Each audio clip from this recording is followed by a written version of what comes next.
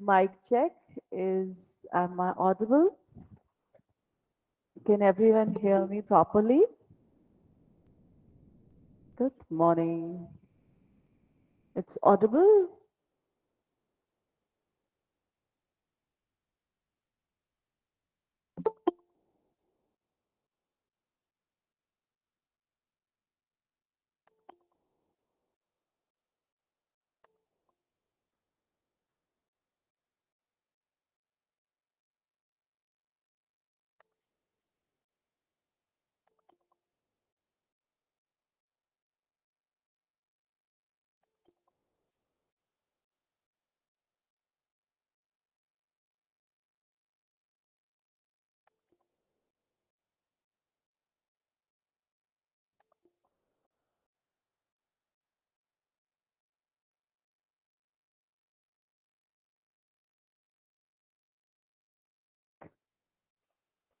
Hello. Mic check.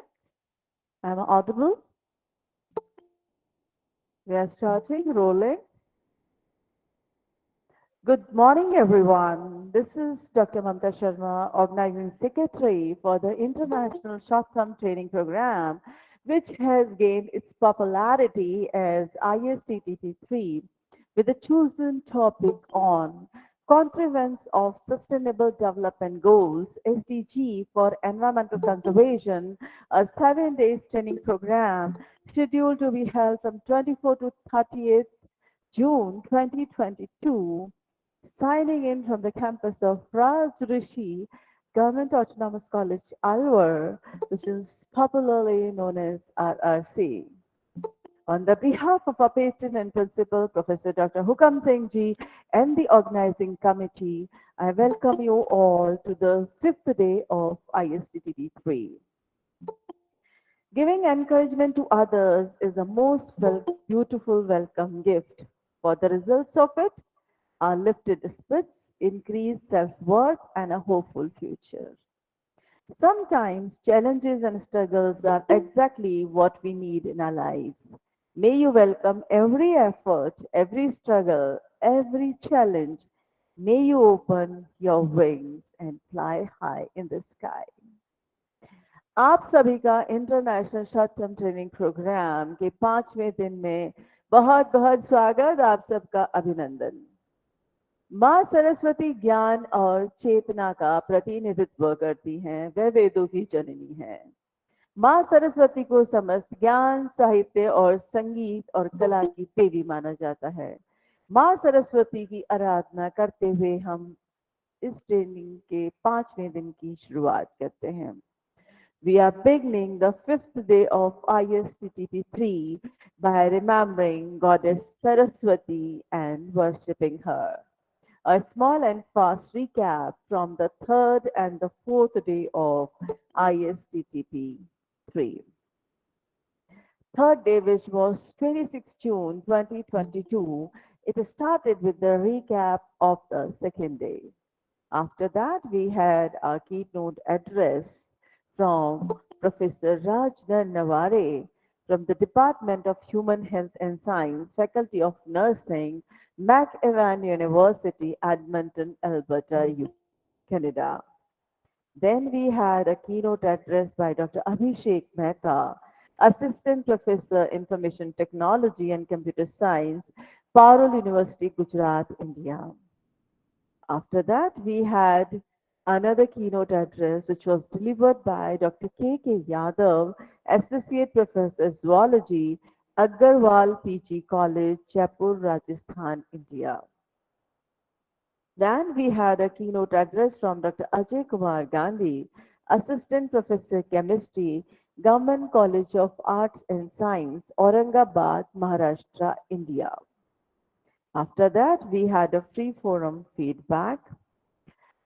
Day 4 was the home assignment day for the training program, and it was provided to all the delegates on the respective WhatsApp and Telegram groups, which must be completed and sent on the email emvtoxicol@gmail.com.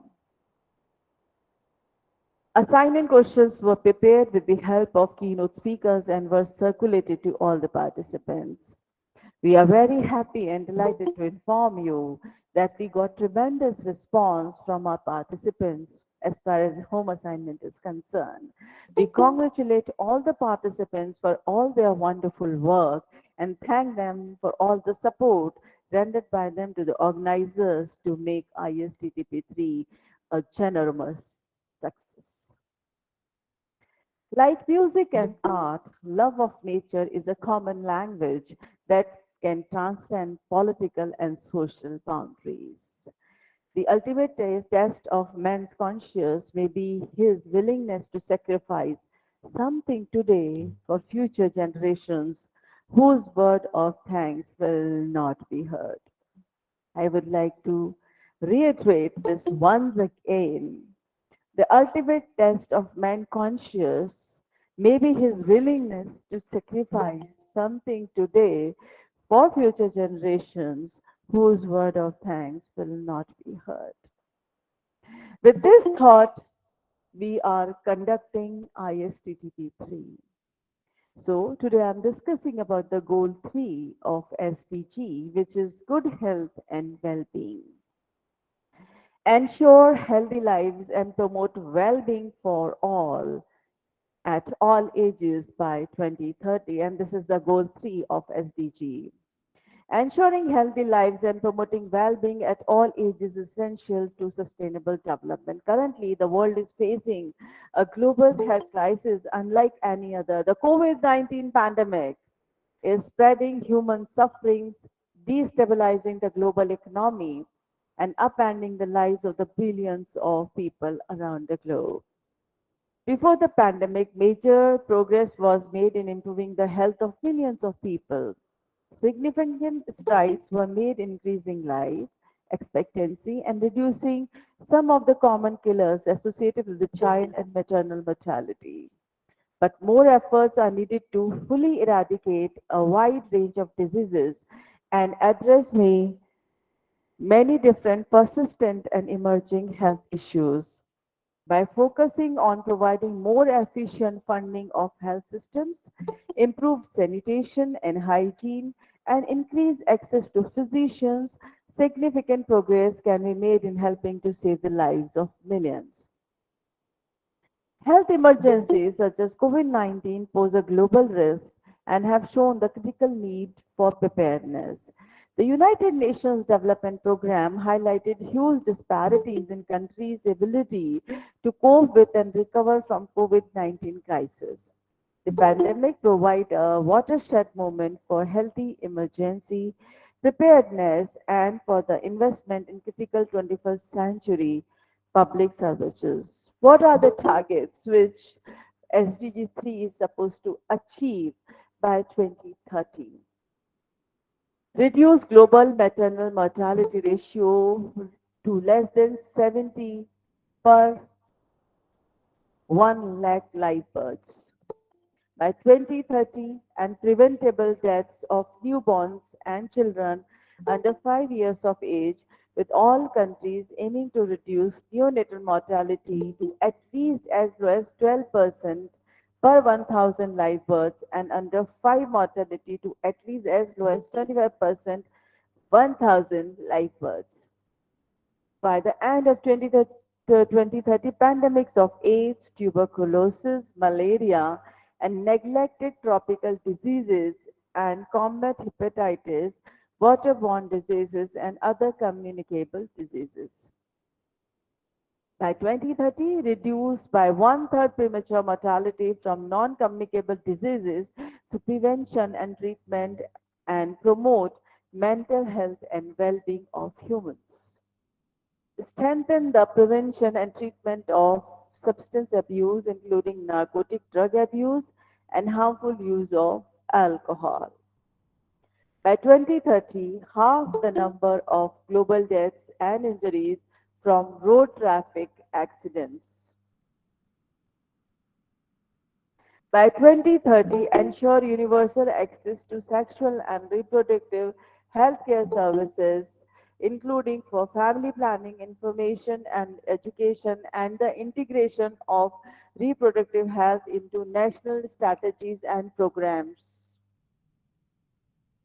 achieve achieve universal health coverage, including financial risk protection, access to quality essential healthcare services, and access to safe, effective, quality, and affordable essential medicines and vaccines for all. By 2030, substantially reduce the number of deaths and illness from hazardous chemicals in air, water, and soil pollution and contamination. Strengthen the implementation of the World Health Organization framework, Convention on Tobacco Control in all countries as appropriate. Support the research and development of vaccines and medicines for the communicable and non-communicable diseases that primarily affect developing countries, provide access to affordable essential medicines and vaccines to protect public health, and in particular provide access to medicines for all.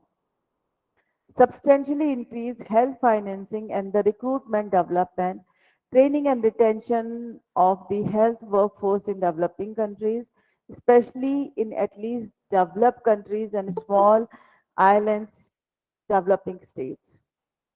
Strengthen the capacity of all countries, in particular developing countries, for early warning, risk reduction, and management of national and global health risk. This was the goal 3 of SDG, and if we achieve this by 2030, then nothing like it for the human health and human lives.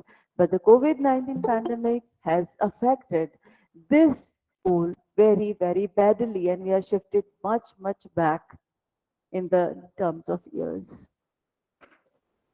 So now it's time for 16th keynote address, which is to be delivered by Dr. Rajshekharan Selvaraju, who is currently working as a professor in the Department of Information Technology in University of Technology and Applied Sciences in Ibre, Sultanate of Oman. He has a teaching experience of over 21 years, and 76 candidates have successfully completed their MPhil degree under his guidance through various universities in Tamil Nadu. He has published more than 15 articles in reputed international journals and is an editorial board member for more than 10 reputed international journals. Dr. Selvaraju has published 3 Indian patents and 1 Australian patent. He has acted as a resource person and delivered special talk in more than 50 international conferences, faculty development programs, and webinars organized by various institutions in India and Oman.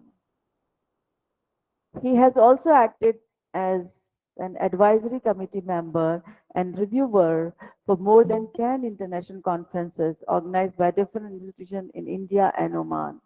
Dr. Raj Sekhar has further acted as a chairman and member of Board of Studies and PhD thesis evaluation in various universities of repute. He has received Best Teachers Award from Vivekananda College of Arts and Science for Women during the year 2000 and 2003. Best Employee for the months from IBRI College of Technology, now it's University of Ivory. Appreciation for the efficient management of student registrations from IBRI College of Technology. Best Employee of the Year from IBRI College of Technology for the academic year 17 and 18, and Appreciation Certificate from the University of Technology in Applied Science, IBRI, for the academic year 2021. That's very impressive CV. Doctor Raj secretary please accept heartiest congratulations आपका बहुत बहुत स्वागत है अभिनंदन है अलवर राजस्थान भारत से now I would request doctor Silva Raju to start with his keynote address this stage is all yours sir आपका स्वागत अभिनंदन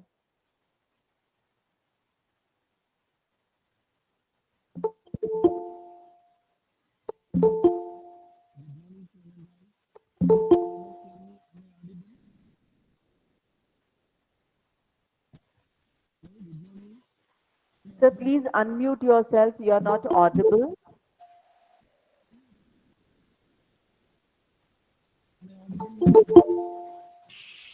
Unmute Yes. yourself. Yeah, we can hear you, sir. Thank you, ma'am. Thank you so much. Thanks for your warm welcome Okay. and second invitation from Rajrishi College.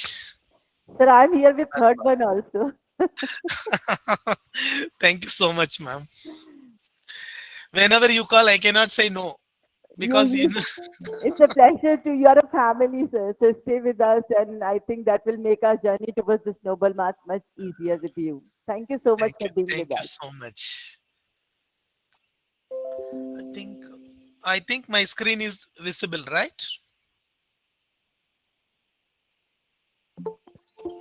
My screen is visible.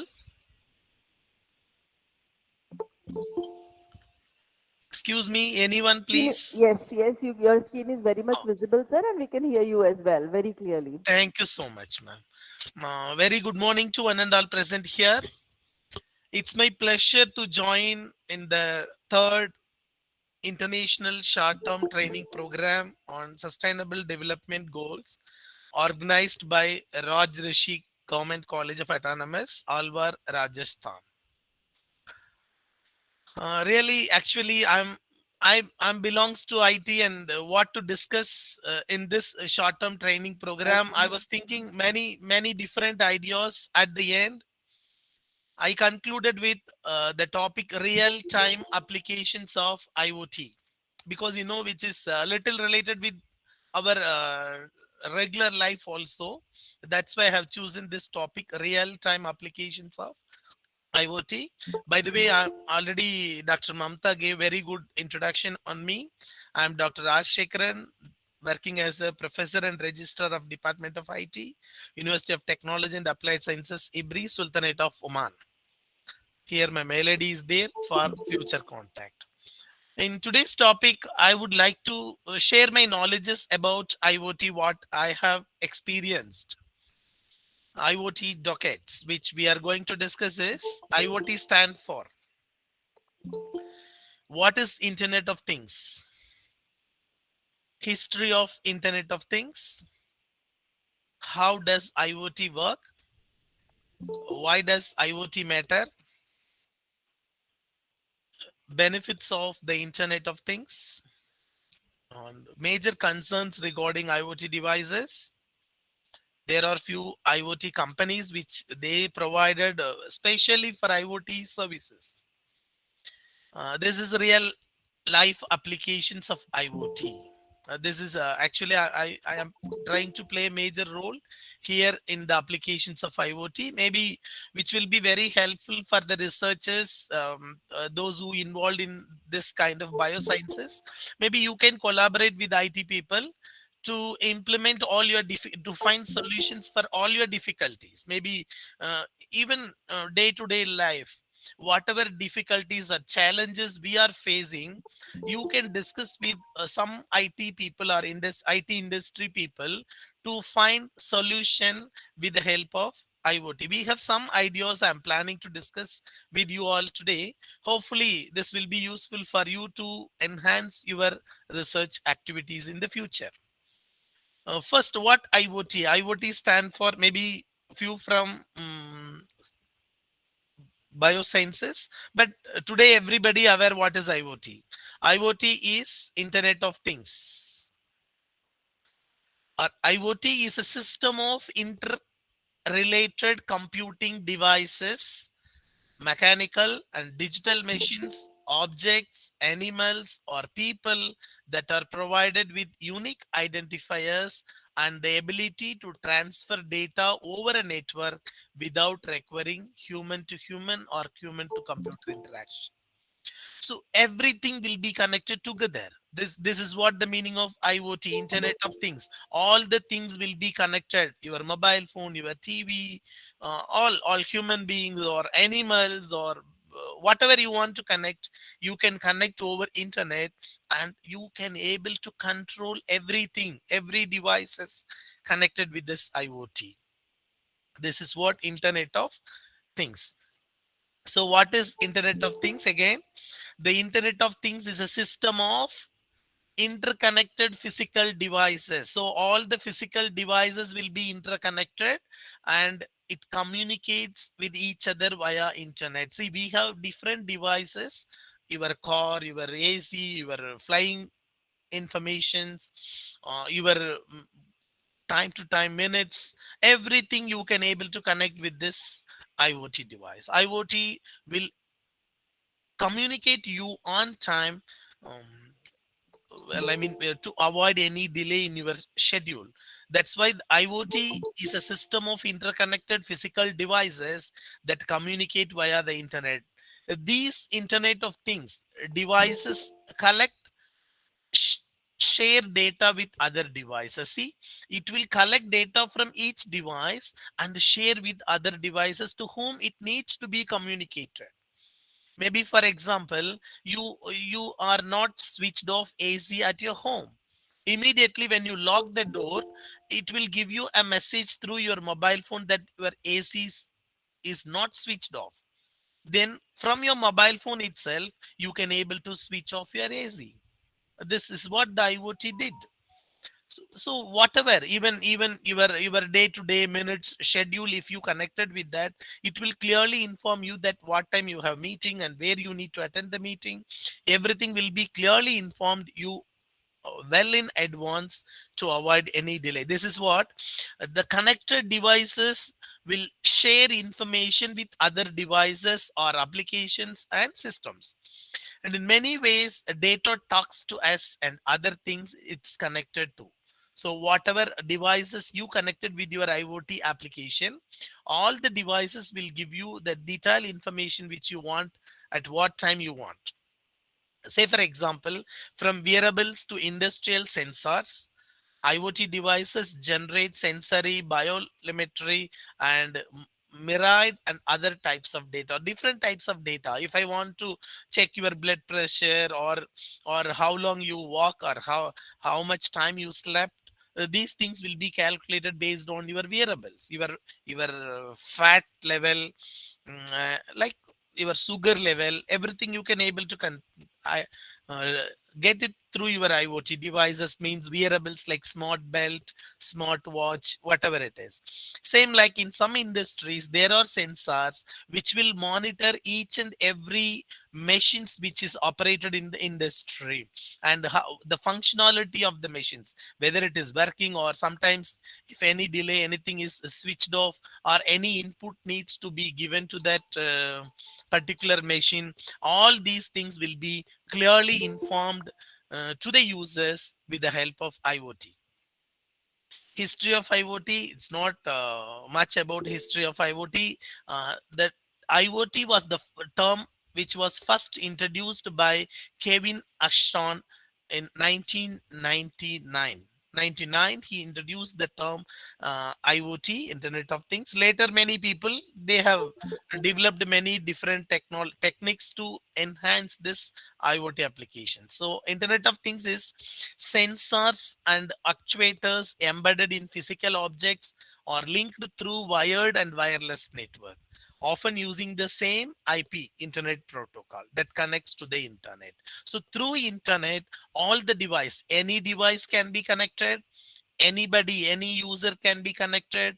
From anywhere you can connect. It's not only from your office or from your laboratory or from your home. It's not like that. Wherever you are available, because all the devices will be connected through internet, it can be connected anywhere. And it's there is no restrictions that this IoT can be applicable only for few businesses. You can use it for any kind of businesses, and any network can be used anytime you can able to access. I hope everybody will clear what is IoT now. So you can connect any devices, maybe your fridge you want to connect, your micro oven you want to connect, your AC you want to connect, your car. Sometimes you forgot to switch off, I mean, turn off your car. It will be informed through your mobile phone. Or if you forgot to turn off your AC in the car, or lights, headlight in the car, like, because we are busy human nowadays. Even I did mistake 2 3 months before. I forgot to switch off my car light. So then I forced to change my battery, car battery. So these problems could be solved with the help of IoT. If your devices, all your devices will be connected with IoT, most of the problems will be solved. That's why I said at the beginning, for all your day to day life challenges could be addressed by this IoT in the near future. How does IoT works? IoT is a system of internet connected devices. So the devices connected through internet. These devices are essentially mini computer processor that use machine learning to act on the data collected by the sensor. Why we use machine learning technique here? Because as I told you, different devices connected through internet. Since different devices are connected, we are collecting data from all the device, and all the data are not in an uniform format, or what we expected, like it is not in the same uniformity. Maybe we can say it's not uniform the data. So you need to use some machine learning techniques to clear the data, to make the data uniform. Then only you can able to make some decisions based on those data. That's why we are using some machine learning techniques to the collected data to process it. So IoT devices can range from smart warehouse vehicles to fitness trackers to cold storage temperature monitor. Everywhere we can use smart warehouse vehicles and fitness trackers, also cold storage temperature monitor. Everywhere you can use it for all the businesses. Mainly wherever you are going to, irrespective of the usage or the application of IoT, mainly we need some four parts which is required to implement this IoT technology. The first one is sensor or devices you need to connect. For example, if you want to monitor, even I'm just going for smart car parking. Yes, of course, you need camera in each and every parking slot. Then only we'll come to know whether there is a, or some sensors, either camera or some sensors. We can use it whether that slot occupied by any other car or it is free. And the data collected from these devices, as I told you, it should be purified. Some data purification techniques, I mean machine learning techniques to be applied. So first you have to collect data from various sources. Like I have maybe in our university campus we have 300 parking slots or 400 parking slots inside the campus. These 400 parking slots positions, or the current situation will be identified by the sensor whether it is occupied or not, and the collected data will be sent to the centralized server, and that server will collect this information, and these data will be processed, and some machine learning techniques will be applied here to consolidate all the data, and the data to be effectively presented to the user to make them understand and decide. Maybe even if I have connected this IoT application in my car itself, when I am trying to enter in the campus, it will show immediately what are the parking slots are free. So if I have downloaded that application in my car, so in my car it will show what are the parking slots are available and in which direction it is available. Accordingly I can go and park my car easily.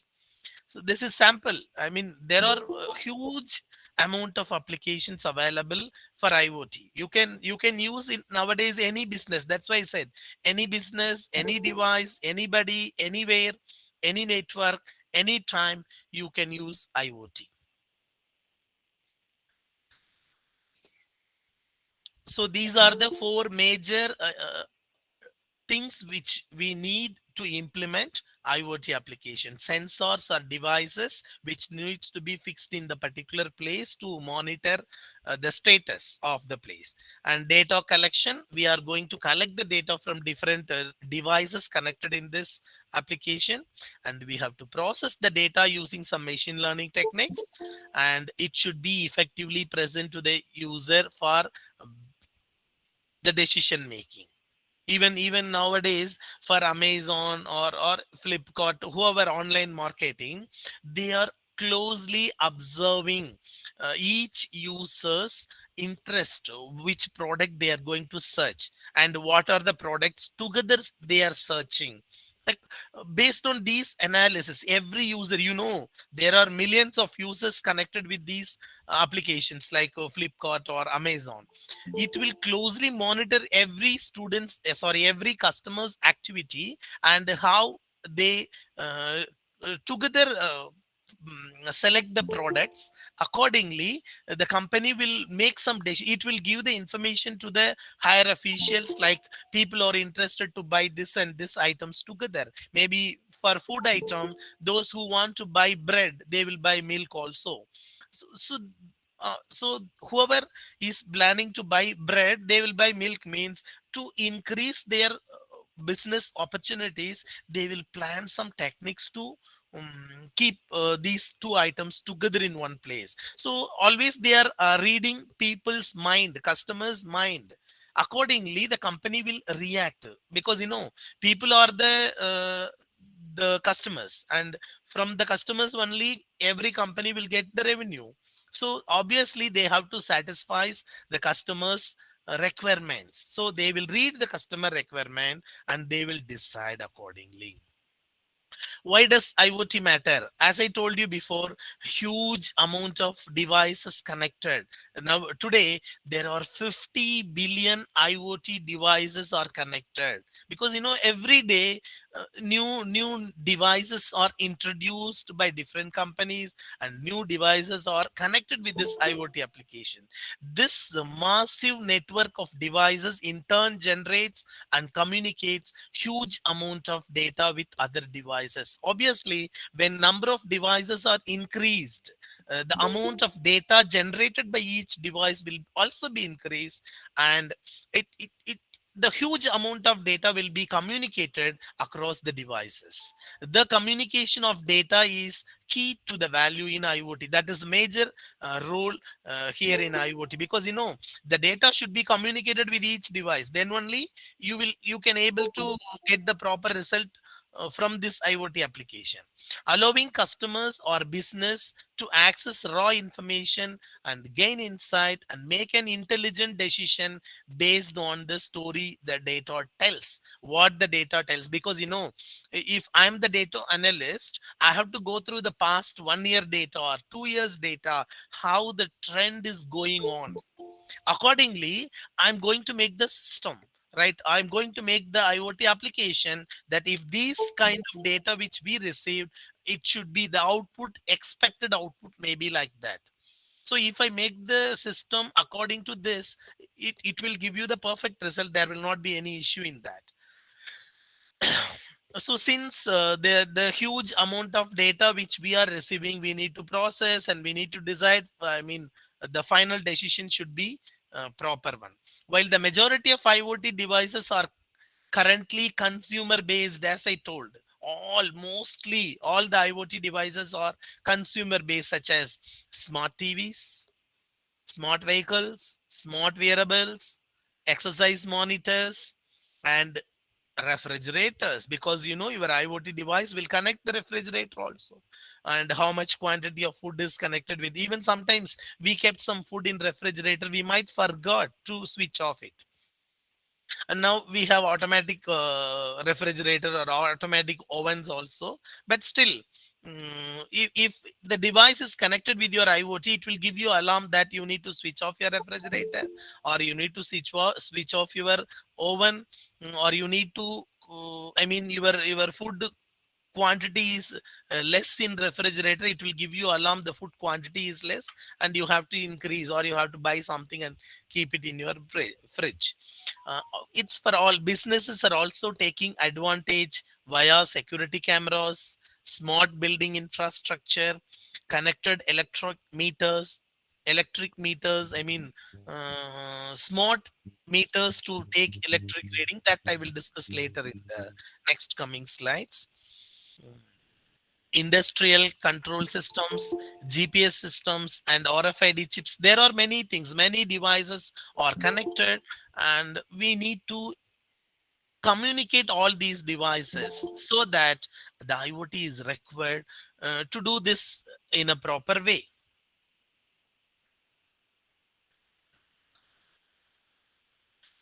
There are some benefits of Internet of Things. May you understand according to my previous discussion what are the benefits we have? Industrial automation. Yes, of course, because when you are using IoT, all your industry, all the machines which is available in your industry, or all operations which is carried out in the particular industry or institutions will be automated. Like it will do its work automatically, and just we have one supervisor to monitor in case if any issue, this will be notified through IoT applications to your mobile. So anybody can easily supervise this, what are the issues are there. So uh, due to this IoT developments, most of the industry are moving towards the concept of automation. Okay, then because of, as I told you before, because of a huge number of devices connected, it generates huge amount of data nowadays. There are many different social media applications like Facebook, Twitter, Instagram, and a huge number of peoples are connected in that. So because of huge number of peoples, they are generating huge amount of data, and we need some mechanisms to collect the huge amount of data from different sources or different devices. And these data will be based on customer experience. Even social media, I mean in Facebook, whatever post you shared, maybe your followers or your friends, those who are in the list, they can see your post and they can give their experience, their view in the comment. So even in Python, we have now, it is easy to acquire all their comment, and accordingly we can make some decisions in the future. See, even we have some programs. Few weeks before, we collected all the Facebook informations, I mean comments or Twitter comments which is shared by our students, whatever comments, because we have some post, majority of the informations are post shared with the students through Twitter. Okay, and students will give some feedback on each and every post. We are trying to read these posts, and we try to understand what the students feel. Accordingly we will try to, what to can say, decide in the future, right? Maybe if the students are feeling difficult in that, or how much their comfortability in this, we try to read all the comments, and based on that comment, maybe we understand that how much students are satisfied with this, and accordingly we decide our future programs. That's why I said it's IoT will enhance the customer experiences, also increased revenue because of automation. It's not necessary to stop your work, you can work even 24/7. So automatically it will increase the revenue of the institution or organization or industry. These are the major benefits of IoT. Industrial automation, of course, everything will be automated because of IoT, and we are collecting huge data to decide the future, right? Because several devices are connected, each device will generate their own data, and we can collect all the data for our future reference. Customer experience, of course, all the customer feedback will be useful to enhance our business opportunities. Then obviously IoT helps to increase the revenue because less labors, and what you can, it can work throughout the day, throughout the year. There is no need to stop your work because everything will be automated. As a supervisor or as a manager, you can able to monitor from anywhere in the world. So it's not required to stop any work. It leads to increase your revenue. Fine. Next, there are two major concerns regarding IoT devices. As I told you before, there were huge number of devices connected in which we need to talk about security. How these devices are secured. If this devices could share your personal informations to outside, yes, of course it is possible. It leads to create lot of issues. Maybe on your personal, it may create lot of personal issues also. That's why whatever device you connected with your IoT applications, you should give more priority, or you should concentrate more on security, how the device will be secured. And that device should not share your informations to the outside world without your permission. This is more important here. That's why security is major concern. And since there are huge number of IoT devices connected nowadays, every company, they are trying to manufacture their own devices, right?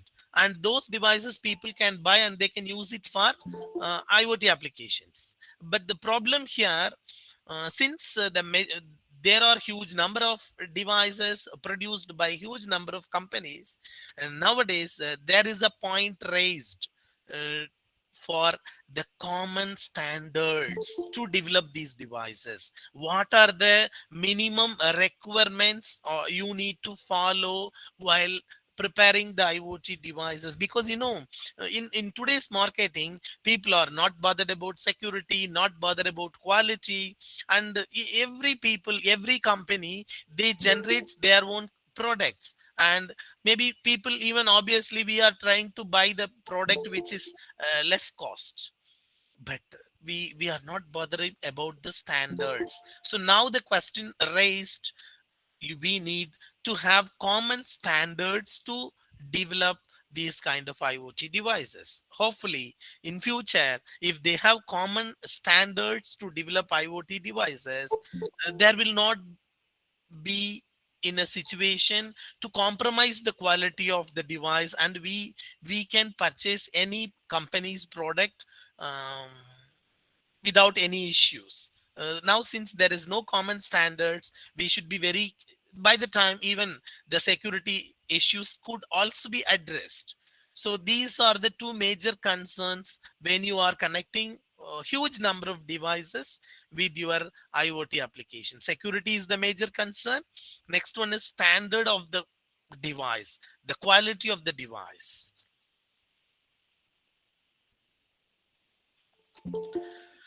There are, as I told you, many companies providing IoT services. Amazon's AWS IoT platform, AT&T IoT platform. Every company, they have separate platform for IoT, and they provide only IoT services. They manufacture only IoT devices. And because now we know that everywhere they are trying to move towards IoT opportunities. That's why the company understand the people mind. Accordingly, they started new branch or new section only particularly for IoT devices development. GE Digital, Google Cloud IoT, IBM Watson, Microsoft IoT Hub, Qualcomm. These are the different companies provided IoT IoT services. Fine. I hope everybody clear about, I mean, little about IoT. What is IoT? How does it works? And what are the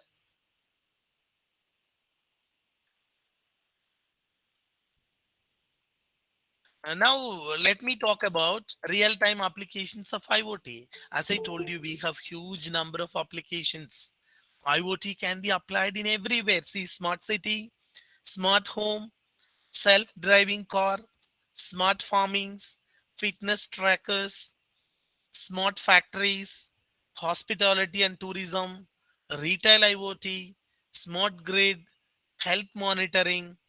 It almost cover all the industries, right? So we have huge number of applications of IoT. This is what I want to discuss with you in detail today's session. So just everything, I just give you some hint what is this. Maybe accordingly, as I told you before, what difficulty you are facing, what challenges you are facing every day's life, and you bring your problem with the IT people.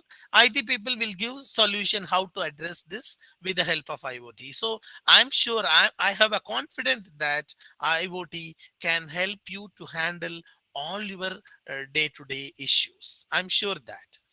The first one is smart city. This is the first application of IoT which I mentioned here.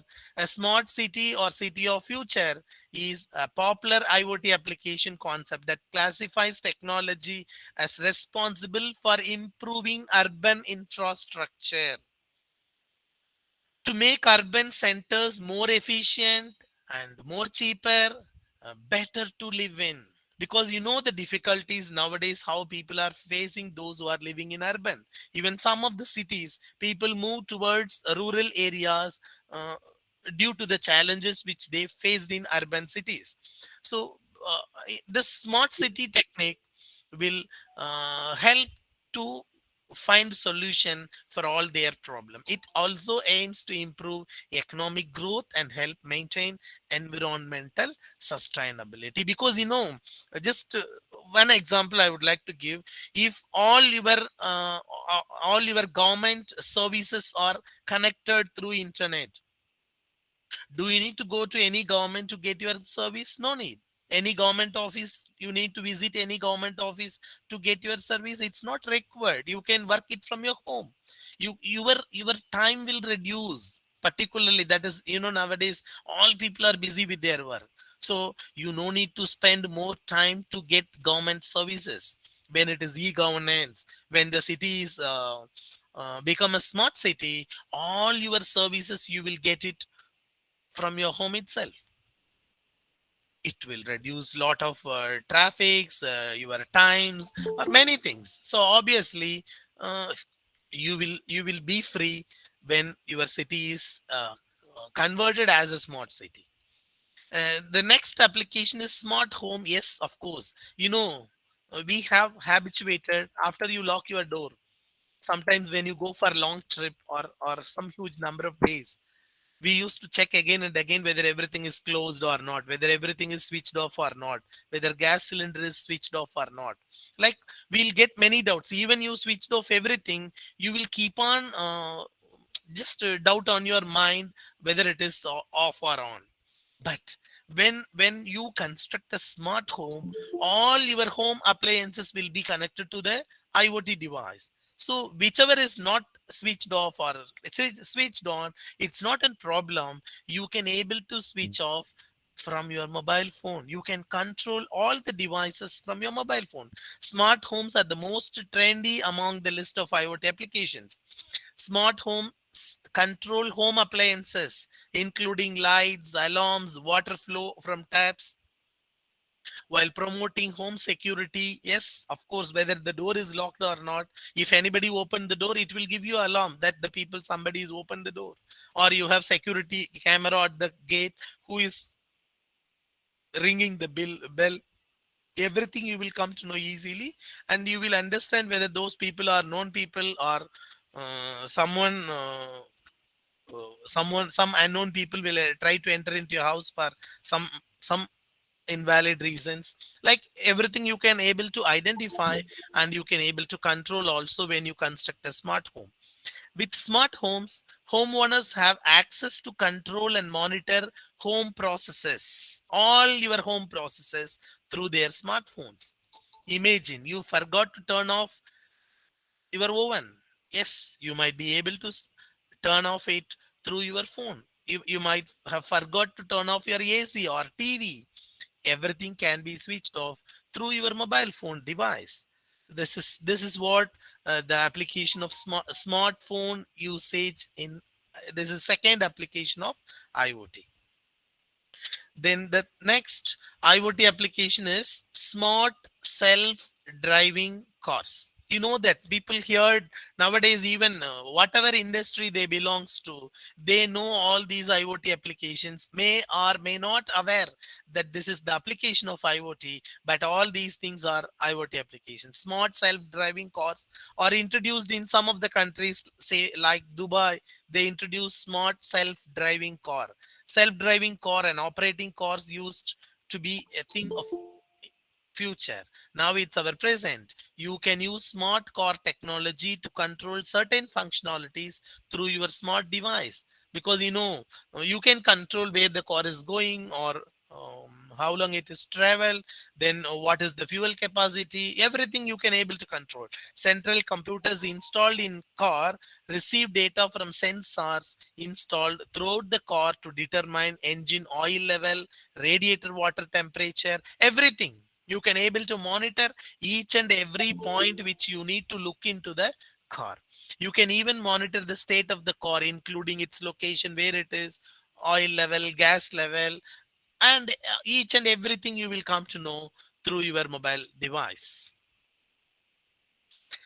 Then retail industry, yes, IoT is involved in retail industry also. Nowadays we have, see, best example is phone pay, Google Pay, like these things are every retail industry. Even in a tea shop, they used phone pay to pay your bill for the tea or coffee, whatever it is. It's a small tea petty shop.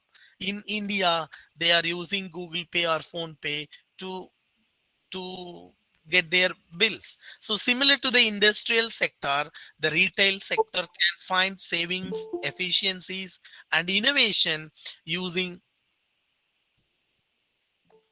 improved customer experience, accurate and real-time product tracking, improves staff strategy, and overall efficient inventory management. Everything you can monitor. If there are 10 employees working in your shops, you can able to monitor your staff work performance. Everything connected through IoT. So that's what I said. In retail industry also, they are they started using IoT applications. Smart wearables. This no everybody using smart wearable nowadays. Means smart watches, smart glasses, smart belts. Many things are there, which fitness bands in your hand to monitor, for example, calorie expenditure, heartbeat, GPS tracking belts, or just some examples of wearable devices that we have been using for some times now. These are the some few examples. We have many wearable devices available nowadays to monitor your health conditions or your activities. Next, I'm talking about health monitoring. Is the use of wearables or sensors connected to patients allows doctor to monitor patient condition outside the hospital in real time. See, the doctor may be available in hospital, patient may be at home. The doctor can able to monitor the patient through their devices, which is connected with this IoT application. And through continuously monitoring certain metrics and automatic alerts on their vital signs, the Internet of Things helps to improve the care for patients and the prevention of lethal events in high risk patients. Sometimes high risk patient to be closely monitored, it's not required to bring them to the hospital. You can ask them to stay at their home. Through this IoT application, doctors can able to monitor easily, closely monitor, and they can able to suggest the treatment also. Apart from this, nowadays maybe even one of my friend, his elderly parents are there at home in India. He is working here. He has some IoT devices at his home. He's closely monitoring their parents activities. Maybe sometimes they fell down, or something may happen because of age factor. He can able to closely monitor, and he can able to call someone, maybe some doctors or some of their friends, to help their parent. Also he has some farms are there for their farmhouse, like they have some some what you can cow, some goats, some hens, something. He has some IoT devices. With the help of this IoT, he is monitoring everything what is going on inside his farm. His farm is in India, but he is working here in Oman. Because of IoT, everything is possible. You can monitor from anywhere.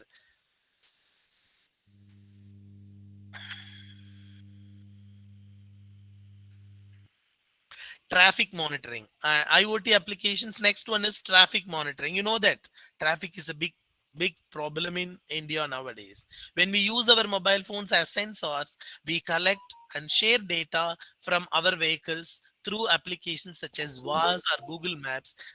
We came to know that how much traffic in the particular route, and the device will give you or direct you the alternative route to reach your destination. See how smart it is. If you have this smart monitoring, I mean traffic monitoring application in your mobile phone, wherever you start your travel from one place to another place. For example, I'm starting my travel from uh, Chennai to Trichy somewhere, because I don't know how many of you know Chennai to Trichy. So this, if I set my plan from Chennai to Trichy, if there is any traffic in between, well in advance the application will inform you that in this route there is a traffic, and to avoid delay you can follow the alternate route. It will suggest you the alternate route, and you can travel to the alternate route to reach the destination on time without any delay. That's why, with the same distance and a destination with same distance and estimated time also, you can follow it. There will not be any delay in that if you have traffic manage monitoring system. Fleet management, this is very important. That's what, in all the industries, the installation of sensors in fleet vehicles helps to establish an effective interconnectivity between the vehicles and their manager, as well as between the vehicles of their drivers. So the manager, drivers, and the vehicles all will be connected. Both driver, manager, owner can know all kind of details about the status of the vehicle, operation and needs of the vehicle. Everything, everybody will come to know on time, and they could able to solve the problems easily. Hospitality, this is actually this is main important thing nowadays. Hospitality, the in where if you want to go anywhere in any hotel accommodation, the hospitality is more important. The application of IoT to the hotel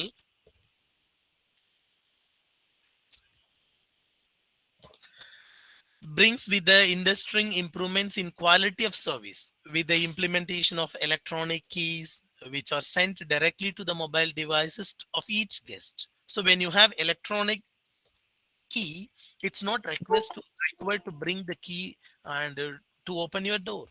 You have electronic key in your mobile phone. If you enter that electronic key, your rooms will be open, and whatever foods you want you can order through your application. It will be notified to the particular hotel chef, and they will deliver the food on time at what time you require the food.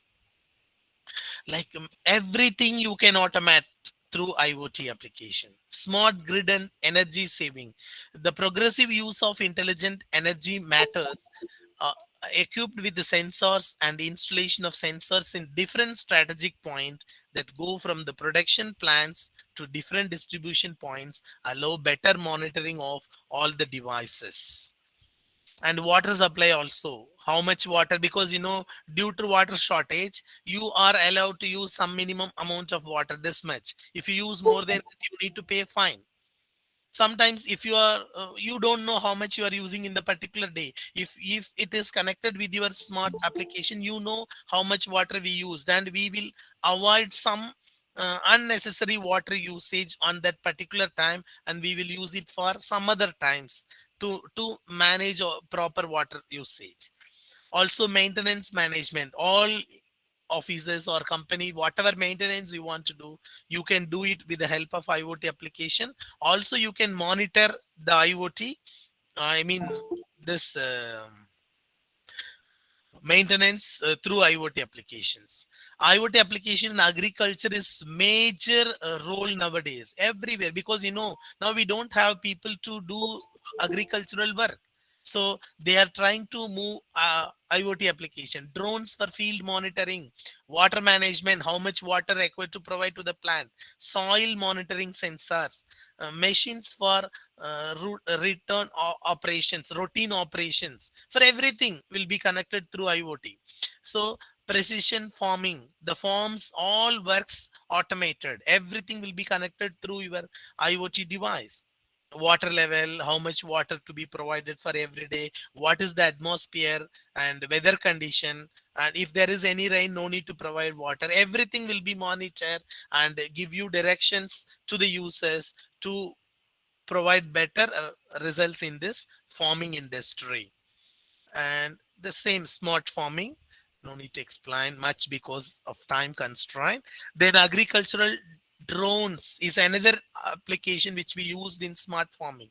See, drones will monitor the plant growth and the water, spray the waters, many things can be done through drones. Nowadays they are using two types of drones, like ground based and aerial based drones are used for agricultural purpose. And the third application in farming, livestock monitoring of goats or cows, whatever it is, what is the present situation, where it is located, and sometimes if anyone got sick and it has to be separated, so everything will be informed to the concerned owner to monitor all those things. And we avoid many issues, because if the sick animal combined with the other animals, others also will get affected. That's why if anyone is sick, it will inform to the user immediately, and they will keep separate that particular goat or cow. Then the spread of disease will be stopped easily. Also, we have smart greenhouses. How much temperature is it required? How much water is required? Everything will be monitored, and accordingly, the device will provide water to the plants. This smart greenhouse is also the another best application of farming system. See, this is smart poultry farming. This application is developed by one of our students, Miss Aisha Al-Farsi, I think. Aisha Al-Farsi, she developed an application for smart farming, for hence how much temperature we need to maintain in that farm, and how much water to be provided, how much food to be provided every day. All these things to be monitored by these devices and the sensors which is available in the farm. And it is actually, it is really helpful to the people with the low cost. Actually the project title is low cost smart poultry farming, which she developed. This is the structure of that project which she implemented. And also we have another student who did smart car parking system, as I told you before, which we used here in our university campus. Like we can extend this application in future also. In future, this IoT applications will increase or enhance with a lot of new things, but I just don't want to explain many things here. But hopefully you expect many changes in the future because of IoT. And it's my conclusion here. IoT solve or fulfill most of our real life challenges in the near future. I'm sure that all our difficulties or challenges will comes to an end because of IoT in the near future. These are my references which I have referred this informations. And this is time to say thank you. If you have any questions, you may ask, please. And it's my I submit my sincere thanks to all of you for your patient listening, and thanks to the principal, Dr. Hakem Singh, and the organizing secretary, Dr. Mamta Sharma, and their and her team. I thank everyone for the opportunity given to me in this great occasion. Thank you, one and all. Thank you so much. That was so wonderful to hear you, Dr. Selvaraju. If any questions, please raise your hand. Sir बहुत सारे compliments हैं आपके लिए chat box के अंदर. People are so happy, and I just want to tell you there were around 280 hits from 29 countries while you were delivering your keynote address.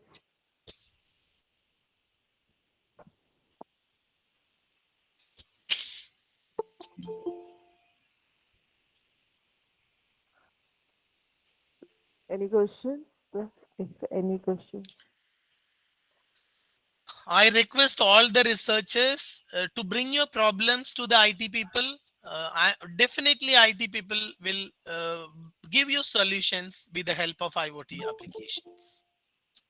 That was very wonderful statement. Thank you so much for extending your help. And we all know that we cannot reach to the goals of sustainable development without the use of technology. So, there is a IoT application is even to space. There's some question, I think, applicable to space search. Yes, yes, sir. You can use it everywhere. That's what I said. All businesses, everywhere we can use it. Even 5G also that I have just included in the next ppts, but because of time constraint I stopped, because networking plays vital role. As I told you, the huge amount of information or data increased when you use 5G technology. It helps to download your information as fast as possible. In the future IoT, 5G become uh, one of the tool of IoT. It becomes one of the major tool of IoT in the future. That's what I mentioned in my PPT, but because of time constraint, I skipped that PPT. There's In another question. biological, Yeah. yes, we have discussed many things, right? It will monitor the health control. I mean, your blood pressure, sugar, and many things. Even nowadays, the that is remote surgery also there. Everything will be based on IoT application only. As I told you, smart farming, poultry farming, poultry farming. These are all some of the biological applications of IoT. Maybe you can try to generate some applications. That's why I said every day your problem, your health issue or whatever you feel difficulties, you bring the problem, we'll give you solution with the help of IoT. There is no second thought in that. So there is a question: is there is As a IT industrian or academician, how can I say the negative effects of IoT? Yes, obviously, it will labor number will reduce. That's the negative effect. Also the security we need to address, provide more mechanisms, find more ways to provide security on these IoT devices. That is the first disadvantage I can see. The second one, because of automation with the help of IoT, obviously the labor work will be reduced, because farming automation, watering of plant, monitoring plant, feed the plant, everything will be automation. Obviously the labor work will reduce, and this is the drawback which I have seen nowadays.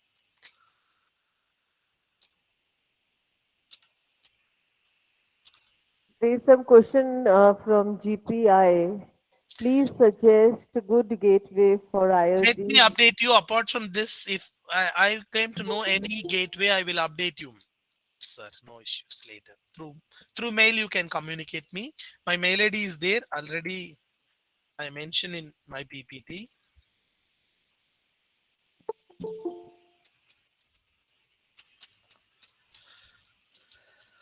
There was some other question which went bit up, whether there is any link to from to 4G to 5G, something like that in the No, IoT. that's what, ma'am. 4G, 5G, all these networking, because it is connected to internet, right? Obviously, we need networking connection. But when the performance of 4G 5G, the difference is performance increase. When the performance increase means we can develop a huge enhanced IoT applications, means we can provide service as fast as possible. That's why I said 5G technology might be one of the tool, I mean major mostly required tool in IoT applications in the future.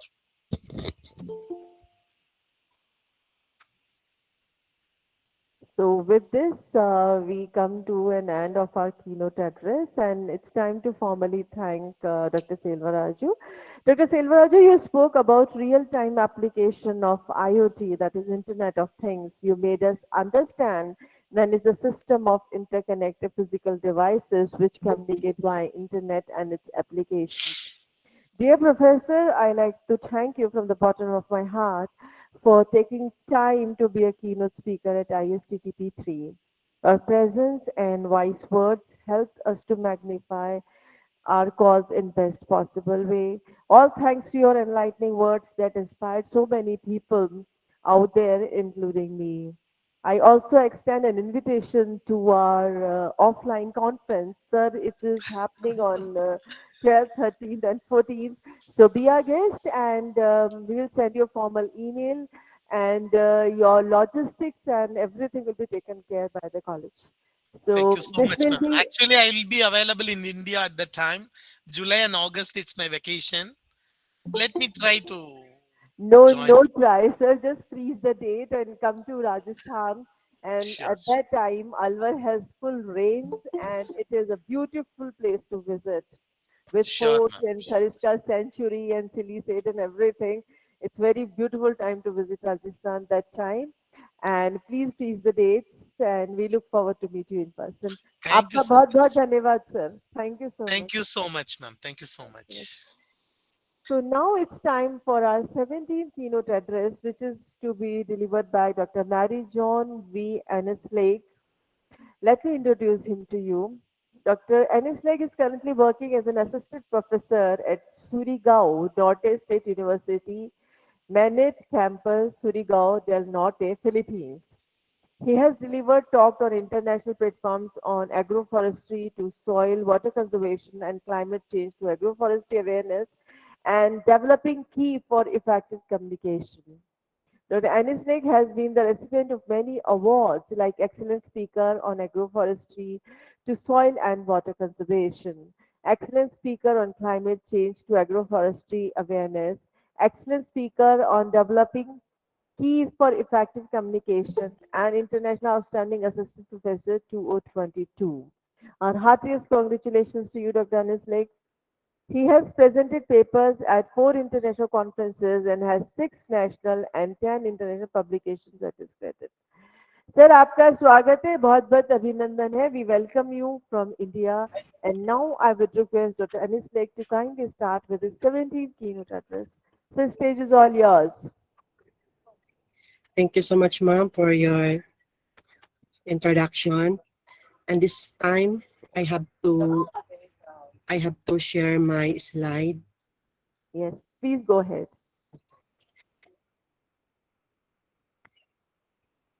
My is Have you seen my slide, ma'am? Yes, we can see and we can hear you as well. Okay.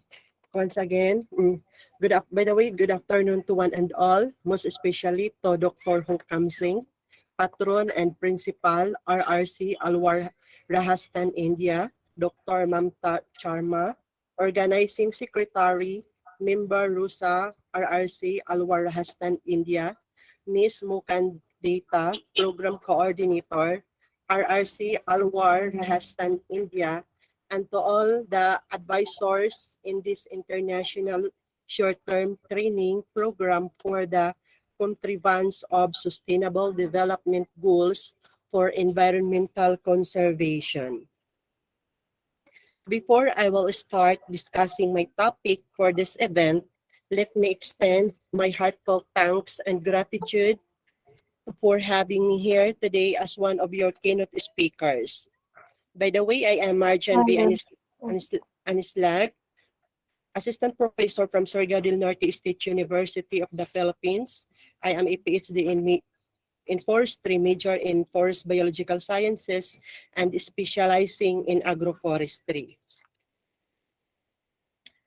Okay, this time I have to share with you the topic that I would like to share is the role of forests as part of the sustainable development for environmental conservation, where the contents of this presentation are the influence of forest on climate change mitigation, the influence of forests to promote biodiversity, the influence of forests to maintain good water stream flow and yield, the influence of forests on soil fertility, the influence of forests on disasters, and lastly, the influence of forests to human. In this slide, I just want to let you know the importance of forest influence to mitigate climate change.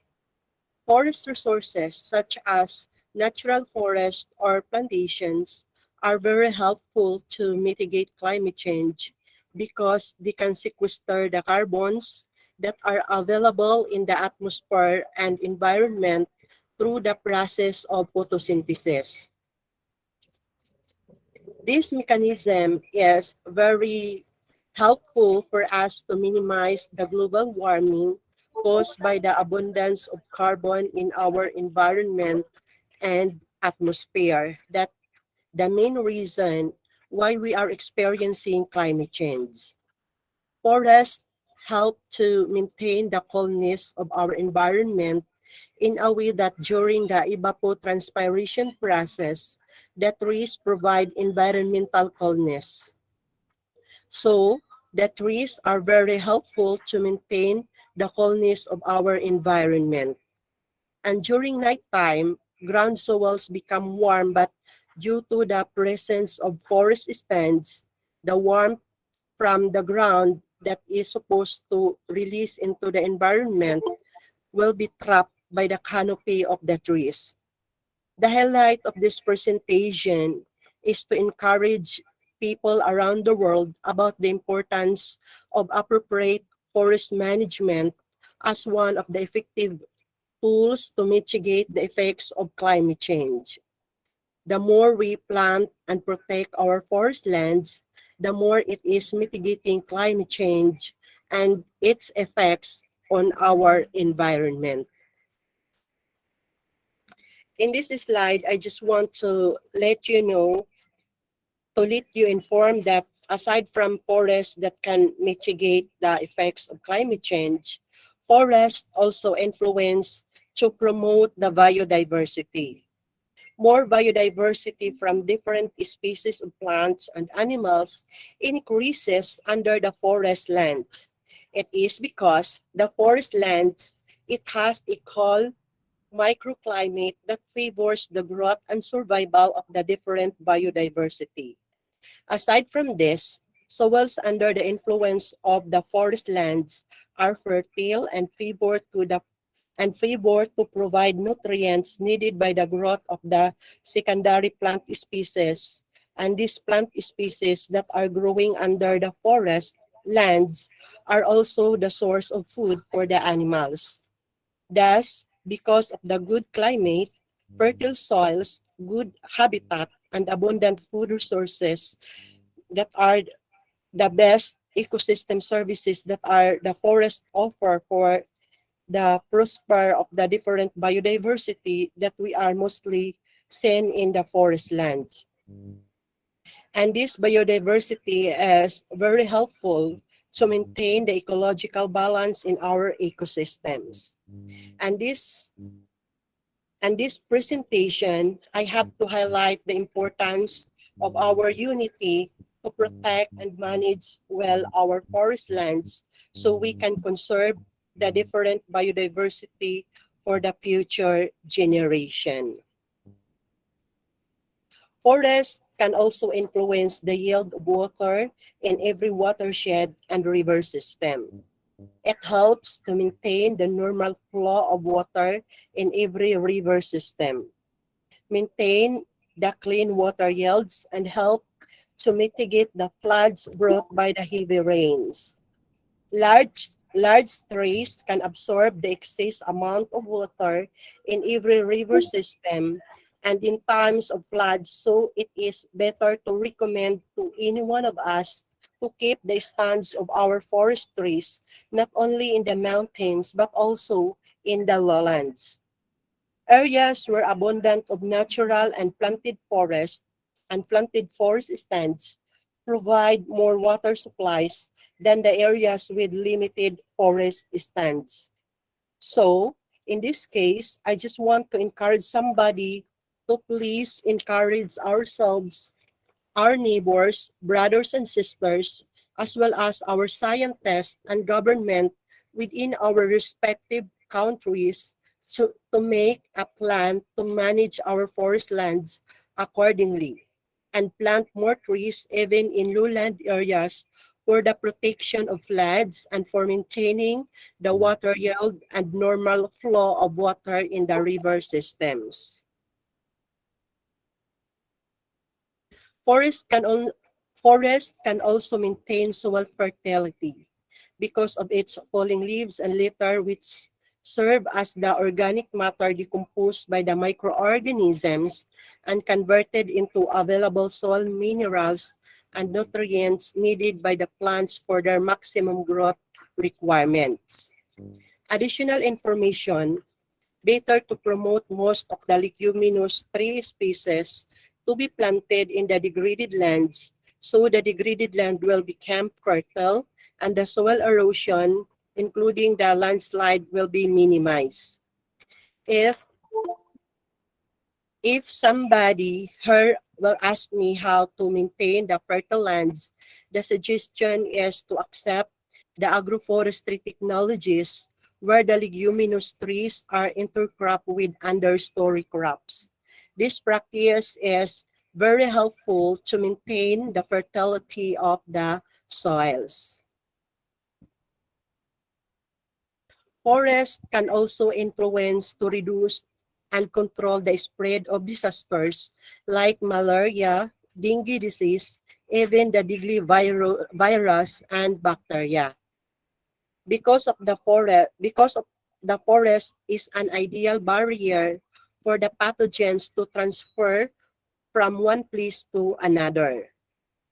In this slide, I have to highlight that pathogens are a quick transfer from one place to another, but due to the presence of the forest, this transfer can be trapped and they can stop within the mountain range.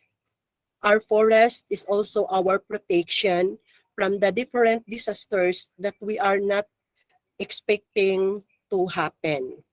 So, at this junction, I am encouraging yourselves and your government to support our researchers and scientists to work as one to provide appropriate silvicultural plans and management to our forest lands. Lastly, the forest has a big role in controlling the spread of poverty, malnutrition, and depression because forests can produce the nutritious foods that man can be eaten and can be marketed as a source of income. Many nations of the world are very dependent on the food taken in the forest foods like the fruits, vegetables, fish, and meat of the different animals. And on the other hand, many people can climb the mountain for them to relax and forget their problems at home. In this presentation, I just want to encourage somebody who is attending to this training to maintain in management of our forest and a better option to encourage our government to please minimize the activities that focus on the forest lands conversion into subdivisions, roads, and the like because these activities can reduce hectare of lands that the foods that human get in the forest, the place where the people are relaxing, and the place in the forest where some people get for their incomes.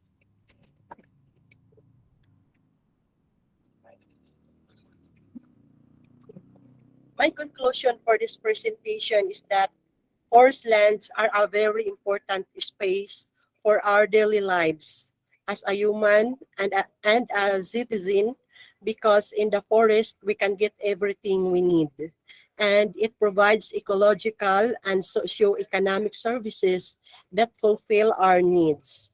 And my recommendation is that we need to encourage ourselves to promote awareness of the influence of forest on the mitigation of climate change, promote biodiversity, good water stream flow and yield, maintain soil fertility, reduce disasters such as floods, landslides, and diseases, and lastly, provides foods, medicine, and recreational and ritual activities for humans.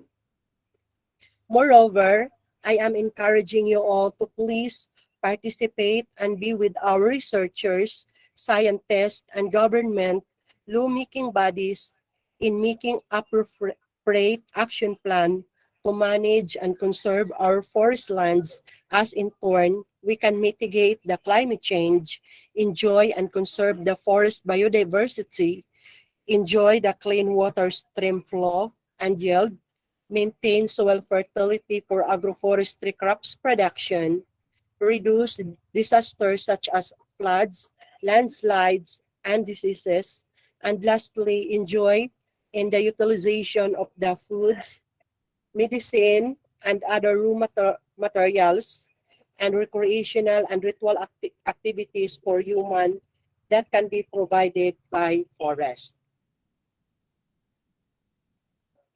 That's all, and this time I am open for questions. Any questions? Thank you so much, Dr. Anisil. That was so nice. If any questions, please ask. You can even write in the text.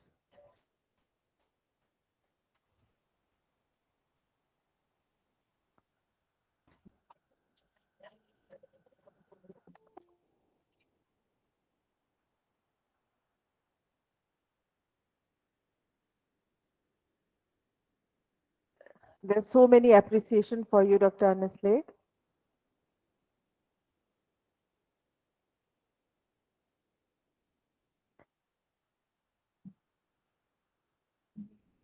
Escalate on forest genetic resources. So there's a question, forest genetic resources. Okay. Can what was the question, madam? Someone is asking about uh, forest genetic resources.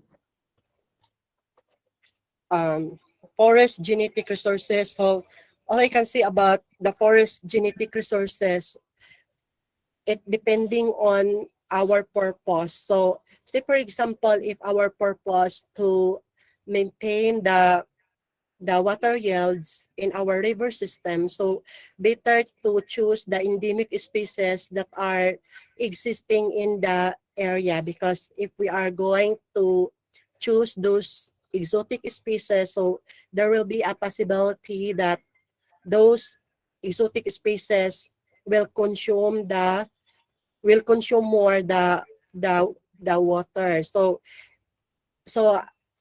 based on the published research output, the author said that if our concern is to maintain the yield of our water, the yield of our water in our river system, so better to promote or to plant more or to manage well our endemic species. Thank you.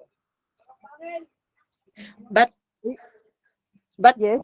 but for but if the concern of the community is to mitigate the climate change. So all types of trees that are, maybe it is a combination of endemic and exotic trees, they are highly recommended to plant in areas, because the more we have tree plantations, the more that the more that the carbons in the atmosphere, likewise in the environment, will be sequestered.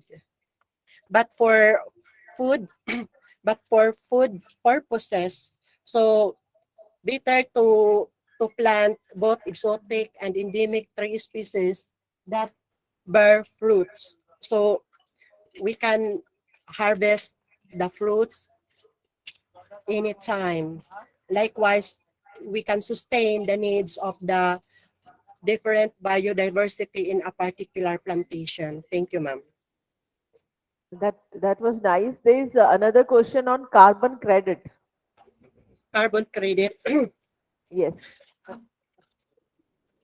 uh, as they to want. carbon as to carbon credits, many researchers mentioned that th- there there is a there is there is a specific tree species able to uh, tons or volume of carbons sequestered, particularly those mangroves, the mangrove trees.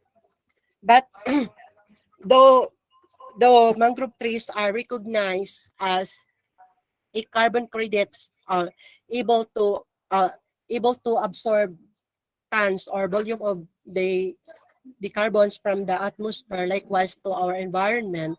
But also there are other authors so mentioned or revealed that it is also a better option that we need to manage our mangrove forest as well as our endemic and exotic forest, because the more we manage them, the more that the carbons in our atmosphere or the carbons that are available in our atmosphere and in our environment can be easily sequestered. So our environment will now clean, and we can we can we can we can mitigate the climate change.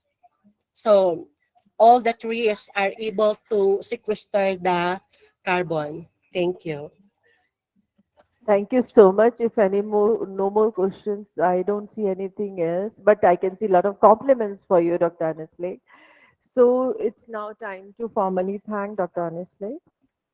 Thank you, ma'am. Dear Dr. Anis Lake, let me congratulate you for the amazing topic you have chosen, role of forest for sustainable development and conservation. How nicely correlated conservation, toxicology, and that is the main theme of ISTTP-3.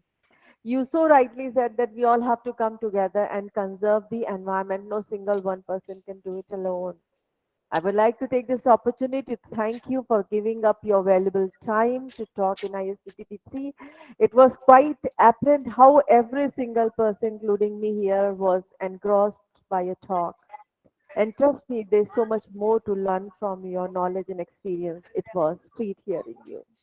Thank you so much. And I would like to extend my invitation to you for our offline conference. Please reserve the date. It is 12th to 14th of August 2022.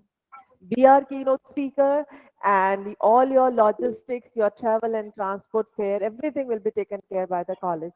This conference is sponsored by Rashtriya Uchchata Shiksha Abhiyan, Government of Rajasthan, India. So please be our guest. We would love to see you in person.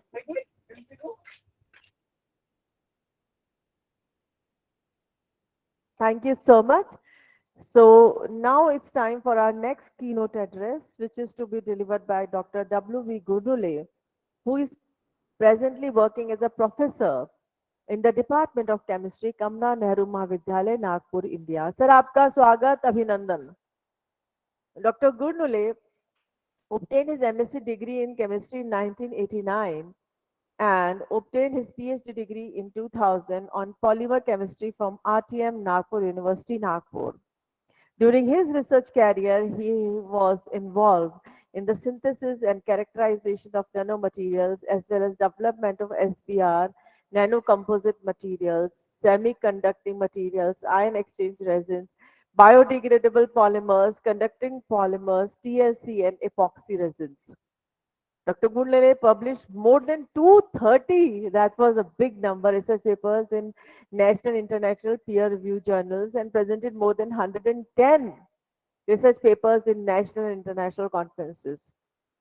He's a reviewer of 38 international journals of Elsevier, John Wiley, Springer, Marcel Decker, Bentham, RSC publishers having impact factor of more than 2. He has received CRST Best Teacher Award in 2011 for outstanding contribution in polymer materials presented by Chemical Research Society of India, Bangalore at CRSI Symposium at Bhubaneswar in 2011. He has also received Distinguished Scientist Award in 2016 for the contribution in research work at Chennai by Center for Advanced Research, Chennai. He also received Ufbaur International Outstanding Researcher Award in 2016 by ACS Publications, Salem. He has received the Best Researcher Award by Vishwa Shanti Society at MDI Singapore in 2017. His academic achievements includes Best Research Paper Presentation Award for 7 research papers in conferences. He has published more than 360 science articles in daily newspapers for the people of society aimed to popularize science. Sir इसके लिए आपको बहुत बहुत साधुवाद. आपने इतने सारे articles लिखे विज्ञान को इतना पॉपुलर किया. That is so amazing. He has successfully guided 26 students for PhD degree and 8 are currently registered for PhD with him. He has successfully guided 21 MPhil students for their dissertation work. He has successfully completed 3 research projects of total amount of 46,00870 of UGC. That is a big number. He is the author of 32 books and 11 book chapters, 7 of which are international level, published by Apple Academic Press, Canada, elsewhere. He's the Secretary of Society of Promotion of Material Science, Nagpur. He's the Secretary of West Zone of Association of Chemistry Teacher, Mumbai. He's a life member of more than 12 various academic societies. He is recently honored by the Best Research Award by RTMN University, Nagpur on 5th September 2018. Recently, ICS prestigious Silver Medal Award was awarded to him in the 11th ICS National Conference in Nagpur on 20th December 2019. He is also the chief editor of National ACT newsletter. He has uploaded more than 250 lectures of chemistry on YouTube. That is again a big number. Heartiest congratulations to Dr. Gunlele. He has delivered more than 60 invited talks in national and international conferences. He has organized 7 national and 14 international conferences and webinars for the researchers of India and abroad. He has visited countries like Malaysia, Singapore, Indonesia, Thailand, Nepal, Taiwan, Hong Kong, Bangladesh, etc. So, sir आपका स्वागत है, बहुत बहुत अभिनंदन है. और अब मैं आपसे रिक्वेस्ट करती हूँ कि you can start with your keynote address and stage is all yours. Professor Gunle, please go ahead. Wait करो.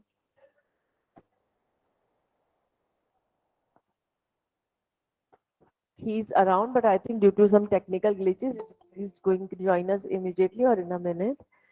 He's already joined our Google Meet, so we are waiting him to start. So please bear with us. Thank you so much.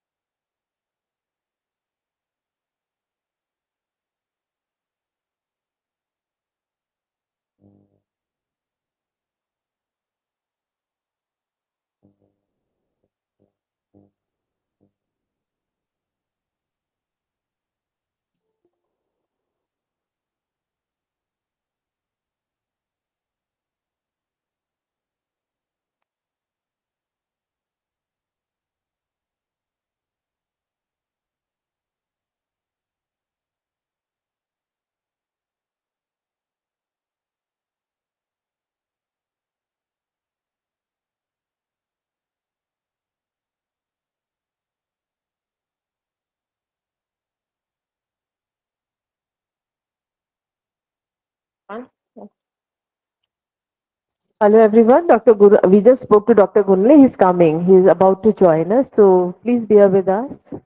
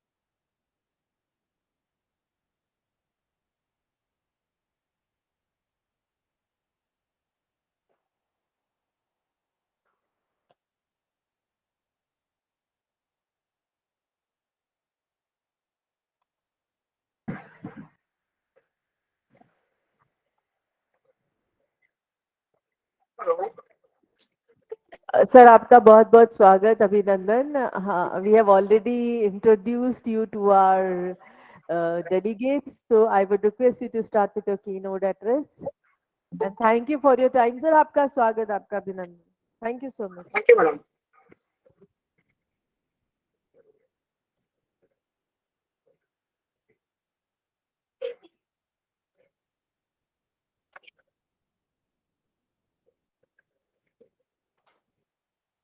Am I audible, madam? yes sir you are very much Yes, audible okay, yeah.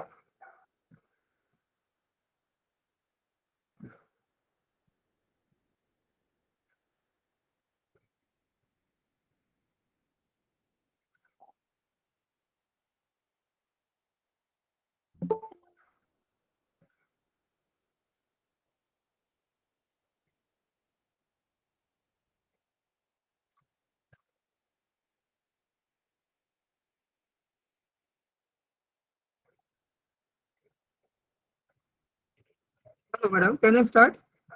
yes sir yeah your slides are visible and you are audible too please go ahead Okay, okay. Is the screen visible? Hello,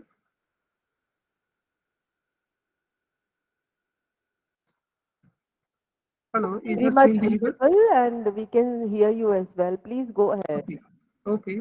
Thank you, madam. Once again, first of all, I thanks the organizer, particularly the Mamta Sharma, madam, and all the organizing team for inviting me for this training program. So first of all, as we know, United Nations has declared 2022 as the International Year of Basic Sciences for Sustainable Development. And as we know, it will be celebrated from 1st July 2022 to 13th June 2023. And main goal of this organization of United Nations have given in sustainable development goals are uh, clean water and sanitation, gender equality, and climate action. And now there is an opportunity for all of us to organize different activities related to the sustainable development. And this is the training program organized by the college.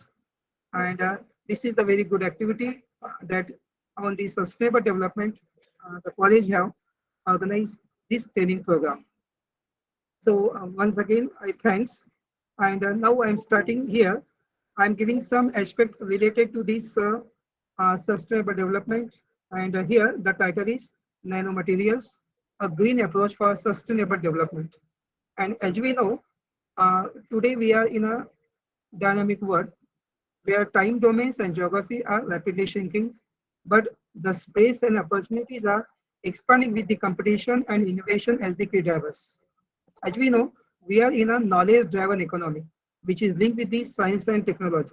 As we know, science and technology are different, but at the same time, they are complementary with each other. And as we know, what is science? Science is nothing but the pursuit of knowledge and understanding for its own sake. And technology is the creation of artifacts and the system to meet the people needs. And important part, as we know that chemistry is the main subject related to the societal needs, and it is the central science. Therefore, we can say that uh, chemists invent and synthesize the molecule, physicists characterize the molecule, biologists make the use of molecule, and engineer fabricate the devices out of this molecule, and public enjoy the molecule in different forms. And as we know, the development of many technology that makes our life comfortable is closely related to the materials. And as we know, there is a separate discipline of material science, and this uh, discipline of material science where engineers give the design to this material as per the need of the pupils. And as we know that material science, material scientists play a very important role in the development of country. And therefore, properties of this material are size dependent. And it is rightly said that material scientists claim that 21st century is the century of material and especially the nanomaterials. Now, science and technology solve problems in order to understand the natural world. Science and technology also know solve the problem in order to improve the lives of the people. Science and technology also find out the causes of diseases and try to find out the cure.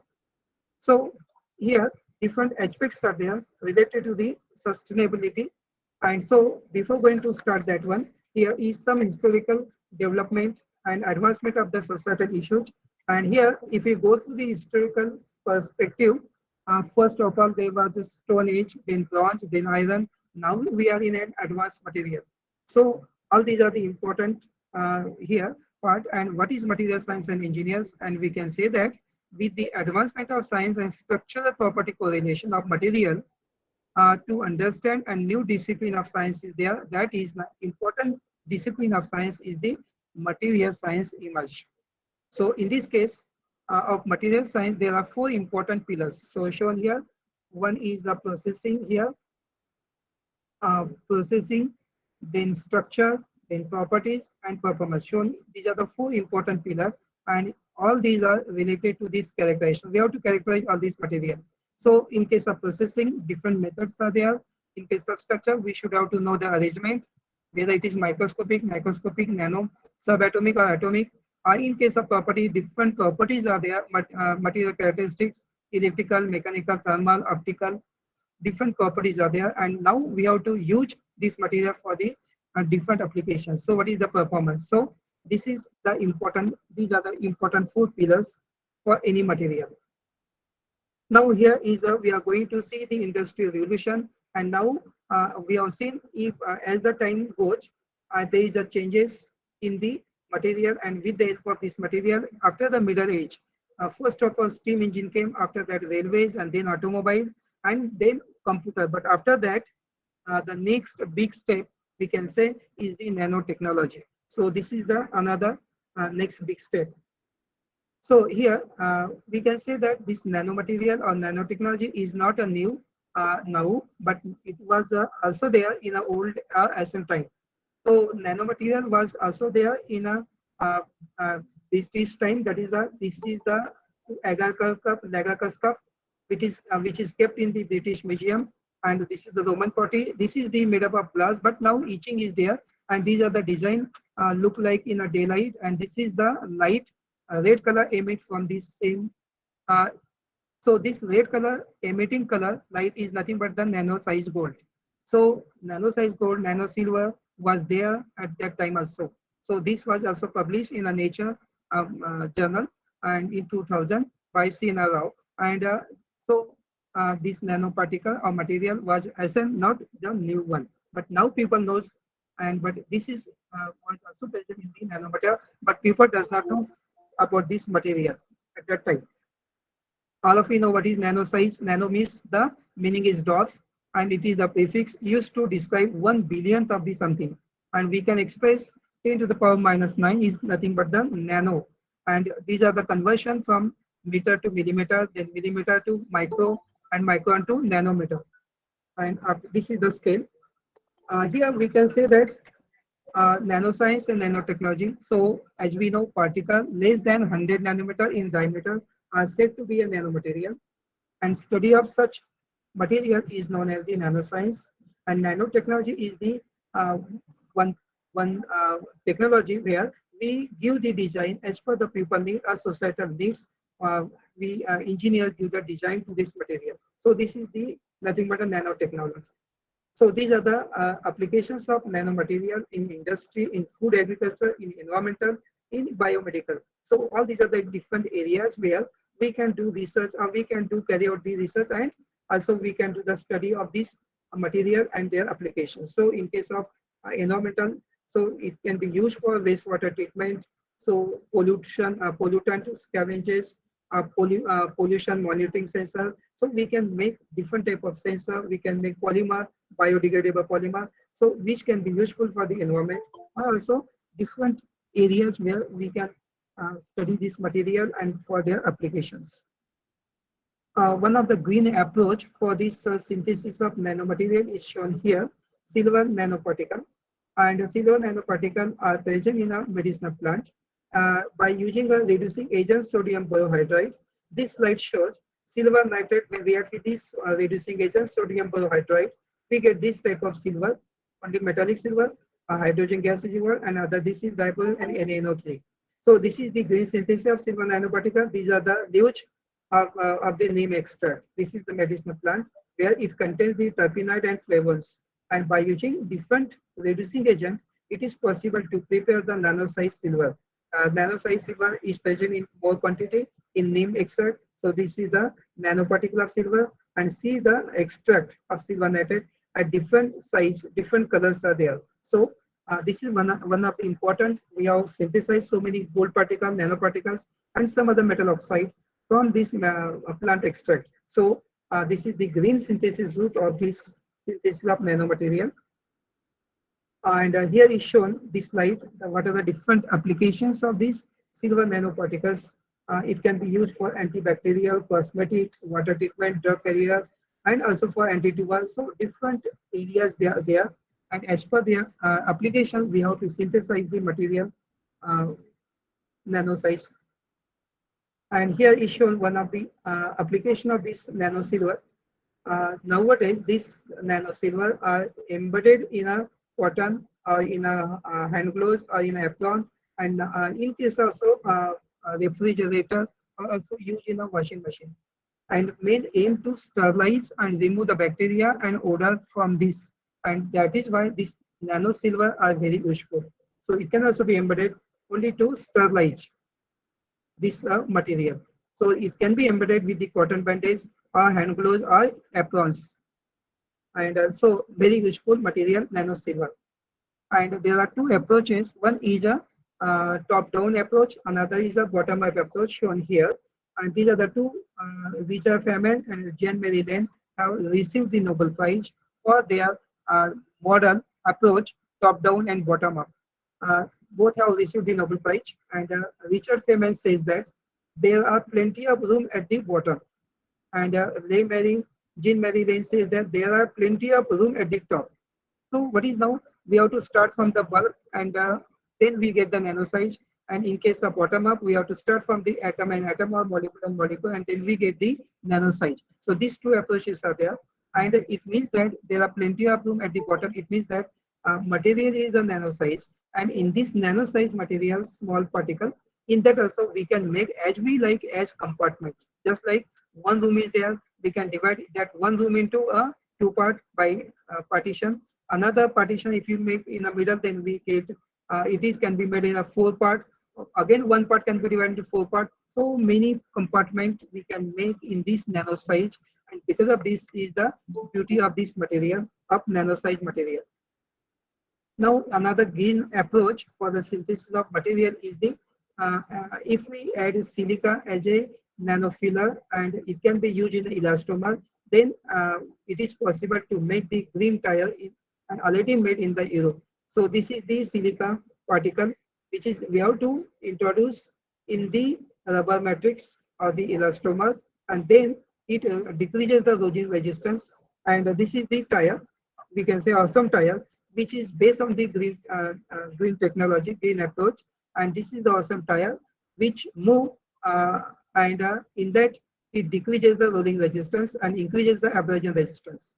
And because of that, greenhouse gas emissions are less. So this is also we can improve the thermal conductivity, and also we can improve the metallic reinforcement. So this is very important. And silica nanofiller can be used for this purpose. And here is shown how green tile is there. And what is the? It is nothing but the silica sealant system. And it's shown there are three parts. This is the one part, this is second, and this is third. This is the wear resistance. Here is shown.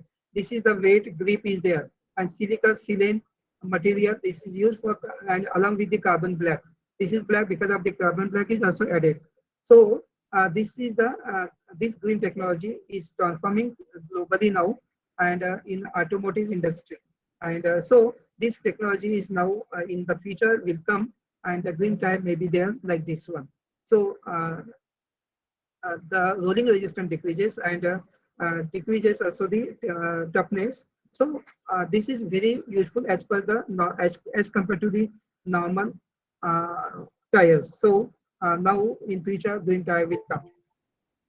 Now here there are a number of materials which are made of these nano size material or polymeric materials. So this slide show bicycle or these bags or houses where we can use the nano size polymeric materials, and so many waste are there. So 350,000 chemicals globally marketed, and also there is a mixture of material which are thrown in the environment. So we should have to take care. And as we know, green chemistry is nothing but the known as the sustainable chemistry. And for this case, 12 important principles are there. So this uh, green chemistry or sustainable chemistry is the area of chemistry or chemical process focused on the design of the product and process that minimize or eliminate the use and the generation of hazardous substances. And here, uh, it is also used in renewable raw material, eliminating the waste and avoiding the use of toxic and hazardous reagent and solvent in the manufacture and applications of chemical product. And therefore, all these 12 principles of green chemistry or green synthesis are very important. And here I can say that two important scientists are there. One is a Paul Anastrow and John Warner proposed this green chemistry approach in 1998. So here, uh, now we have to synthesize by using a green route, but for this case, less waste and energy should be there. So there should not be a more uh, waste. So here is one reaction is shown where the reaction is carried out where there is a less waste and the less energy. So less safety, and because of that, there is a during the reaction, less number of hazardous reactants have been used, and uh, here it is useful for the use in the combination of electrochemistry and photochemistry. As we know, 12 principles of green chemistry outline shown that within the work, it shows that the philosophy that motivate academic and industrial scientists at the time, and continue the good green chemistry movement. So we can say that challenges of organic chemistry include discovery and development of new synthetic pathway using the green chemistry tool like green solvent, green catalyst, in organic synthesis, dry media synthesis, and catalyst, and free reactions. So energy efficient synthesis should be there, and important factors there should be a E factor, environmental factor is there. It, so these are the some waste, organic waste after use in the environment. These are the orange, and some other, these are the waste uh, uh, thrown in the environment. So we should have to calculate the environmental factor, or we should have to know it is nothing but the environmental ratio is nothing but the environmental factor is the ratio of mass of waste per mass of product. So there is a more in the environment. And there is a trend that day by day there is increasing the complex product like textile. So here is shown polyester, PET, cotton, elastin, and polyurethane and dyes. All these are the combination, and we make this type of T-shirt. So this is the trend. But now during making, we should have to use the less number of chemical, and there should be a less waste. Again, another trend is that increase in volume and complexity. So plastics and plastification. So as we know, different types of polymers are there: homopolymer, block copolymer, statistical copolymer, and polymer with the functional group. But polymer should be a biodegradable. So number of polymers can be used for this purpose for plastic and plastification. But now world is facing problem about this. Therefore, there is a ban on the plastic and polythene materials. So we should use biodegradable materials. So train is also there. These are the materials used for the communication and digitalization. And for this case, electronification is very important. So e-waste should not be waste. So these are the all these are the e-waste. So we should have to reuse it. So it is we should have to take the care of the environment. So they also increasing the complex product for the communication. And here number of chemicals, 40 elements have been used for that for this making mobile, and these are the elements: hydrogen, lithium, beryllium, carbon. These are the 40 elements, including silver, gold, palladium. And here is shown the percentage of these elements. So when we are using all these things for making this material, we should also take the care. So so there is a complexity. How complex product increases day by day.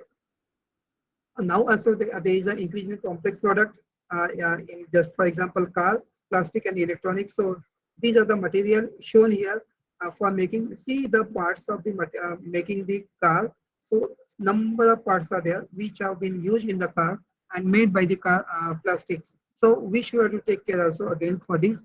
Should not be uh, uh, so in a environment use carefully some materials. Here is the design role of what is the chemist. So here the role of chemist is to design when they are making the design. So first synthesize. So these are the products, and coming to this. So here is sharing. It can also be recycled and then can be used as a resource. After synthesis, it can be see here how it can be transported to other part. So for the use. So this is the end of life. So because if you use a recycle, then it's okay. But if you throw in the environment, so the waste should be collected here, losses, whatever it be there. So carefully we have to use all these resources. Now, another question is that why do we want to make things small? So to make the products cheaper, smaller, and better for scaling, and therefore we need or we want the thing small. Now, this shows in case of nano region, there are changes in the quantum mechanical behavior, increase in surface area, molecular recognition. So these are the properties where new technical physics is there. In case of increased surface area, new chemical process, and they show these properties. So here is shown bio applications for molecular recognition. That is the properties of recognition, adaptability. So these are the material can be injected in the body and can be repair the infected part. So these are the properties in nano region. Now nano size also causes the changes in different properties. As we know, color, conductivity, all these are the 7 properties where if the size changes, properties also changes. So here is one example is shown here. Nano size causes the changes in color. As we have seen, nano gold. Bulk gold is always golden in color, and melting point is given. But when it is in a 1 nanometer size, then it is a brown yellow color. See here, size, smaller size, particle is brown yellow. When slightly 20 nanometer size of the gold, what is the red in color? Gold is also in a purple pink color when it is in a 100 nanometer. So as the size changes, the see smaller size, then bigger, then again bigger, and then this is the bulk. So all in this case, as the size changes, color of the particle also changes. So this is the bulk, and this is the nano size gold. So size changes, the color also show the change. Here is also some solution of indium phosphorus, and this is the cadmium selenium as the nano size 4, 4.2, 4.8, 5.5. This is the nanometer and the size of that particle. And what is now here, color is also different. So color changes. So this slide show changes the chemistry. So this is given by this Professor C.N.R. Rao in the European journal, and shown that when particle is smaller size, they emit CO and CO2. When particle is larger size, then they only emit carbon monoxide. So this is shown in the research journal paper, chemical European journal, and Professor C.N.R. Rao. This is the metal oxide of the gold. When it is, it show smaller size, then they emit two gases, and here is only one.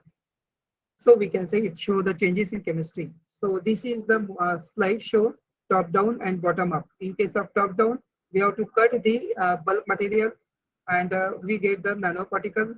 And from the bottom up approach, we have to start from atom and atom, cluster and cluster, molecule and molecule, and then we get nano size particles. So two important approaches are there.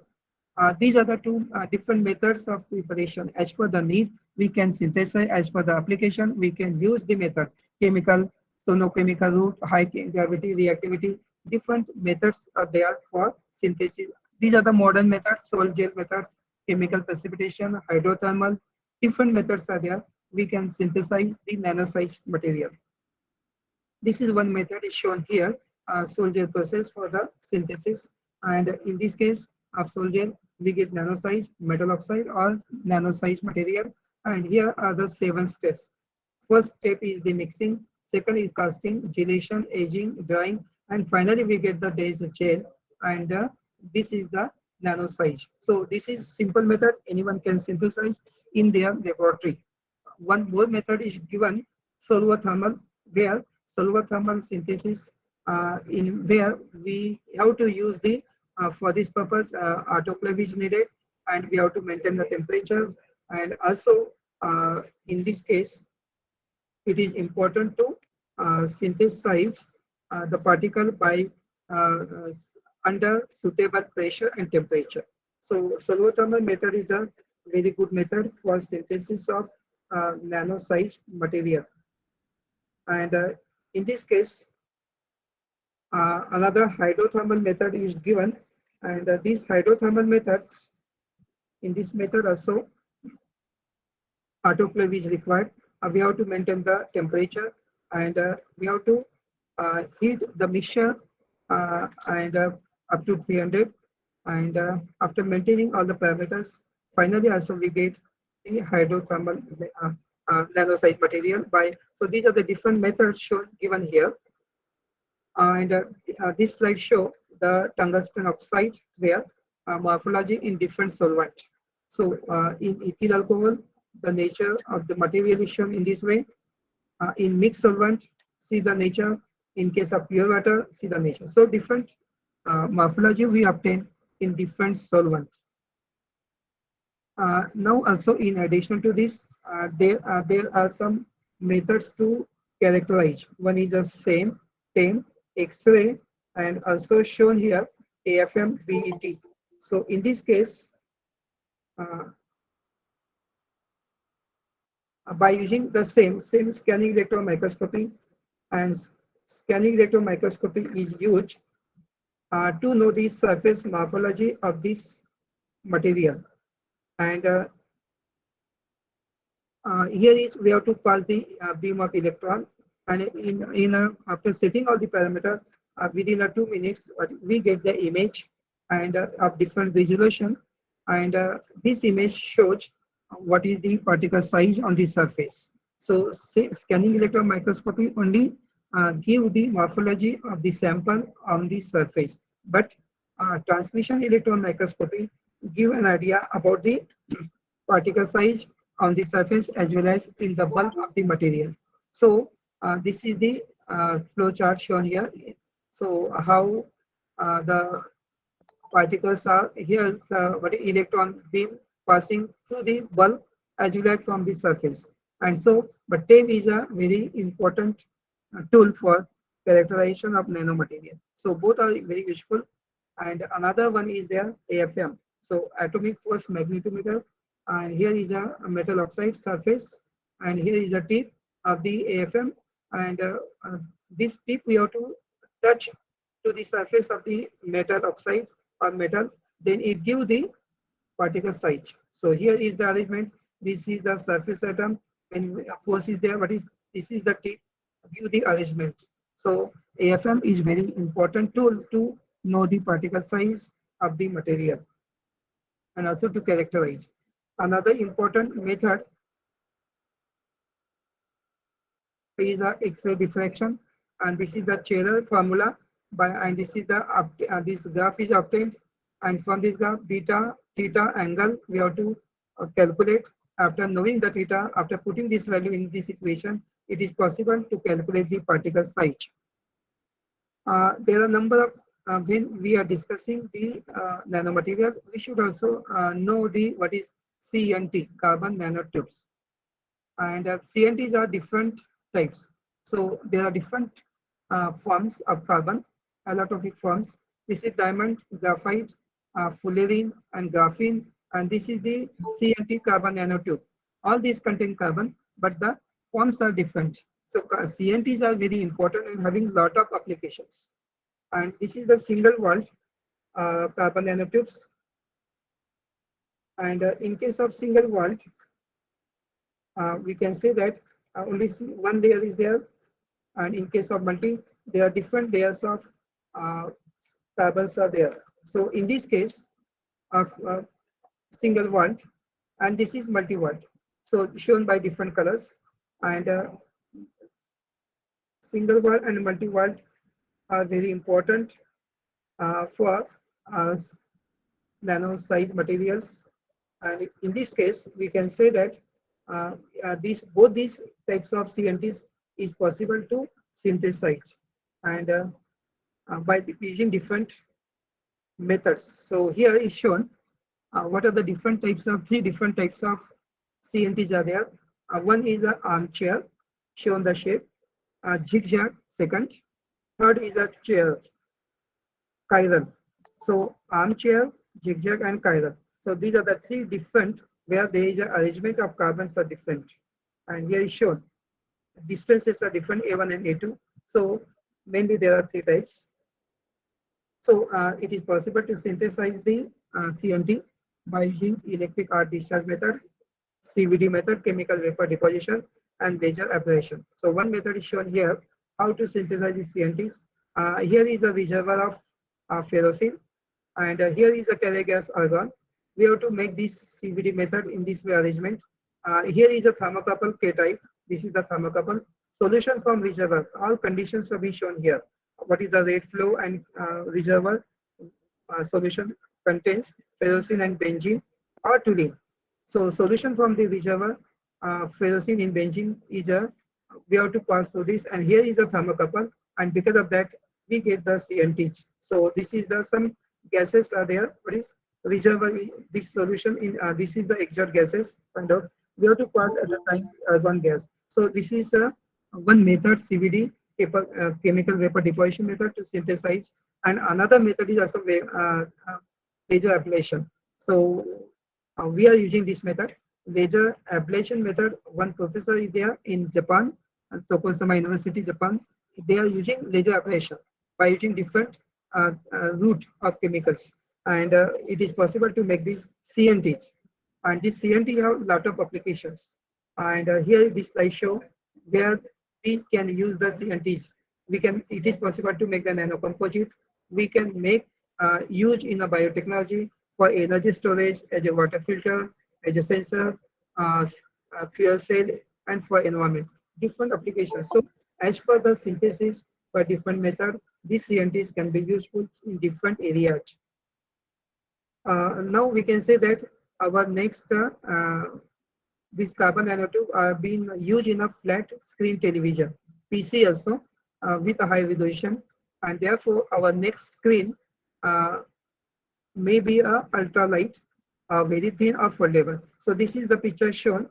Our next screen should may be a foldable and very easy to carry from one place to other place. So this is the one complete screen, but it can be folded. So now the scientists get succeed making such type of foldable PC or television screen.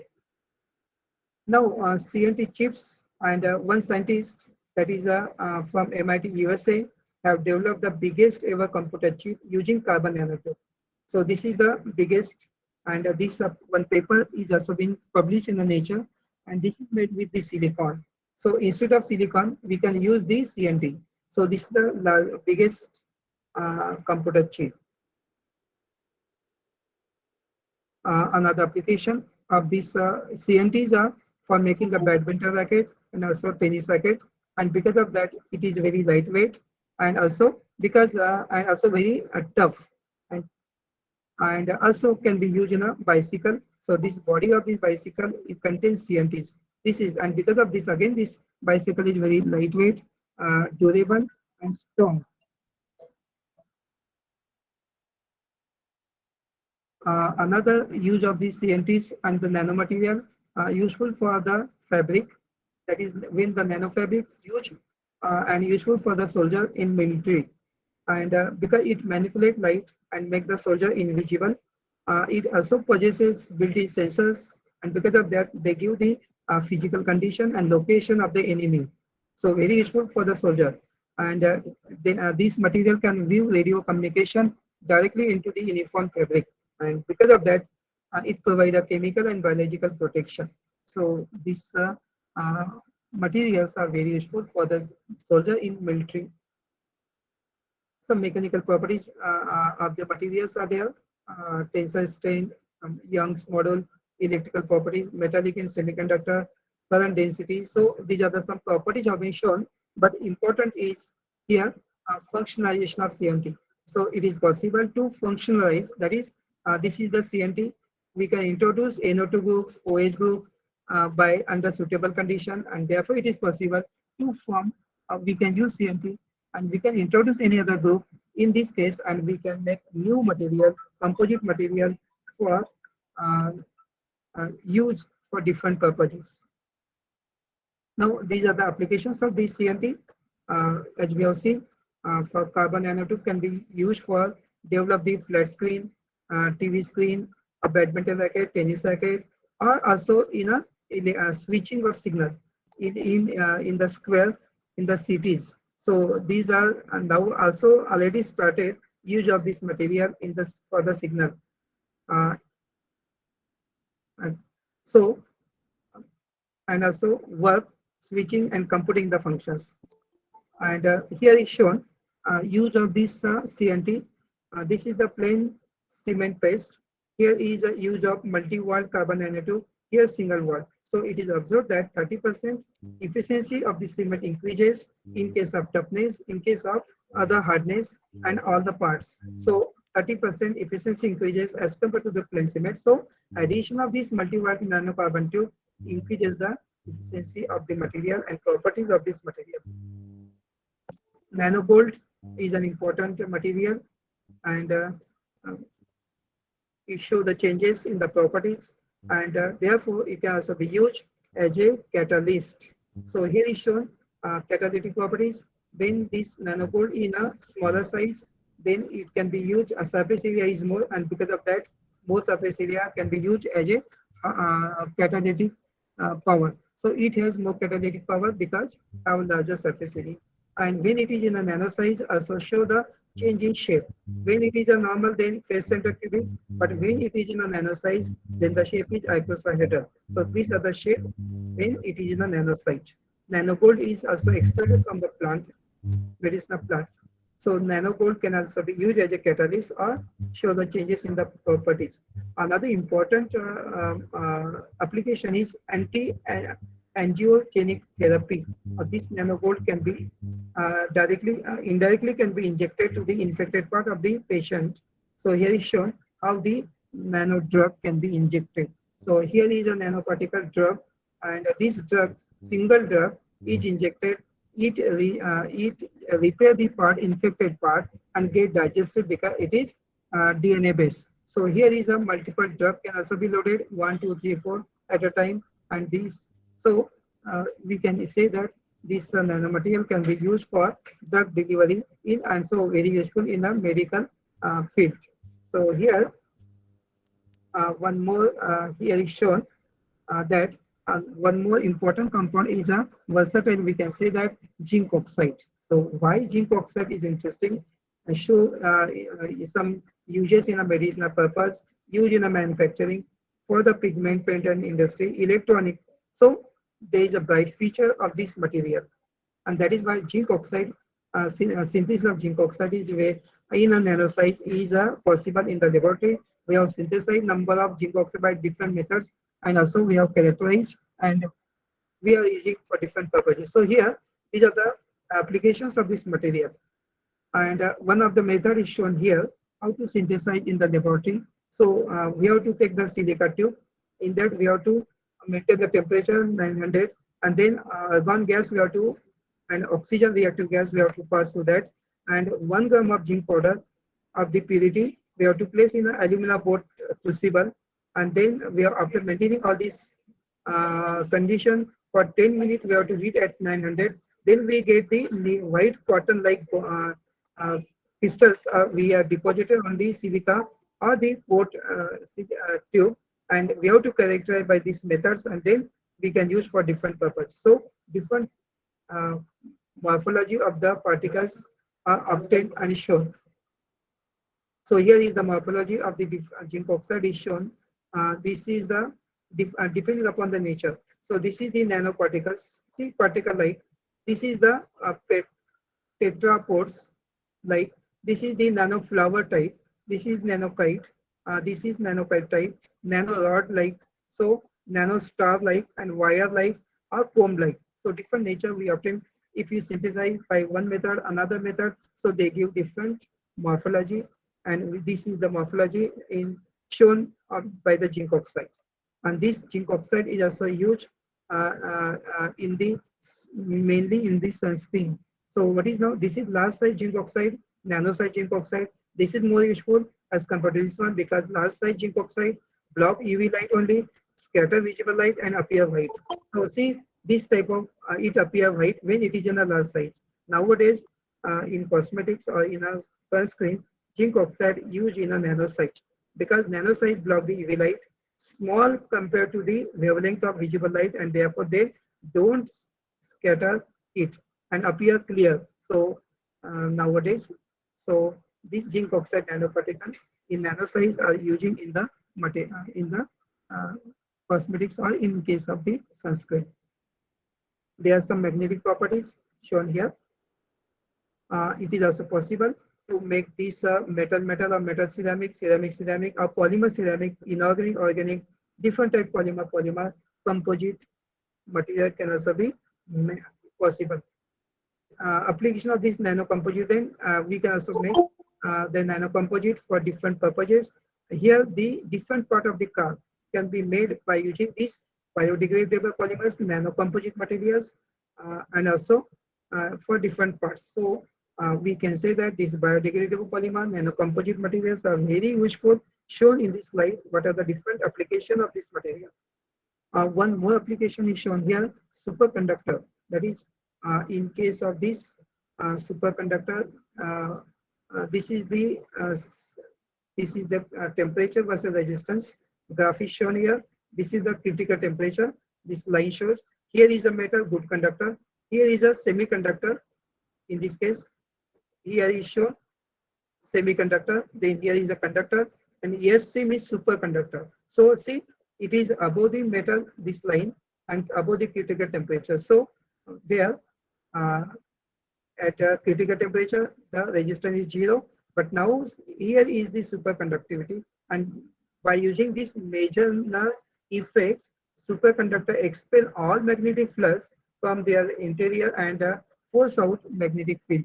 So shown here how when temperature is greater than critical temperature, then passing through this material, when temperature less than critical temperature, then line are passing outside the this material. So this is the given by Meissner effect, and based on this Meissner effect, now superconductor can float, or we can say levitate above this magnetic field. So this is the superconductor, this is the magnet, and what is it rotate or it is float. See, without touching it.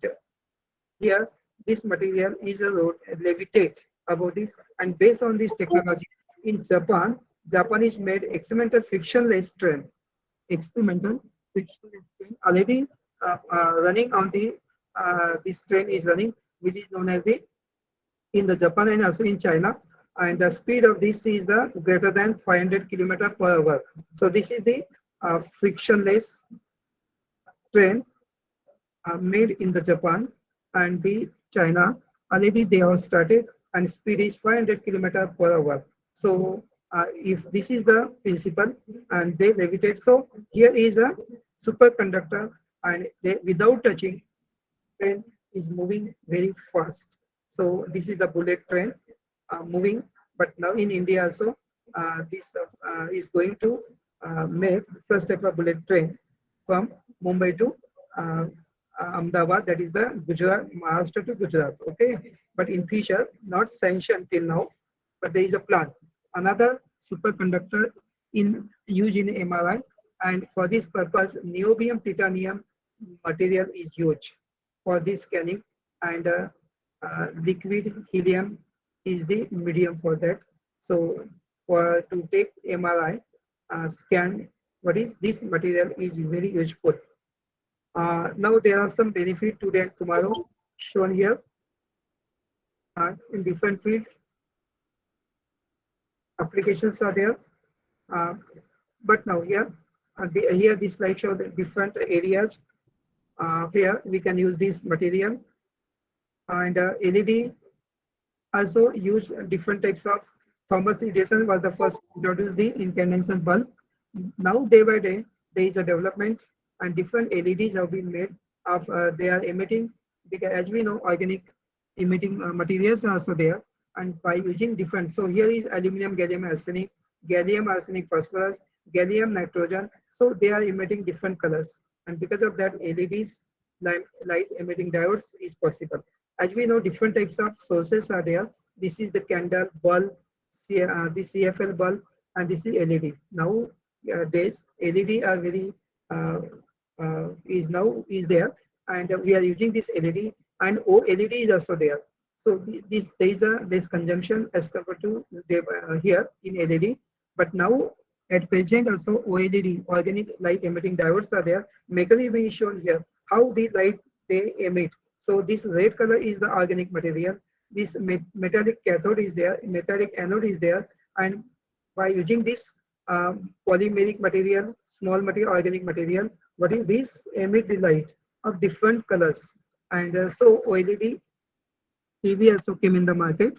So the main principle is shown here. How they emit, what is the emission, excitation is there, and so this material can also be used for this purpose.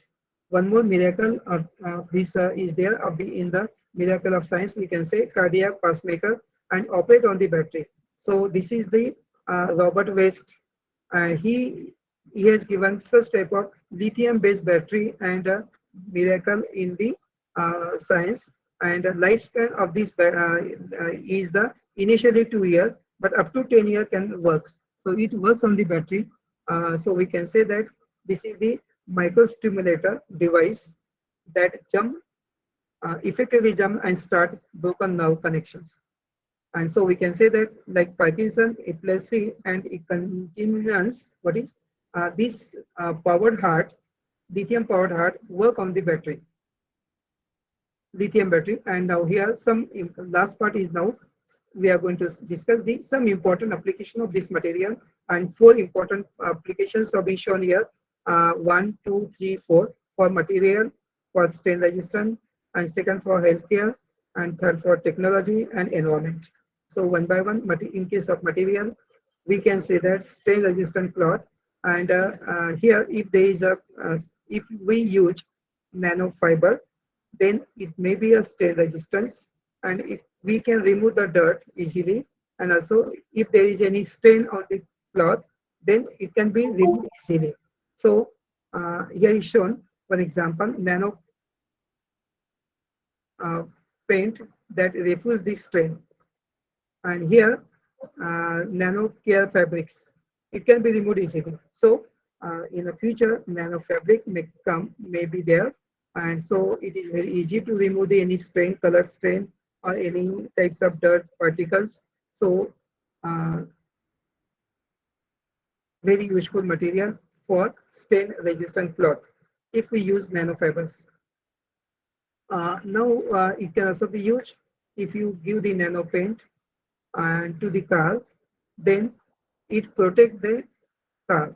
And also it is a water and dirt repellent, show the resistance to the scratches, bright colors, energy gloss, and also in future they may show the change in color and self repairability.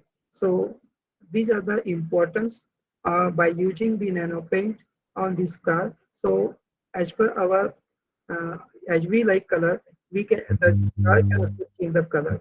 So in future, the experiment is going on. So this is the Mercedes covered with the tougher China nano paint.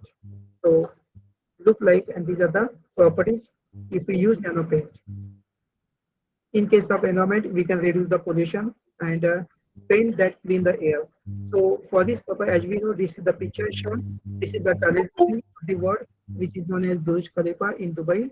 And where, when if we use nano paint on this building, then it break down the particles, because when we expose this, it reduce when we paint the building by using a nano paint, then it reduces the pollution by when it exposed, this paint is exposed to the UV light, then titanium dioxide particles which are present uh, in the paint break down the organic and inorganic pollutant and wash out during at the time of rain.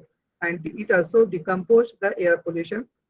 Particle like formaldehyde can also be minimized. So because of this reason, uh, when nanopaint is used, it protect from the damage, and therefore nowadays this type of paint are giving to the tallest buildings which are very costly. Now another application is a nano solar cell, and the mechanism is shown. Nano solar cell, when we use uh, for roof of the bus or for the any vehicle, bus or car or any vehicle, then we can run without using any our petrol or any diesels. What is now here? This is the alternative source. Solar become the chip's energy alternative, and the mechanism is shown here. Here is a sunlight, and here is a one nano rod. Here is a glass electrode. So glass absorb the sunlight, and two electrodes are being shown here. And this is the nano rod of the 200 nanometer size. And this is the mechanism. After absorbing, it can be stored, and this energy can be used for this. So here is glass absorb this and sunlight from the, and then store the energy, and this solar energy can be used for uh, as a source of energy for uh, what is the car, for bus, or also even train. So nano solar cells are very useful, and mechanism is shown, and we can drive our car by using this. So we have to keep this sheet on the roof of the bus or car like that. So nano solar cells, and because of this also, we can reduce the pollution. Instead of diesel and petrol, we can use the solar cell. In future also, we are going. Nowadays also, some in some part they are using. Another important application is as we know, CD is store some part. DVD can store some more part, and a silicon chip can also store many more as compared to DVD. But now silicon chip is also replaced by nano chips, nano material chips, and because nano material chips is having 1,000 times, or we can say 1 lakh times greater storage capacity as compared to silicon chips. Because as we have seen, the approach of properties of nanomaterial, we can make as we like as compartment. There are plenty of them at the bottom or top, and because of that, we can make it has a more storage capacity, and therefore, uh, as we know, CD can store some material, but DVD can store greater than CD, and silicon chips store much more. But as compared to silicon chip, this nano material chips having greater storage capacity. These are some applications of material in medical science. And as we know, creativity leads to thinking, and thinking provides a knowledge, and knowledge makes you great. This is said by ex-president Dr. APJ Abdul Kalam. And already we know that different scientists working in different fields in case of nanomaterials, biotechnology, and now there is a one smallest, world's smallest machine have been developed, and they also scientists got the Nobel Prize. So nano robot now scientists are making in there, and because this nano robot are having so many parts where it can be useful, so this nano robot can be useful and or can be injected to the body of the patient, and can repair the parts. So this it is there is a challenge now to prepare such type of robot, nano size robot, for different purposes. uh, Albert Einstein says that a smart person solves the problem, a wise person avoid it.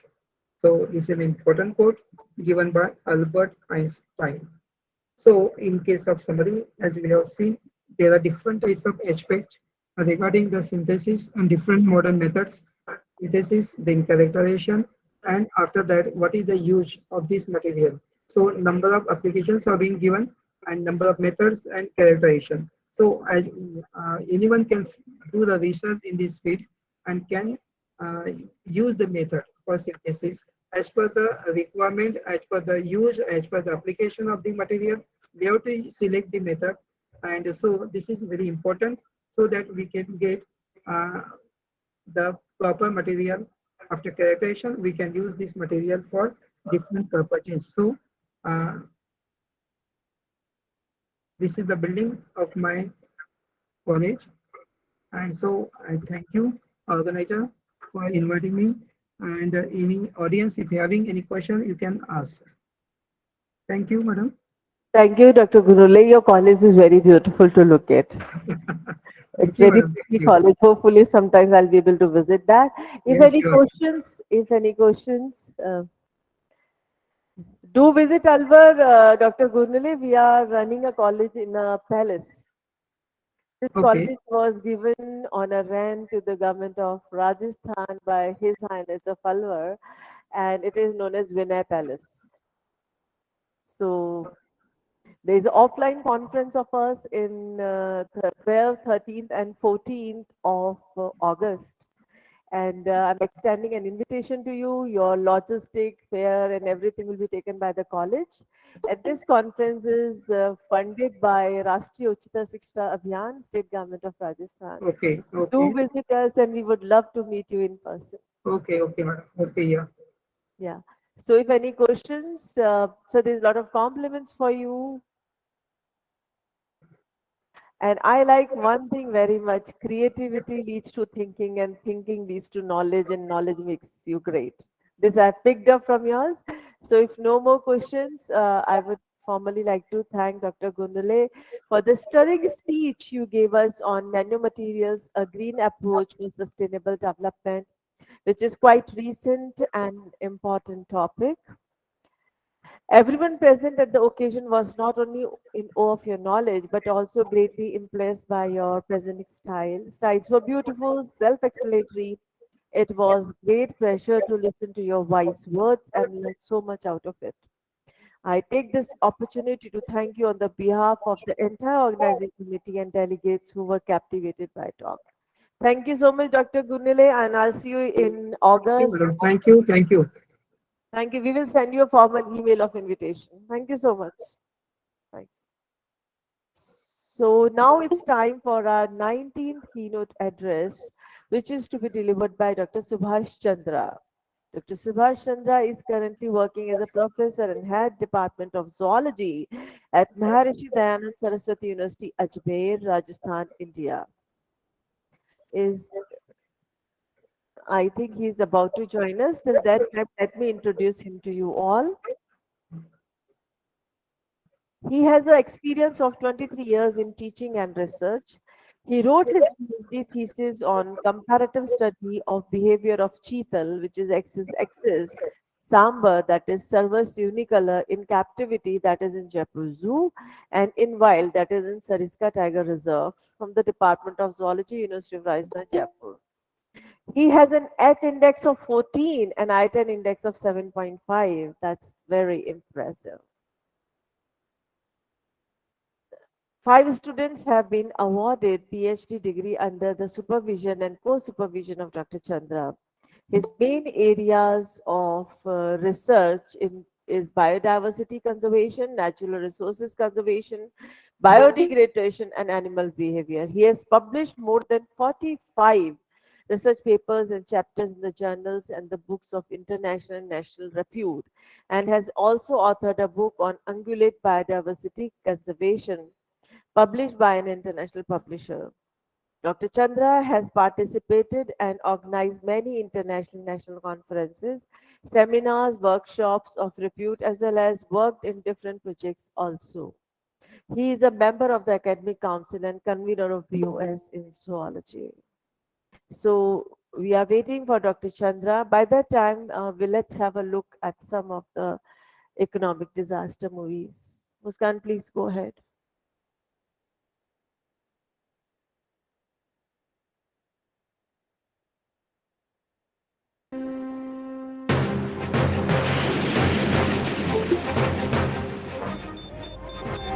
Inside the worst nuclear disaster of the century. 1 year later, men who risked their lives to save the Fukushima nuclear plant reveal what really happened. We never imagined we'd be sent there. I was praying. The life and death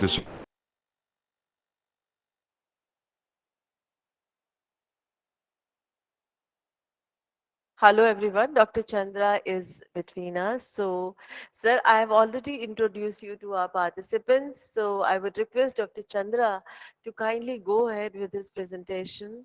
Sir, आपका बहुत बहुत स्वागत, अभिनंदन, Dr. Chandra.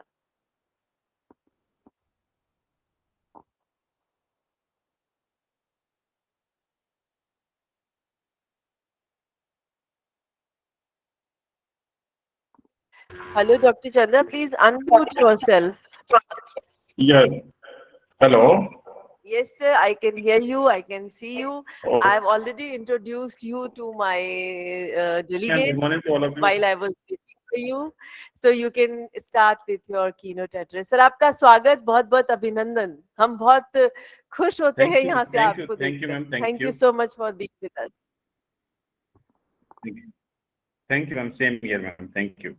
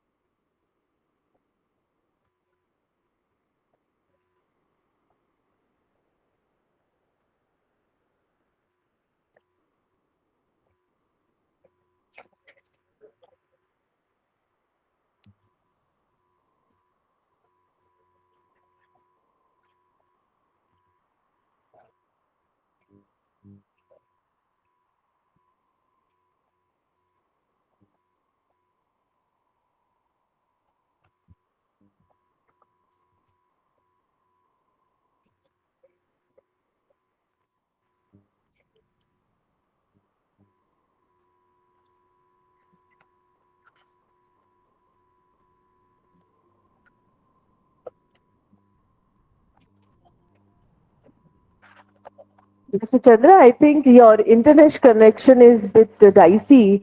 Uh, and I think you're trying to present your slides. If there's some problem, we can provide the Hello. support from here. Yeah, now it's clear. Okay. No, I think it's audible now. Yes, sir. Hello. Yes, sir. Madam सुन पा रहे हैं सभी? बिल्कुल sir, बहुत अच्छे से सुन पा रहे हैं. आपका स्वागत, अभिनंदन, आरआर कॉलेज अलवर से. Thank thank you ma'am, thank you. मैं अभी प्रेजेंटेशन पे आ रहा हूँ। जी सर। Thank you.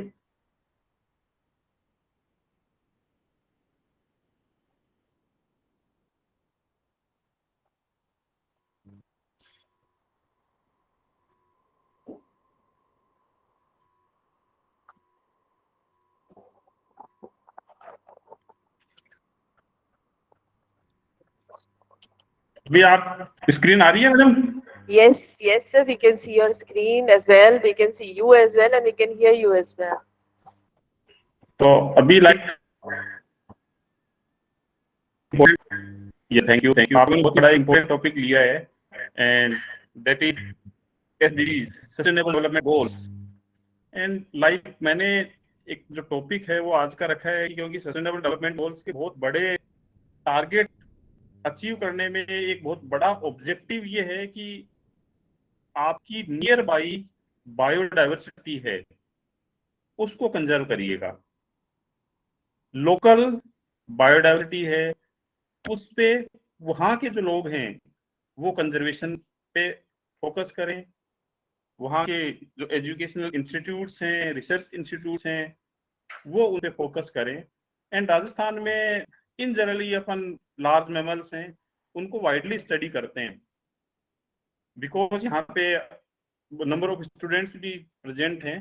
तो मैं एक जस्ट आज इंट्रोडक्शन ये करवाना चाह रहा हूँ कि राजस्थान में कितने स्मॉल मैमल्स प्रेजेंट हैं। यहाँ पे मैं बैट्स है उसको मैंने नहीं लिया है। Non wallet mammals, terrestrial that can not fly, उन पार्ट्स को मैंने इंक्लूड किया है। तो मैं समझता हूँ कि आप इस प्रेजेंटेशन के साथ में स्पेशली मेरा मेन ऑब्जेक्टिव ये है कि हर कोई जो यहाँ पे मेनली जो राजस्थान से सुन रहे हैं वो ये एम्फेसिस करें कि अपने नियर बाई जो है वो not only small mammals, number of insects are there, number of birds are there, number of reptiles are there, number of amphibians are there. तो स्पेसिफिकली अपने नियर बाई की जो डाइवर्सिटी है उस पे कंजर्वेशन पे फोकस करें तो अपन डेफिनेटली जो सस्टेनेबल डेवलपमेंट गोल्स को अचीव करने में जो प्रॉब्लम्स आई है उनको अपन अचीव कर सकते हैं। तो मैं एक स्मॉल मैमल्स हैं उनसे उनसे आपको इंट्रोड्यूस करवा रहा हूँ। एंड जैसा कि आप सब लोगों ने you must have known that is Indian long eared और डेजर्ट हेजहॉग, बड़े कान वाला जाहक इसको बोलते हैं। एंड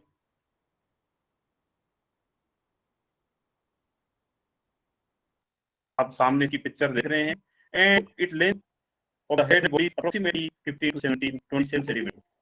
300 to 400 weight का animal है, and this is a nocturnal animal, breeds once a year and usually between the month of July and September. And during this time, the female give birth to a litter of 1 to 4 offspring after a gestation period of 35 to 42 days. And the offsprings are born almost completely। Just मैं basic information के साथ में इन animals को introduce कर रहा हूं। The next is Indian hedgehog. इससे जो पहले था आप देख रहे हैं, अगर इनकी इसकी आप ईयर की साइज देखेंगे तो that the year size is quite long. Indian hedgehog में आप देखिएगा कि आपको ईयर इतने लॉन्ग दिखाई नहीं दे रहे हैं, और फोटो में तो आपको देख नहीं पा रहे हैं। दिस इज इंडियन हेजहॉग, भारतीय जाहक जिसको कहेंगे या कांटा चूहा कहेंगे। And this inhabits desert. It has 5 short nailed toes on each of its 2 front paws. However, its back paw have 4 toes, each with nails that constantly grow long. Body measures of about 14 to 18 centimeter, weight of approximately 400 to 500, and a hosel, although classified as an insectivore, is almost an omnivore, as it feeds on not only insects but also snake, toad, frogs, birds, eggs, grass roots, mushrooms, melons, berries, and watermelons. आप सब लोग जानते होंगे Indian श्रू को, छछुंदर जिसको अपन बोलते हैं, एंड क्योंकि and yes, the shrews are smaller than moles, and a shrew has a pointed snout, front feet are not enlarged, and this animal is found widely. And as you know, this is commonly found near households, and the average weight is about only 50 gram, and litter size varies from 4 to 8. Its lifespan range from 2 to 3 years. These shrews are also nocturnal. रात के समय पे आपने घरों के आसपास बिल्कुल देखते होंगे इन एनिमल्स को. And another there is a shrew that is called as Anderson's shrew, yellow throated shrew, and it is light gray in color with yellow fur around the throat and pectoral region. This species is a nocturnal, crepuscular, terrestrial animal.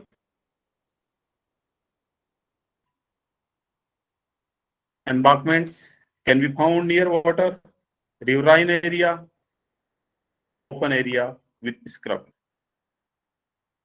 Yes, again आपने देखा होगा, कुछ लोगों ने तो definitely देखा होगा Indian porcupine, shahi, and इसका जो वेट है that is 11 to 18 kg, and इनकी जो क्विल हैं that can grow up to 20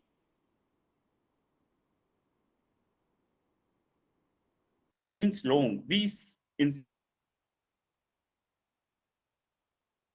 occupy a broad range of habitats. These consume a variety of natural and agricultural plants material, including roots, along with insects and small vertebrates. Definitely, these are nocturnal animals, and if female give birth to one brood of 2 to 4 offspring, and young are born with open eyes and are covered in short, soft quills that harden within a few hours after birth. इनकी जो quill है वो बड़ी soft होती हैं और just ये बिल्कुल जो है वो उसके बाद में इमीडिएटली 1 घंटे के अंदर अंदर ये बिल्कुल बर्थ के बाद में हार्ड हो जाती हैं.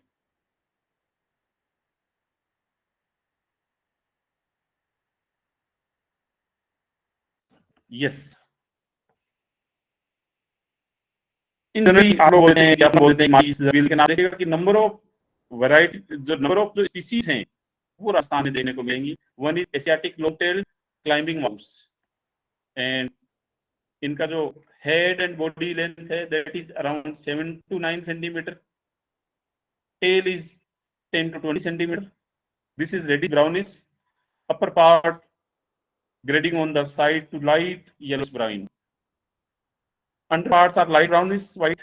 Long tail is dark. आप देखिएगा पूंछ कितनी बड़ी है इसमें, और अगर आप देखेंगे ऊपर साइज में देखिएगा कि ये जो एनिमल है इसकी बॉडी में बाकी हेड, ट्रंक रीजन, इनसे अकेली जो बड़ी इसकी पूंछ होती है 7 से 9 सेंटीमीटर तो हेड एंड बॉडी है, एंड पूंछ है वो 10 से 12 सेंटीमीटर की है.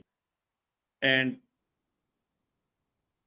जो हैंड फीट्स हैं आप फोटो में भी देख पा रहे हैं, these are quietly large and with nails instead of claws on outer toes which are opposable. Yes, क्योंकि आप लोग अगर देखते हैं तो अपने जो हाथ का अंगूठा है that is opposable to finger, and the same thing is there in this mouse. Again, that is Rocton's small spiny mouse, and it is a nocturnal and terrestrial species. It occurs in subtropical thorn scrub forest, plain grassland with sparse vegetation, rocky semi-arid scrub, brush, dry forest patches. It has been found to occupy rocky area with scrub near fields. And then there is again the small mouse that is Texipolis mouse.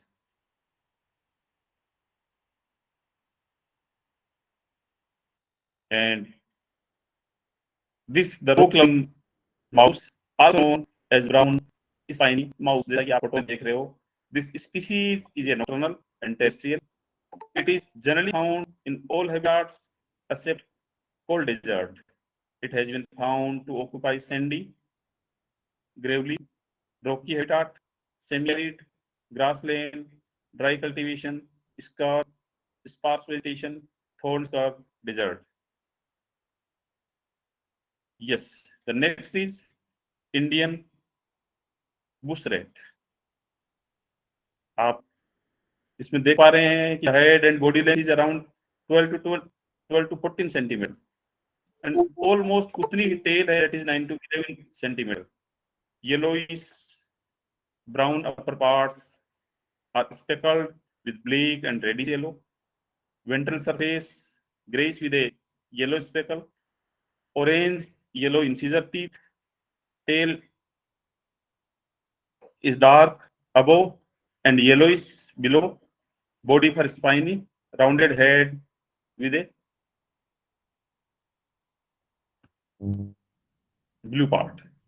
The next is dwarf gerbil. देख पा रहे हैं आप कि बड़ा जो छोटा जरबील है, बलूचिस्तान ड्वार्फ जरबील भी बोलते हैं.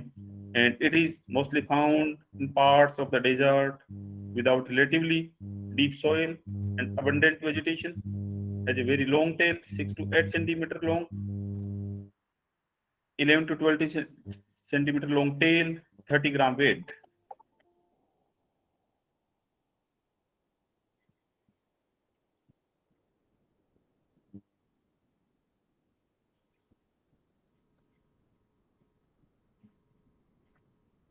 And that the next one is Indian little field mouse. And इसमें आप देखिएगा कि हेड एंड बॉडी लेंथ ही 7 सेंटीमीटर, बड़ा बहुत ही छोटा माउस है. And tail is 6 centimetre. Upper parts एक ग्लोसी लाइट ब्राउन हेडिंग के होंगे, एंड जो है वो वाइट वेंट्रल सरफेस होगी. And this species is commonly in grain fields and other irrigated croplands in India. बहुत small size का mouse आप लोग देख रहे हैं. And then Indian mole rat. मैं आप लोगों को, क्योंकि like presentation है वो informative है, लेकिन मैंने जानबूझ के ये presentation इसलिए रखा है कि number of species are there around we people, और biodiversity conservation में हर जो स्पीसीज है उसका बड़ा इंपॉर्टेंट रोल है फूड चेन और फूड वेब के रूप में. तो अपने को नियर बाई अपने कौन कौन सी स्पीसीज हो सकती हैं, क्योंकि लाइक आप इस प्रेजेंटेशन के बाद नंबर ऑफ आप ये कहेंगे कि अच्छा इतने अपने माइस, इतने जबील, इतने स्मॉल एनिमल्स भी अपने आसपास में इतनी स्पीसीज हैं क्या, वो हो भी सकती हैं क्या. Then Indian mole rat. And yes, they can up to 40 centimeter long, including tail. And yes, these are considered as a pest, are nocturnal one, and they dig burrow to keep babies. The number of babies can range from 6 to 18, and their diet is grains and fruits, और इसीलिए इनको अपन paste बोल रहे हैं. Next is sword-tailed bandicoot or mole rat. This is again a nocturnal and spends most of its time in burrow, which comprises many tunnels and chambers. The depth may be up to 60 centimeter, जो tunnel है उसकी, and the burrow may be up to 90 meter long. One chamber is lined with, and they have 3 to 5 pups in each litter.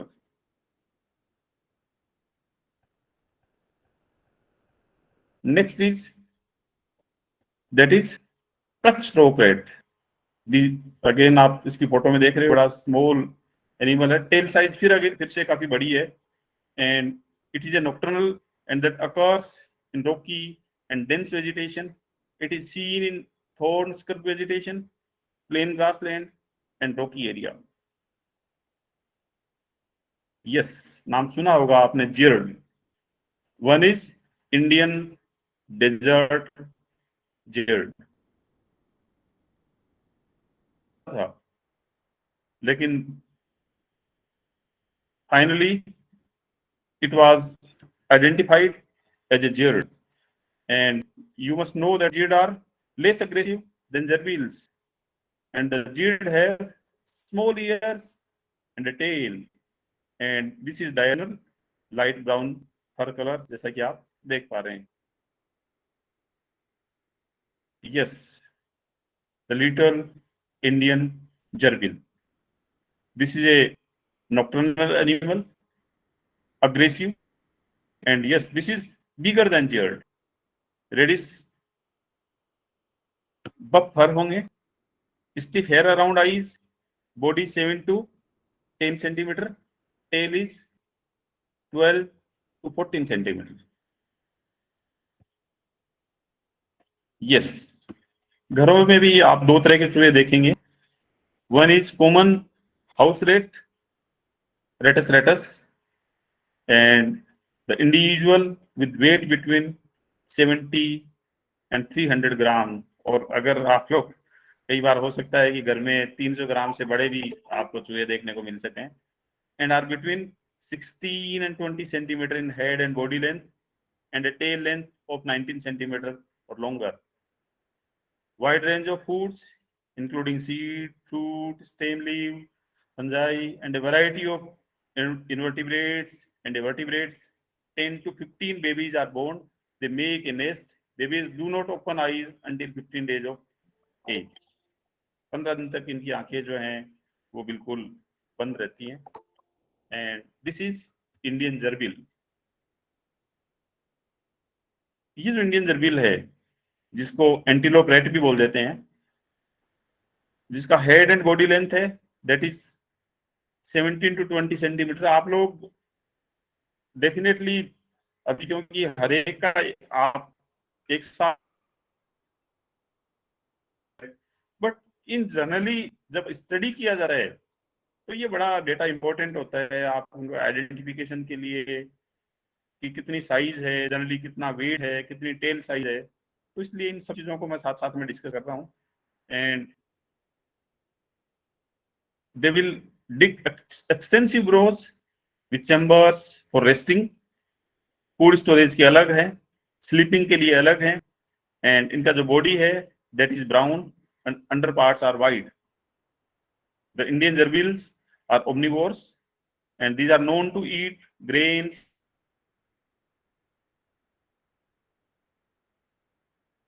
seed, plants, roots, insects, reptiles, and even small birds.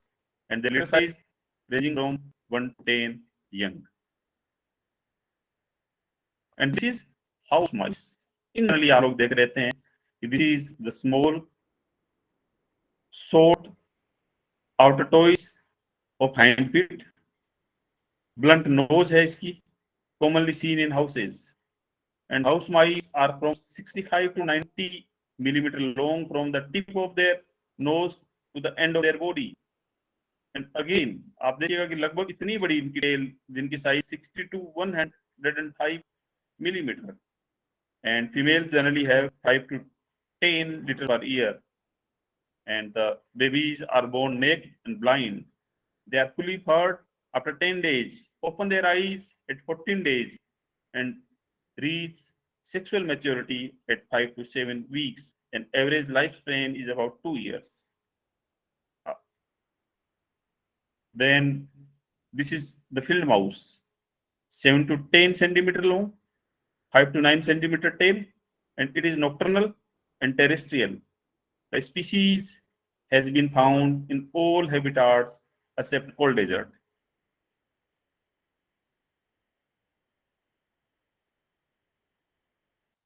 And this is soft fur. This is 10 to 16 centimeter long, 10 to 5 centimeter tail. They are soft gray fur, poor in growing. Yes, हो सकता है कि लोगों ने अपने Sitamarhi century में देखी होगी। This is the flying squirrel, उड़न गिलहरी, और ये भी 30 से 50 सेंटीमीटर साइज का एनिमल है। 30 से 60 सेंटीमीटर की टेल है। That is live in forest, weight can be 2 kgs maximum, and that breeding occurs in 2 seasons, February to March and July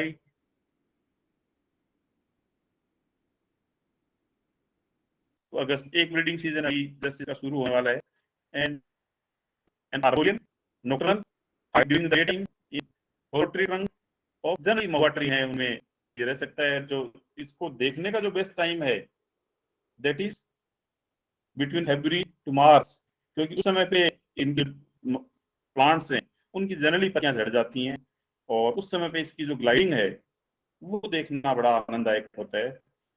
क्योंकि पहले उड़ते हुए देखा गया इसको, तो नाम इसका उड़न गिलहरी हो गया। अगर आज की डेट में कोई का नाम रखता तो मैं समझता हूँ इसको ग्लाइडिंग स्क्विरल बोलते, क्योंकि ये जो स्किन है उसके थ्रू ग्लाइड कर रही होती है। लेकिन नाम शुरू से इसका फ्लाइंग स्क्विरल उड़न गिलहरी रखा हुआ है।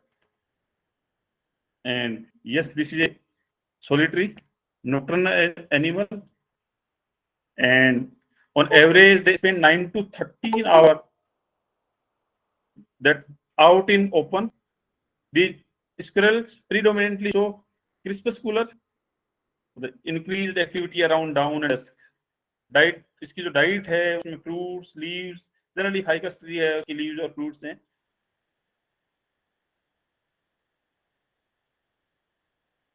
और ये इंसेक्ट्स नहीं खाती हैं। Yes, then bark leaves and flowers. और इन्हें अगर मेल की होम रेंज कहूँ एडल्ट मेल की, तो दैट इज अराउंड 4 हेक्टर, और एडल्ट फीमेल है उसकी होम रेंज है वो जनरली कम होती है, दैट इज 2.2 हेक्टर। यस, देखा होगा आप लोगों ने 5 स्टार स्ट्राइप पाम स्क्विरल, 5 धारी वाली पाम गिलहरी देखी होगी। हम लोग भी बड़े जब छोटे थे और लोग बताते थे कि इसकी 5 धारियां इसलिए है कि राम जी ने अपना हाथ इस पे फेरा हुआ है, तो इसलिए ये राम जी की गिलहरी है। बट आप आसपास अगर देखेंगे तो आपको 5 धारी वाली गिलहरी भी नजर आएगी। इसी तरीके से 3 धारी वाली जो गिलहरी है वो भी नजर आएगी। एंड इन यस, आपके अगर दिमाग में अगर, क्योंकि अपन अभी रोडेंट्स को पढ़ रहे थे, तो अगर वर्ल्ड में लार्जेस्ट रोडेंट को देखा जाए तो दैट इज कैपिबारा, हाइड्रोकोरस, हाइड्रोचेरिस, और ये साउथ अमेरिका में मिलते हैं, जिनका जो 3.48 टू 4.44 फीट लेंथ तक हो सकते हैं, और हाइट है वो 20 टू 24 इंच, 2 फीट के आसपास तक हो सकते हैं। वेट है that may be around 40 to 70 kg। आप देख रहे हैं एक सामने इस एनिमल को। देन पेंगोलियन, बिल्कुल आपने देखे होंगे, and one is Indian pangolin, and Hindi में जिसको चीटीखोर बोलते हैं, दिस इज कवच वाली चीटीखोर। And this found in plain and hills. Pangolin have a very poor sense of vision. Yes, बहुत ज्यादा अच्छी तरीके से नहीं देख सकता है, and therefore they rely heavily on, अपनी जो स्मेल और सुनना है उस पर विश्वास करते हैं। And they feed on ants, termites, digging them out of mounds and lakes using its long claws, which are long as its forelimb. And this animal is nocturnal and raised in deep grow during the day. And the Indian pangolin is a solitary, shy, slow moving. And yes, it is about 84 to 120 centimeter long from head to tail, and the tail usually being 33 to 40.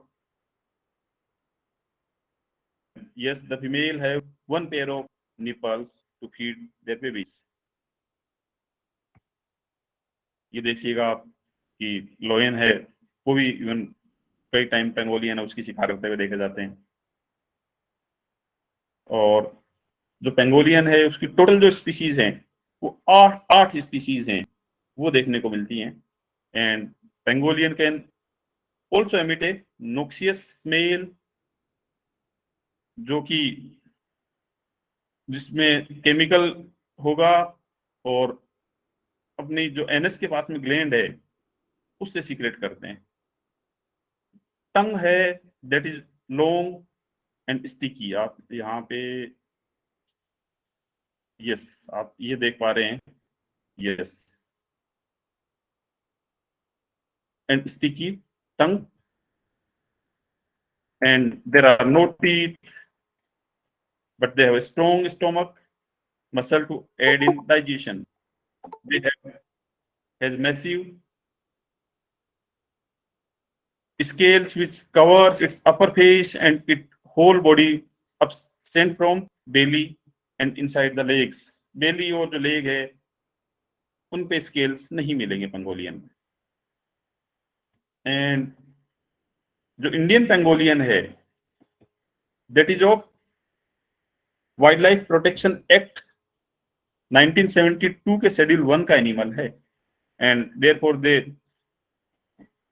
thereby they given the total protection throughout the country, live, dead or part thereof.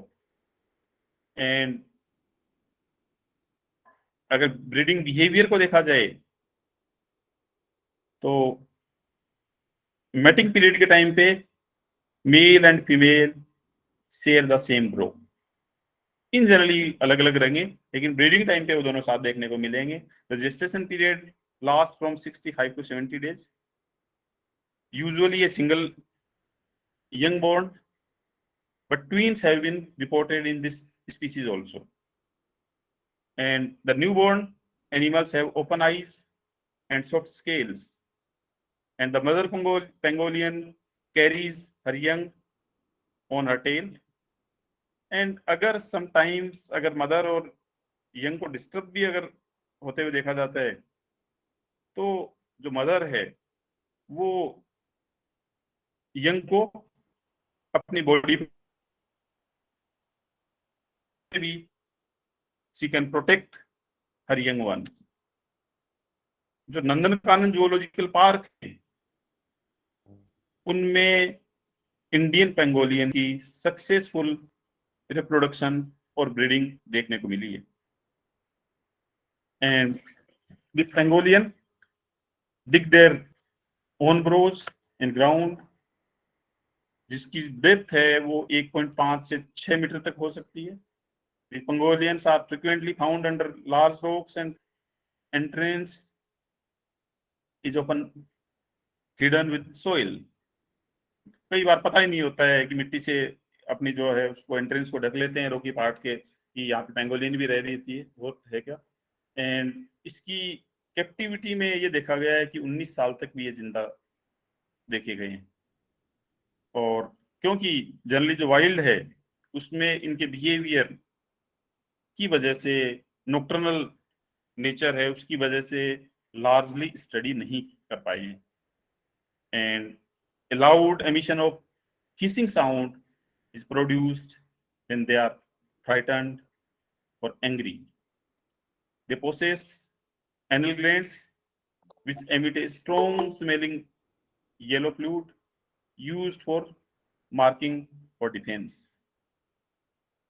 जैसा कि मैं पहले बता चुका हूं कि जो Nandankanan zoological park है उड़ीसा में, that is maintaining Indian pangolin in captivity since last 50 years, and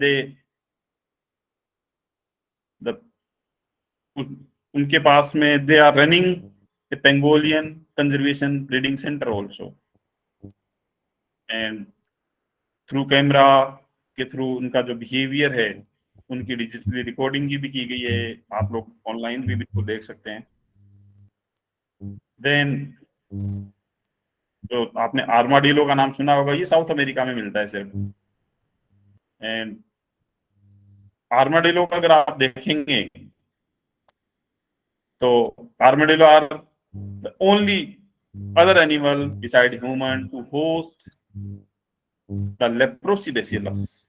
Yes, and most leprosy studies are done on their foot pads. इसको पेंगोलियन को डिस्कस करते करते कुछ आर्माडिलो है इसको साथ में आपको बताने की कोशिश की गई है। देन आप लोगों ने नाम सुना होगा the rabbit, hare and pika. आप देख रहे हैं कि the rabbit they have the short limbs, they make nest, young born with the fur and eye open. अगर इसको हेयर से कंपेयर करें तो they have longer ear pinnas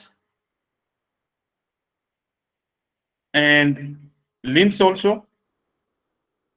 और ये नेस्ट नहीं बनाते हैं, जबकि मैंने बताया कि जो रेबिट है आपने देखे भी होंगे रेबिट हैं वो, और ये व्हाइट रेबिट जो जनरली लैब्स में स्टडी के लिए रखे जाते हैं, तो आपने देखे होंगे कि ये नेस्ट बनाते हैं, लेकिन जो हेयर हैं वो नेस्ट नहीं बनाते हैं। एंड यंग हैं उसमें हेयर में भी, these are born with fur and eye open। पिका आप देख पा रहे हैं इधर, बहुत स्मॉल साइज के एनिमल हैं, स्मॉल राउंडेड ईयर पिन्ना देखने को मिलेंगे, and these are also found in India। Indian hair and then आपने देखे होंगे, नाम सुने होंगे that badgers, civet, otters, mangoes। तो उसमें अगर सबसे पहले मैं डिस्कस कर रहा हूं दैट इज badger, बिच्छू। टेरेस्ट्रियल एनिमल है, इंडिया में variety of habitat generally green forest में देखने को मिलेगा, थॉरन फॉरेस्ट में देखने को मिलेगा, ओपन वुडलैंड्स में देखने को मिलेगा, ग्रासलैंड में देखने को मिलेगा, रॉकी हिल्स में देखने को मिलेगा, एंड डेजर्ट में देखने को मिलेगा। एंड बॉडी साइज में भी 60 to 70 centimetre. And yes, they are shy, elusive, and again nocturnal, shy, elusive होने के बाद में बड़े स्टडी के लिए बड़े डिफिकल्ट हैं। बट मैं बार बार कह रहा हूं क्योंकि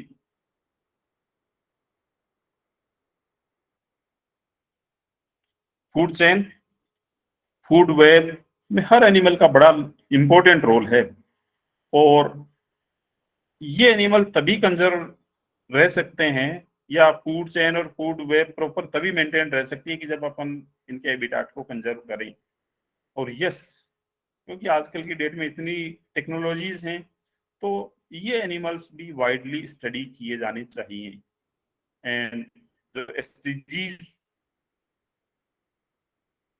में बहुत बड़ा अपन रोल प्ले कर सकते हैं। And yes, the Indian palm civet,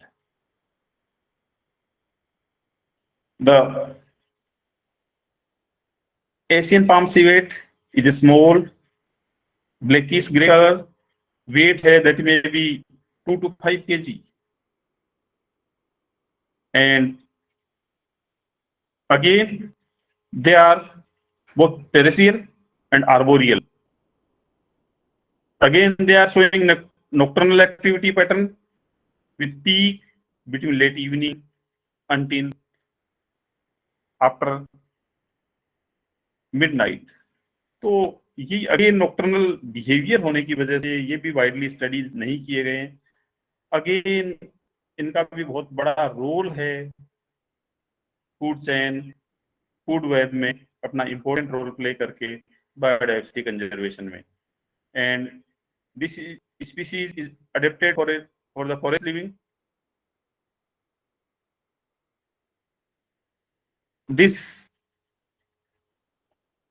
The animal feed at night on insects, birds, lizards, rats, or even the fruits like mango, pineapple, melons, and bananas. Again आप जो, क्योंकि मैं अभी इनको सीवेट है उनको डिस्कस कर रहा हूँ, आप अभी पहले इंडियन पाम सीवेट देख रहे थे, नेक्स्ट थी that is the small Indian civet,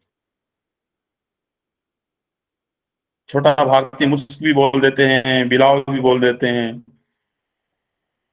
कई समय पे रात पे आपने सफर करते समय पे कभी रोड क्रॉस करते हुए देखा होगा इसको। And the small Indian civet that live in close proximity to human, and again this is a solitary, nocturnal and asocial. Yes, this is social during mating season only, and mating typically occurs once a year, and this civet, इसकी में there is a gland जो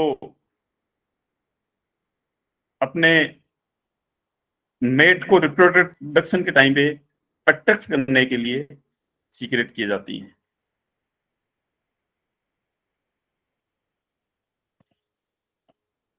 then this is Indian otter, खुद मिलाव का नाम आपने सुना होगा। और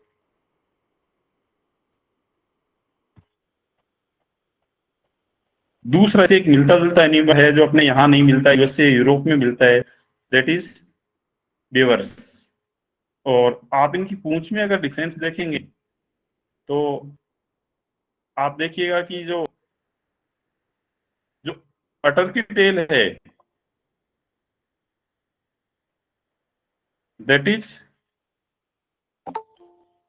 ए कंप्लीटली लॉन्ग वन, जबकि आप बेवर्स में देखोगे कि that is the small one. और अगर बेवर्स देखोगे तो आप देखिएगा कि यहाँ पे काफी ब्रॉडर है और that is flat also. Then small Indian mongoose, भारतीय नेवला, आपने देखा भी होगा, कहानियां भी सुनी होगी। And yes, the some mongoose are legendary snake fighters. The Indian grey mongoose is particularly known for it, and it for shines more than other mongoose. It has 10 alternative dark and light bands.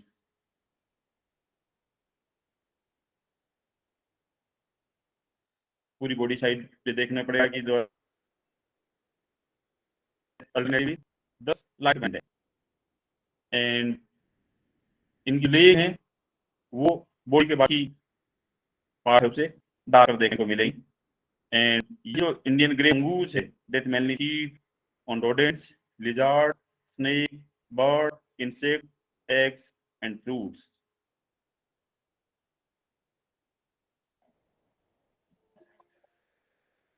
तो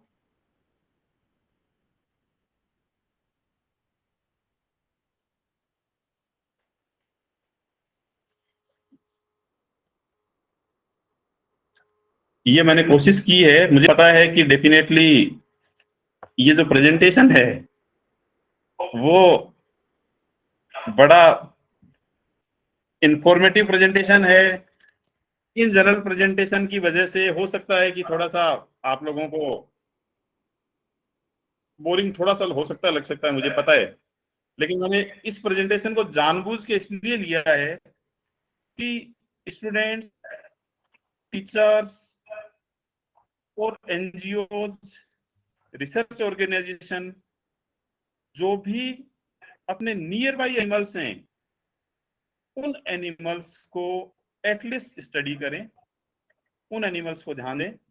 biodiversity conservation है, उस conservation में अपना role play कर सकें, as well as, क्योंकि अभी हम सभी जानते हैं कि आज की डेट में एक जो सबसे बड़ा चैलेंज है वो चैलेंज ये है कि अपनी जो बायोडाइवर्सिटी का जो डिप्लीशन हो रहा है उसको एटलीस्ट अपन रोक सकें। रिस्टोरेशन भी बहुत बड़ा सस्टेनेबल डेवलपमेंट जो गोल्स हैं उसका एक बहुत बड़ा हिस्सा है, लेकिन अपन अपनी जब तक नियर बाई जो स्पीसीज हैं उन स्पीसीज को जब तक अपन कंजर्व नहीं करेंगे, लाइक आप लोग देखिएगा कि जितने भी अपने ओरण हैं,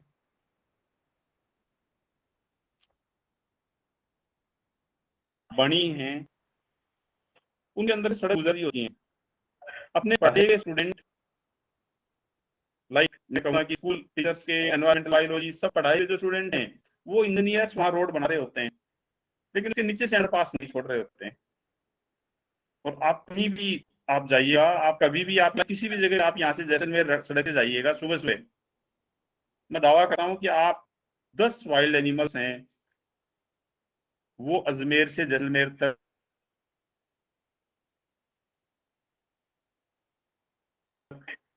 आप मॉर्निंग में रोड एक्सीडेंट में आ रहे हैं। और प्रॉपरली उनको ध्यान में रखते हुए हाईवे बने हुए होते, ओरण बनी उन सब में अगर उनके लिए अंडरपास छोड़े हुए होते तो हो सकता है कि ये रोड एक्सीडेंट में 50% एनिमल की डेथ हो सकती थी। तो मेरा मेनली कंसंट्रेशन और फोकस ये है कि आप अपने नियर बाई डाइवर्सिटी और उसको पहचानिएगा। सिर्फ क्योंकि अगर स्मॉल मैमल्स है उसमें अगर बर्ड्स और अगर शामिल किए जाते तो ये हो सकता है कि ये लेक्चर 2 घंटे से ज्यादा का हो सकता था। इसी तरीके से अगर इंसेक्ट्स को शामिल किया जाए तो इंसेक्ट अपने आप में 5 घंटे कवर करने वाला टॉपिक है। रेप्टाइल्स कवर किया जाए तो अपने अगेन बहुत बड़ा पार्ट हो सकता है। राजस्थान बायोडाइवर्सिटी में बड़ा स्ट्रॉन्ग है। मेरी रिक्वेस्ट ये है कि अपन सभी मिलके अपने नियर बाई जो भी बायोडाइवर्सिटी है उसको कंजर्व करें और आने वाले टाइम में जो सस्टेनेबल डेवलपमेंट गोल्स हैं उनको अचीव करने के लिए रिस्टोर करें। ममता मैडम और बाकी टीम, आपको बहुत बहुत धन्यवाद कि मेरे को आपने मौका दिया है, सबसे रूबरू होने का मौका दिया है। Thank you madam, thanks a lot. Thank you so much, sir. That was such a beautiful lecture, and zoologists like me will always appreciate seeing such beautiful slides of animals.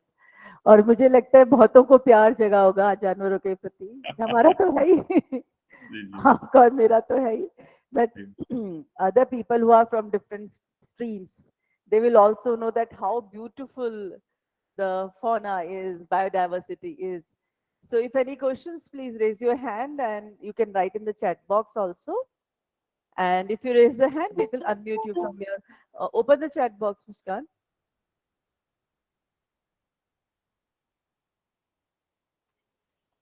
Sir बहुत ही सुंदर compliments हैं आपके लिए, बहुत सारे।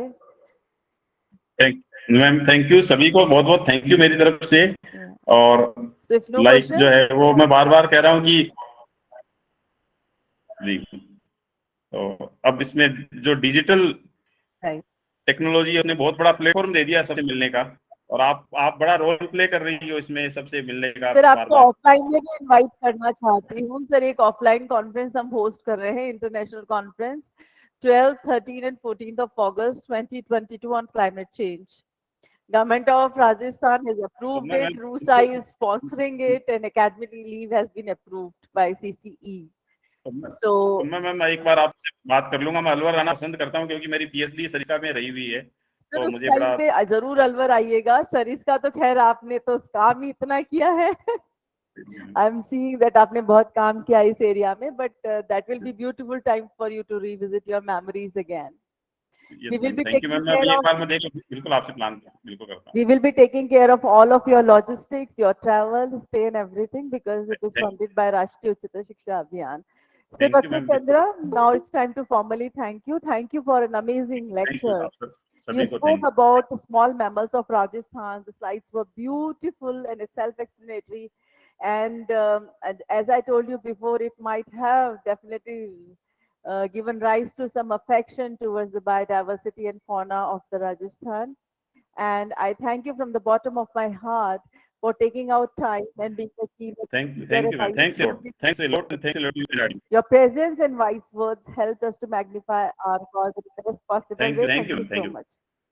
So now, thank you so much, sir. I'll see you in person in August. So now it's it's time for our 20th keynote address, which is to be delivered by Dr. Shashi Verma. Dr. Shashi Verma is MA, MPhil, and PhD in political science. She is currently working as an associate professor at Government Maharani Sudarshan College, Bikaner, Rajasthan, India. She has been awarded the State Level Teachers Award in 2020 by the Department of Higher Education, Government of Rajasthan, for her academic work and social concern. One of her papers has been awarded Best Paper Award. She has authored The Status of Girl Workers in UGC Project, Bikaner. Dr. Verma has published 8 book chapters and 30 research papers in various international and national journals on contemporary topics. She has actively participated in 48 international, national conferences, seminars, and workshops. She has given lectures in offices, training plays, and discussions in All India Radio. Chaired many sessions in educational and social programs as a chief guest. 24 students had written dissertations under her guidance, and currently 2 research fellows are doing PhD under her supervision. She has played an active role in organizing 3 international conferences and 2 national seminars as a member of the organizing committee. She has been honored by many national and international social organizations for her academic achievements and social service. आपको इतने सुंदर achievements के लिए आपको बहुत-बहुत साधुवाद doctor Verma. हम आपका बहुत-बहुत स्वागत करते हैं, अभिनंदन करते हैं, बहुत खुश हैं हम आपको अपने बीच पाकर। So I would request Dr. Verma to start with the keynote address. Ma'am, stage is all yours. शुक्रिया डॉक्टर ममता शर्मा। मेरी आवाज सुनाई दे रही है? बिल्कुल, बहुत अच्छे से सुनाई भी दे रही है और मैं आपको देख भी पा रही हूँ। ओके। सभी को मेरा सादर नमस्कार। जितने भी लोग जुड़े हुए हैं या इस कॉन्फ्रेंस से लगभग 148 के करीब लोग जुड़े हुए हैं, उन सभी को मेरा सादर नमस्कार।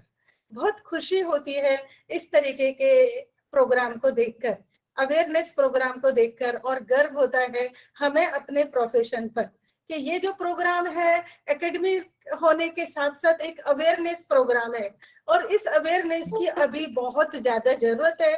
तो इसके लिए सर्वप्रथम मुझे आमंत्रित करने के लिए, आप लोगों के बीच आने के लिए, एक चूंकि मैं वैसे तो साइंस की स्टूडेंट नहीं हूँ, एनवायरमेंट पे बहुत ज्यादा चर्चा नहीं कर सकती, लेकिन हर एक जो प्राणी इस समाज में रहता है, इस पृथ्वी पे रहता है, इस ब्रह्मांड में रहता है, वो एनवायरमेंट के बारे में जानता है और एनवायरमेंट सेव के लिए, एनवायरमेंट को स्वच्छ करने के लिए वो प्रयास करना चाहता है। ये उसके दिमाग में तो है, वो करे या नहीं करे, लेकिन उसके माइंड में हमेशा होता है कि मेरे आसपास का जो एनवायरमेंट है वो बहुत सुंदर होना चाहिए और बहुत स्वच्छ होना चाहिए। ऐसा प्रत्येक प्राणी चाहता है जो पूरे इस एनवायरमेंट में है। तो इस आप लोगों के सामने मुझे बुलाने के लिए बहुत बहुत आभार व्यक्त करना चाहूंगी। राजस्थान के अति प्रतिष्ठित महाविद्यालय राजऋषि महाविद्यालय के प्रोफेसर प्राचार्य यशस्वी ओजस्वी डॉक्टर हुकुम सिंह जी का हार्दिक आभार व्यक्त करना चाहूंगी मैं अपनी प्यारी सखी डॉक्टर ममता शर्मा का, जिसके बहुमुखी डायनेमिक पर्सनैलिटी से मंत्र मुग्ध कर देने वाली पर्सनैलिटी से हम सभी वाकिफ हैं। वो अथक प्रयास कर रही हैं, अर्थात बिना थके हुए। थकान तो उनको भी होती है, वो अथक प्रयास कर रही हैं कि हम सबको जागरूक करने के लिए, क्योंकि बहुत जरूरी है। यदि हम अभी जागरूक नहीं हुए अपने एनवायरमेंट के प्रति, तो हमें इसका बहुत बुरा खामियाजा भुगतना पड़ेगा। इसका एक बड़ा उदाहरण मैं आपको देती हूँ। अभी हाल ही में मैं उत्तराखंड की यात्रा पर थी। नैनीताल सभी ने सुना होगा, बहुत प्यारी जगह है। मैंने भी उसका सुना और मेरी भी जाने की इच्छा हुई, मैं भी वहां पे गई। लेकिन वहां का जो मैंने देखा, उसको नैनीताल को जो देखा, स्पेशली क्योंकि उत्तराखंड के अंदर सबसे ज्यादा जो प्रसिद्ध है वो नैनीताल है, क्योंकि वहां पे नैना देवी का मंदिर है और नैना देवी चूंकि शक्तिपीठ है, इसलिए वो बहुत ज्यादा प्रसिद्ध है। जब मैंने वहां नैनीताल में जाके देखा तो देखा कि वो जो ताल थी, जो प्राकृतिक रूप से बहुत सुंदर बनाई गई थी, उस ताल के अंदर बहुत गंदगी थी। पानी जो था वो बहुत बदबूदार था पानी। बड़ा मन दुखी हुआ। नैनीताल जिसे हम बोलते हैं, उसके सराउंडिंग, उसके आसपास बहुत सारी तालें हैं, शायद हम ये जानते नहीं है। जो लोग वहां नहीं पहुंच पाते हैं वो नहीं जानते कि उसकी सराउंडिंग बहुत सारी ताल है। तो हम वहां से 20 किलोमीटर दूर नकुचिया ताल के ऊपर रुके। हमने उस ताल को भी देखा, वो बहुत अच्छी थी।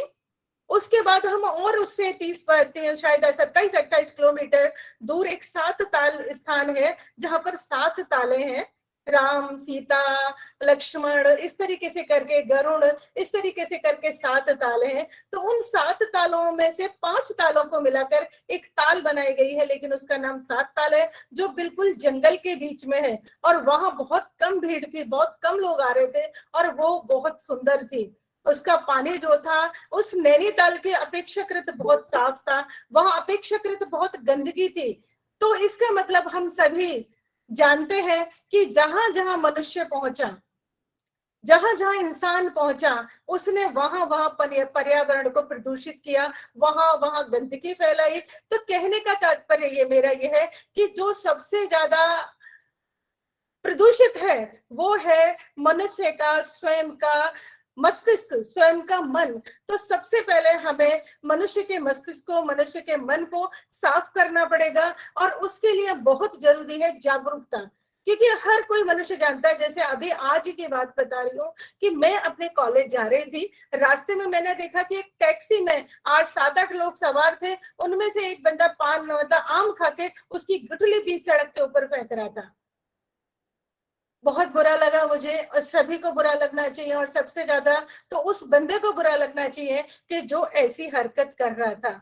तो हम में से जुड़े जितने लोग हैं, तो वो ये सोचे कि जब भी उनको कोई ऐसी हरकत करते हुए देखता है, तो जो भी देखता है वो बहुत बुरा सोचता है, और वो सोचता है कि ये बंदा लिटरेट नहीं है, पढ़ा लिखा नहीं है, राष्ट्रभक्त नहीं है। राष्ट्रभक्त, देशभक्त की तो बात बहुत दूर की है, कि वो अपने जो उसको जन्म दिया है, जिस पृथ्वी माँ ने, उसका भी वो सम्मान नहीं करता है। तो हमें इस तरीके की, जब तक हम ऐसी भावना नहीं लाएंगे, तब तक हमारा पर्यावरण शुद्ध नहीं हो सकता। हम जो भी कार्य कर रहे हैं, हमारी, चूंकि जैसा कि मैं राजनीति विज्ञान की विद्यार्थी हूँ, और मैं सबसे ज्यादा देखती हूँ कि हमारी राजनीतिक व्यवस्था, या मेरा अध्ययन का क्षेत्र है कि राजनीतिक व्यवस्था कैसी है। तो ऐसी स्थिति में, चूंकि राजनीतिक व्यवस्था जो बनाई जाती है वो मनुष्य के लिए बनाई जाती है, समाज के लिए बनाई जाती है। मनुष्य सामाजिक प्राणी है, समाज हमारा अच्छा रहना चाहिए। समाज के अंदर जो मनुष्य रह रहा है, उसकी प्रवृत्ति, उसका मस्तिष्क, उसका मन सबसे पहले शुद्ध होना चाहिए, और ये किसी झाड़ू से नहीं होगा। बहुत सारे लोग सड़क पे लेके झाड़ू निकलते हैं, बहुत सारे लोग अपने घरों में झाड़ू लेके निकलते हैं, लेकिन वास्तविकता ये है कि किसी झाड़ू से, किसी पोछे से, या किसी जो भी हम कर रहे हैं, उससे हमारे पर्यावरण शुद्ध नहीं हो सकता। हमारा पर्यावरण शुद्ध जब होगा जब मनुष्य मस्तिष्क जो है वो क्लीन होगा, वो साफ होगा उसमें, और वो हम क्लीन और साफ कर सकते हैं केवल और केवल अवेयरनेस से। क्योंकि बार बार जब हम उनके लोगों को बोलेंगे कि आपको एनवायरनमेंट सेव करना है, आपको एनवायरनमेंट को शुद्ध करना है, आपको एनवायरनमेंट को सफाई करनी है, तब तक हमारा एनवायरनमेंट, हमारा वातावरण, हमारा पर्यावरण शुद्ध नहीं होगा। एक अपनी ही एक अनुभूति मैं आपको बताती हूँ। अपने ही अभी हाल में ही थोड़े दिन से, लगभग 1.5 महीने से पहले से, मेरे एक लेफ्ट पैर के अंदर एक बहुत चुभन हो रही थी। समझ ही नहीं आ रहा था किस लिए हो रही है। मैंने सोचा शायद मैं हील्स पहनती हूँ उस कारण हो रही होगी, वो भी मैंने त्यागी। नहीं ठीक हुआ, डॉक्टर के गई, डॉक्टर ने बहुत सारी दवाई दी, उससे भी ठीक नहीं हुआ। उसी दौरान प्रोग्राम बना कि हमें उत्तराखंड जाना है। उत्तराखंड में, जैसे मैंने आपको बताया, मैं नकुचिया ताल गई, वहां 4 दिन रही, लेकिन बहुत ज्यादा फर्क उस पर नहीं पड़ा, जबकि मैं बराबर मेडिसिन ले रही थी। उसके बाद हम गए 90 किलोमीटर आगे बिनसर जो, जहां पे भीड़ बहुत कम जाती है।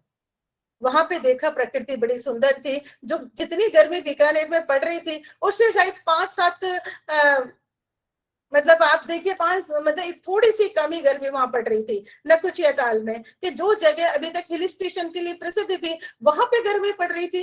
विंसर गए, वहां पे भी ऐसा लगा, उन्होंने कहा कि मैडम आज तक यहाँ पे गर्मी नहीं पड़ती, लेकिन इस बार हमें कूलर लगाने पड़े क्योंकि बहुत गर्मी पड़ रही है। मैंने सोचा हो सकता है कि यूक्रेन युद्ध की वजह से ऐसा हो रहा हो, मुझे नहीं पता, लेकिन मैंने ऐसा सोचा। उसी दौरान मैं एक पहाड़ी पे, जहां पे एकमात्र रिजॉर्ट बना हुआ था, एकमात्र रिजॉर्ट बना हुआ था जिसका रास्ता 1.5 किलोमीटर के करीब था, उसके ऊपर हम गए। उस जो सड़क थी वो सड़क आगे नहीं जाती थी, केवल उस रिजॉर्ट के अंदर खत्म हो जाती थी। वहां जब हम गए तो वहां वास्तव में ठंड थी, मतलब हमें स्वेटर पहनना पड़ रहा था।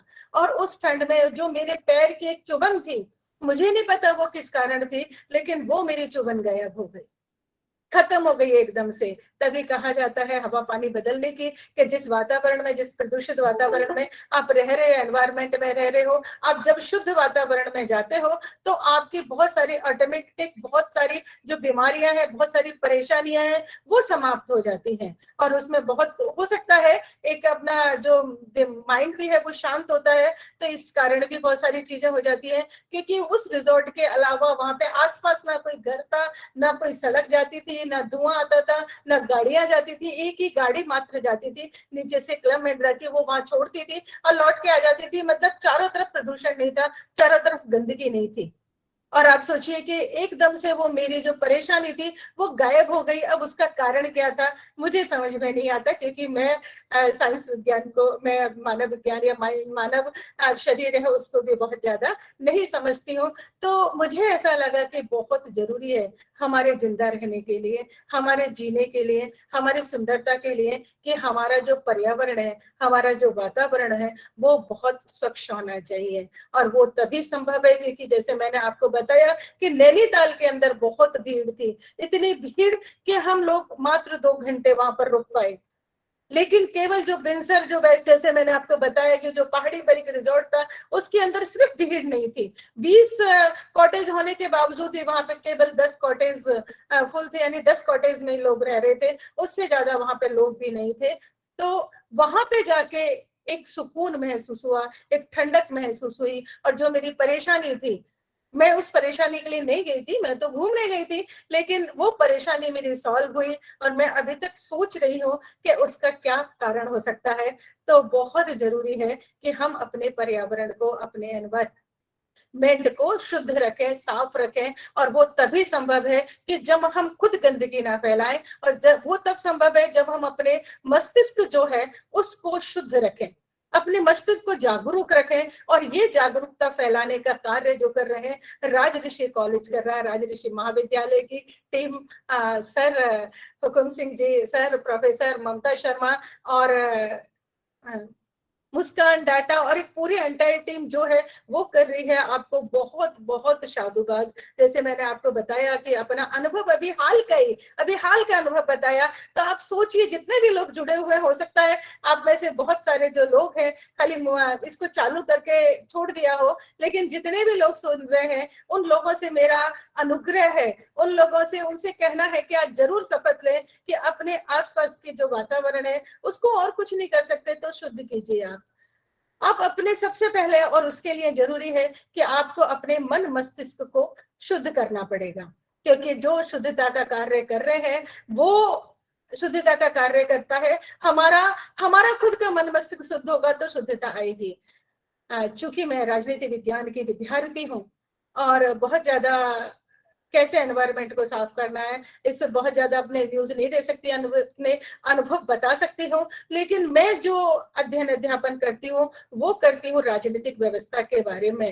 राजनीतिक व्यवस्था, इंटरनेशनल संबंध, यानी कि भारत के और देशों के राज्यों के साथ संबंध, क्योंकि उन संबंधों के आधार पर पूरा वर्ल्ड जो है, पूरी दुनिया जो है वो प्रदूषित होने से बचती है, एनवायरमेंट शुद्ध होता है उससे। और उसके बाद में जो अध्ययन अध्यापन करती हूँ या जिसके ऊपर मैं सोचती हूँ, चर्चा करती हूँ, वो है हमारी सरकार के द्वारा बनाए गए कानून। क्योंकि कानून जो भी बनाए जाते हैं वो पूरे समाज के लिए बनाए जाते हैं, या कहिए कि मनुष्य के लिए बनाए जाते हैं, कि मनुष्य को पूर्ण रूप से मतलब वो अच्छे से अपना जीवन जी सके, सुखपूर्वक अपना जीवन जी सके। तो इसलिए कानून बनाए जाते हैं और उन कानूनों को इम्प्लीमेंट किया जाता है। तो मैं आज एक कानून के ऊपर बात करना चाहूंगी, वो है घरेलू हिंसा अधिनियम 2000, घरेलू हिंसा से संरक्षण अधिनियम 2005, क्योंकि वो सोशल जो एनवायरनमेंट है, जो सामाजिक पर्यावरण है, सामाजिक वातावरण है, उसके लिए बहुत, उसको शुद्ध करने के लिए बनाया गया है। लेकिन क्या वो शुद्ध हो पाया है हमारा वातावरण, हमारा पर्यावरण, हमारा सामाजिक वातावरण? मैं उसके संदर्भ में बात करूंगी आज आपके साथ, मैं उससे चर्चा करूंगी। और हमारी सरकार ने जो ये सामाजिक प्रदूषण है, सामाजिक इसको शुद्ध करने के लिए कानून बना के जो शुद्ध करने के लिए जो प्रयास किया, वो कितना सफल हो पाया, या उस सामाजिक एनवायरनमेंट को शुद्ध करने के लिए, साफ करने के लिए हमें किन चीजों की जरूरत है, मैं आज उसके ऊपर चर्चा करना चाहूंगी। तो मैं सबसे पहले अपनी प्रेजेंटेशन जो है उसको ऑन करती हूँ। मुझे आशा है कि मेरी प्रेजेंटेशन दिखाई दे रही है क्या? मेरी प्रेजेंटेशन दिखाई दे रही है?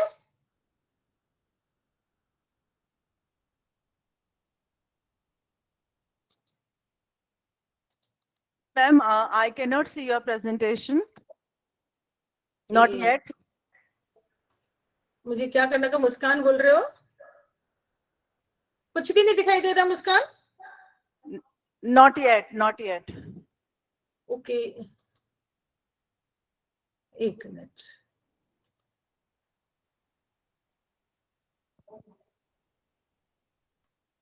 हेलो मैम, अब जो स्क्रीन के नीचे एरो का बटन है उसे क्लिक करिए।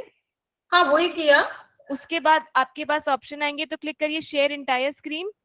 बिल्कुल कर दिया। अब उसके बाद एक स्क्रीन दिखेगी आपको अपनी, उसे भी सिलेक्ट करिए। अभी भी नहीं दिखी है ना? आपको आपकी स्क्रीन दिखने लग गई होगी। हाँ हाँ, उसे सिलेक्ट करिए और फिर क्लिक करिए शेयर। एक मिनट, मुझे स्क्रीन दिख गई। हाँ, यही मैं भूल जाती हूँ, एक स्टेप हमेशा भूल जाती हूँ। अब यस मैम, आ गई। यस मैम, इट इज मुस्कान, मैं हमेशा यही स्टेप भूल जाती हूँ। मैम। बस आपको हम देख भी सकते हैं और आपकी स्क्रीन भी देख सकते हैं। हम यही चाहते हैं। तो है मुस्कान, पिन अप हर स्क्रीन, पिन अप हर अब दिख रही है? यस मैम, आपकी स्क्रीन दिख रही है। अब आप नीचे से अपनी प्रेजेंटेशन ओपन कर लीजिए। ये तो स्टॉप प्रेजेंटेशन लिखा हुआ है इस पे। तो no no no no no ma'am, आप तो अपनी फोल्डर्स में जाके अपनी प्रेजेंटेशन को ओपन करिए। हाँ, उसे क्लिक करिए। यस मैम, दिख रही है। अब दिख रही आबादी ना है ना? आबादी, ठीक है। ओके ओके, हम लोग शायद अभी तक कोशिश कर रहे हैं इससे डिजिटल पूरे माध्यम से बहुत अच्छे से रूबरू हो सके या इसको सीख सके। काफी सफल भी हुए और भी कोशिश करेंगे। तो मैं जो बात करना चाह रही थी, आप सभी का स्वागत है। मैं जो बात करना चाह रही थी वो बात करना चाह रही थी घरेलू हिंसा से महिलाओं का संरक्षण अधिनियम 2005 एक यथार्थ स्थिति। मेरा आग्रह है सभी पुरुष वर्ग जो जुड़े हुए हैं, ऐसा नहीं हो वो कहें कि हमेशा ये रोना पीटना मचाए रखती हो कि किस तरीके महिलाओं के लिए। निश्चित ही है, लेकिन एक ये अवेयरनेस प्रोग्राम है और इसमें आसपास के एनवायरनमेंट को अवेयर करना है। तो निश्चित ही हम चाहेंगे कि हम अपने सामाजिक जो एनवायरनमेंट है उसके प्रति भी हम एक अवेयरनेस फैलाएं। और वो केवल पुरुषों के लिए नहीं है, महिलाओं के लिए भी है कि महिला और पुरुष दोनों मिलकर हमारे आसपास के सामाजिक जो वातावरण है उसको किस तरीके से स्वच्छ बना सकते हैं, किस तरीके से सुविधाजनक बना सकते हैं, किस तरीके से निर्मम बना सकते हैं। तो ये है, तो मैं इस संदर्भ में बात करना चाहूंगी। और मैं जैसा कि विचार करती हूँ कि दुनिया का भगवान ने निर्माण किया, ईश्वर ने निर्माण किया, बहुत सारे जीव जंतुओं को उन्होंने बनाया, वनस्पति को बनाया, पेड़ पौधों को बनाया, पहाड़ बनाए, समुद्र बनाए, लेकिन शायद उसको कहीं अपनी जो रचना थी अधूरी लगी। एक पूर्ण कृति बनाने का उसने प्रयास किया और पूर्ण कृति में उसने एक मानव की रचना की। मानव की रचना करने के बाद भी उसने मानव के दो रूप बनाए, एक पुरुष और एक नारी। जैसा कि हम सभी जानते हैं कि दोनों ही एक दूसरे के पूरक हैं। नारी और नर के बिना, दोनों के ही बिना इस पृथ्वी का कोई अस्तित्व नहीं है, इस मानव समाज का कोई अस्तित्व नहीं है। ईश्वर ने जब नारी की संरचना की तो उसे लगा कि मेरे पास जो कार्य है, मेरे पास जो भार है इस पृथ्वी की संरचना करने का, तो क्यों ना मानव की संरचना करने का भार जो है वो नारी को दे दिया जाए, नारी यानी मनुष्य की संरचना करने का बाहर मनुष्य नारी को दे दिया जाए। उन्होंने पुरुष के मुकाबले शायद नारी को ज्यादा योग्य समझा, और इस पृथ्वी यानी कि मनुष्य की या हर एक का ये जीव जंतु जो भी है, उन सब के अंदर जो उनकी फीमेल थी, नारी थी, उनको एक शक्ति उन्होंने प्रदान कर दी, एक प्रभार उन्होंने प्रदान कर दिया, बाहर प्रदान किया कि वो सृष्टि की रचना करे, संसार के भविष्य की निर्माण करे। और इस तरीके से नारी सृष्टि के निर्माण की, संसार के भविष्य की निर्मात्री बन गई। और यहीं से शायद प्रारंभ हुआ नर और नारी का, मेल और फीमेल का, दोनों का जो एक युद्ध स्टार्ट हुआ, वो वहीं से स्टार्ट हुआ, जहां से कि ईश्वर ने उसे एक अतिरिक्त शक्ति दे दी, एक अतिरिक्त महत्वता दे दी, उन्होंने महत्वपूर्ण बना दिया उसको, एक पुरुष से ज्यादा या मेल से ज्यादा महत्वपूर्ण बना दिया। ऐसा नहीं है कि सृष्टि की रचना करने में एक मेल का, एक पुरुष का महत्व नहीं है, लेकिन ज्यादा महत्वपूर्ण बना दिया उसने नारी को।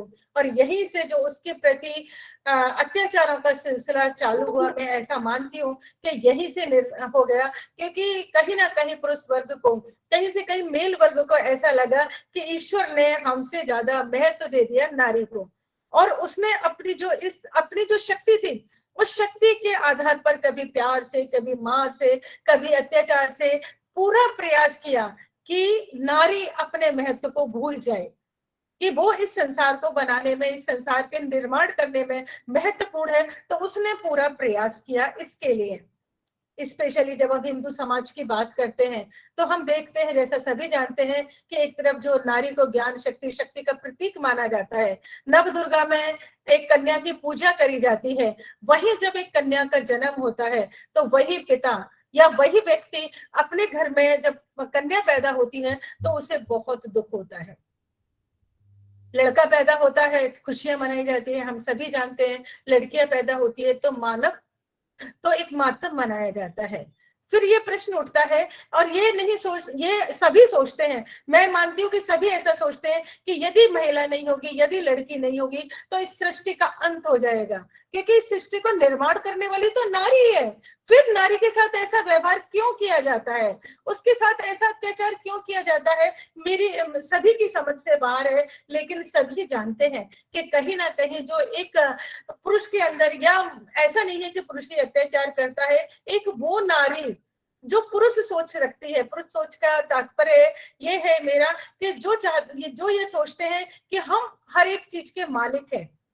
मैंने स्त्री पुरुष के संबंधों में भी हमेशा देखा है कि हमेशा ऐसा होता है कि एक पुरुष या तो वो नारी अब मालिक बनने का प्रयास करता है। मैं एक सुन रही थी, एक महान, मतलब एक जो भी विद्वान बंदे थे, उसने वक्तव्य दिया था कि मुझे समझ ही नहीं आता कि नारी और पुरुष का जो द्वंद्व है, नारी और इस पुरुष की लड़ाई क्यों है, आखिर क्या कारण है।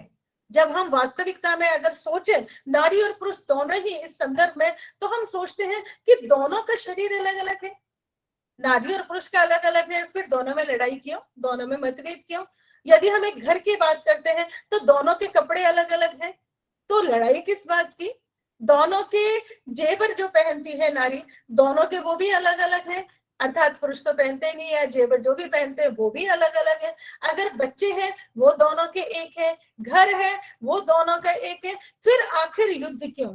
ऐसा नहीं है कि जो कमाने जाती है महिलाएं, उन्हीं के घरों में, उन्हीं के यहाँ पे ये एक द्वंद्व या एक तनाव का वातावरण है। जो महिला नहीं भी कमाती है उनके यहाँ भी तनाव का वातावरण है, जबकि उनके कार्य क्षेत्र बटे हुए हैं। जो पुरुष कमा के लेके आता है, महिला घर को संभालती है, वहां भी तनाव है, वहां भी वो प्यार, वो सौहार्द नहीं है। बहुत कम देखने को मिलता है कि जो वास्तविकता में होना चाहिए।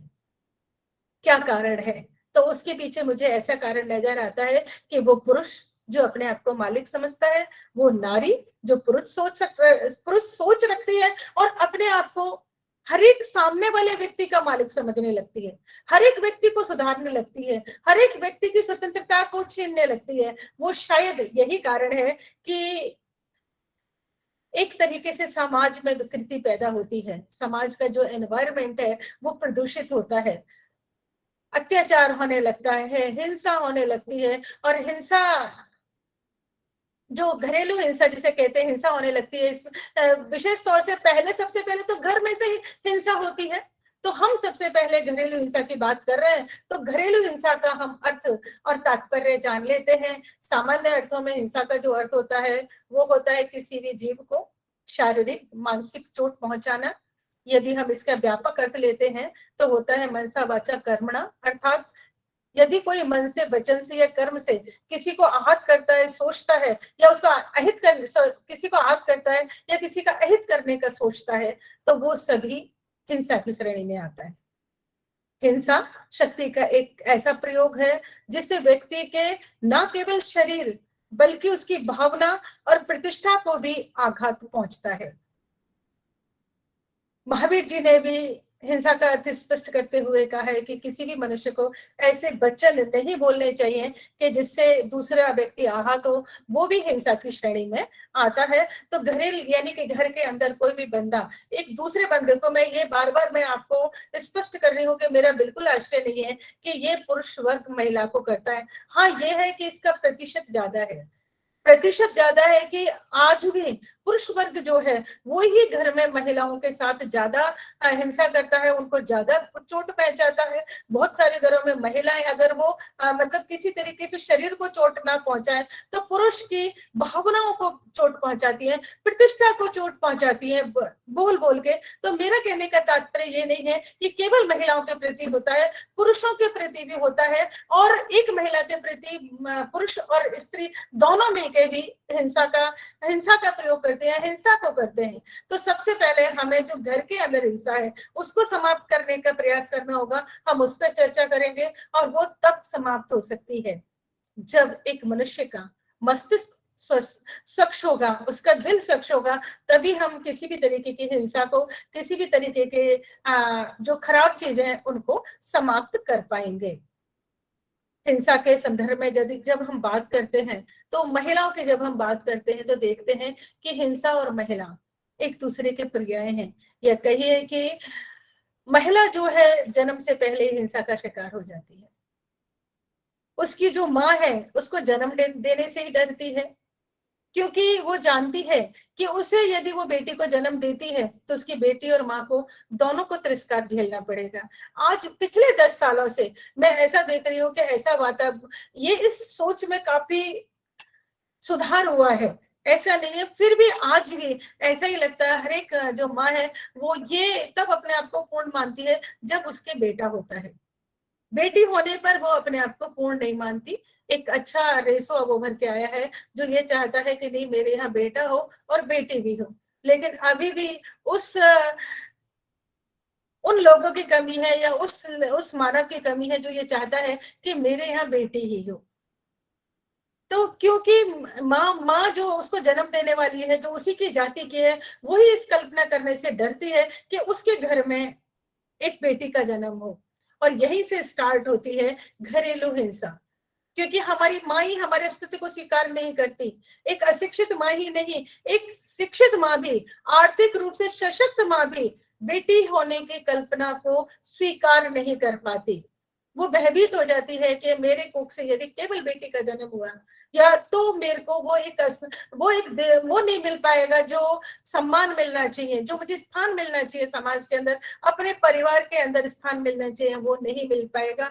आप लोग कहें या नहीं कहें, लेकिन इस भावना से आप अच्छी तरह वाकिफ है और समझते भी हैं कि ऐसा ही है, आज भी ऐसा है। चाहे महिला चांद पर पहुंच गई है, यदि अभी आपने देखा होगा यूपीएससी का आप रिजल्ट उठा के देख लीजिए कि इसमें लड़कों से ज्यादा लड़कियां सक्सेस हुई हैं, लेकिन फिर भी आज भी यही है कि हर एक माँ जब भी वो उसके कोख में किसी का आगमन होता है वो यही चाहती है कि काश मेरे बेटा हो जाए।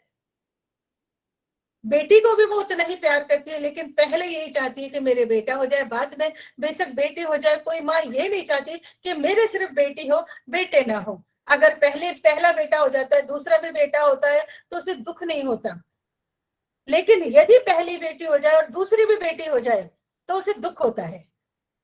तो ये जो दुख है, ये जो तिरस्कार है, जो महिलाओं के प्रति, महिलाओं को जो मिल रहा है तिरस्कार, महिलाओं के प्रति तिरस्कार हो रहा है, ये समाप्त करना बहुत जरूरी है। अब ये कब कैसे समाप्त होगा, ये भविष्य ही जानता है। जैसे मैं शायद पहले भी कभी बोल चुकी हूँ कि ये सिर्फ एक फीलिंग से, एक चीज से समाप्त होगा। जैसे मैंने आपको बताया कि मेरा पहले शायद जो लोग जुड़े हुए हों इस कॉन्फ्रेंस से, उन लोगों को शायद ध्यान हो, लेकिन मैं नए सिरे से बताती हूँ कि मेरे एक बेटी है। मुझे भी ऐसा लगता था कि मेरे चूंकि एक बेटी है तो एक बेटा भी होना चाहिए।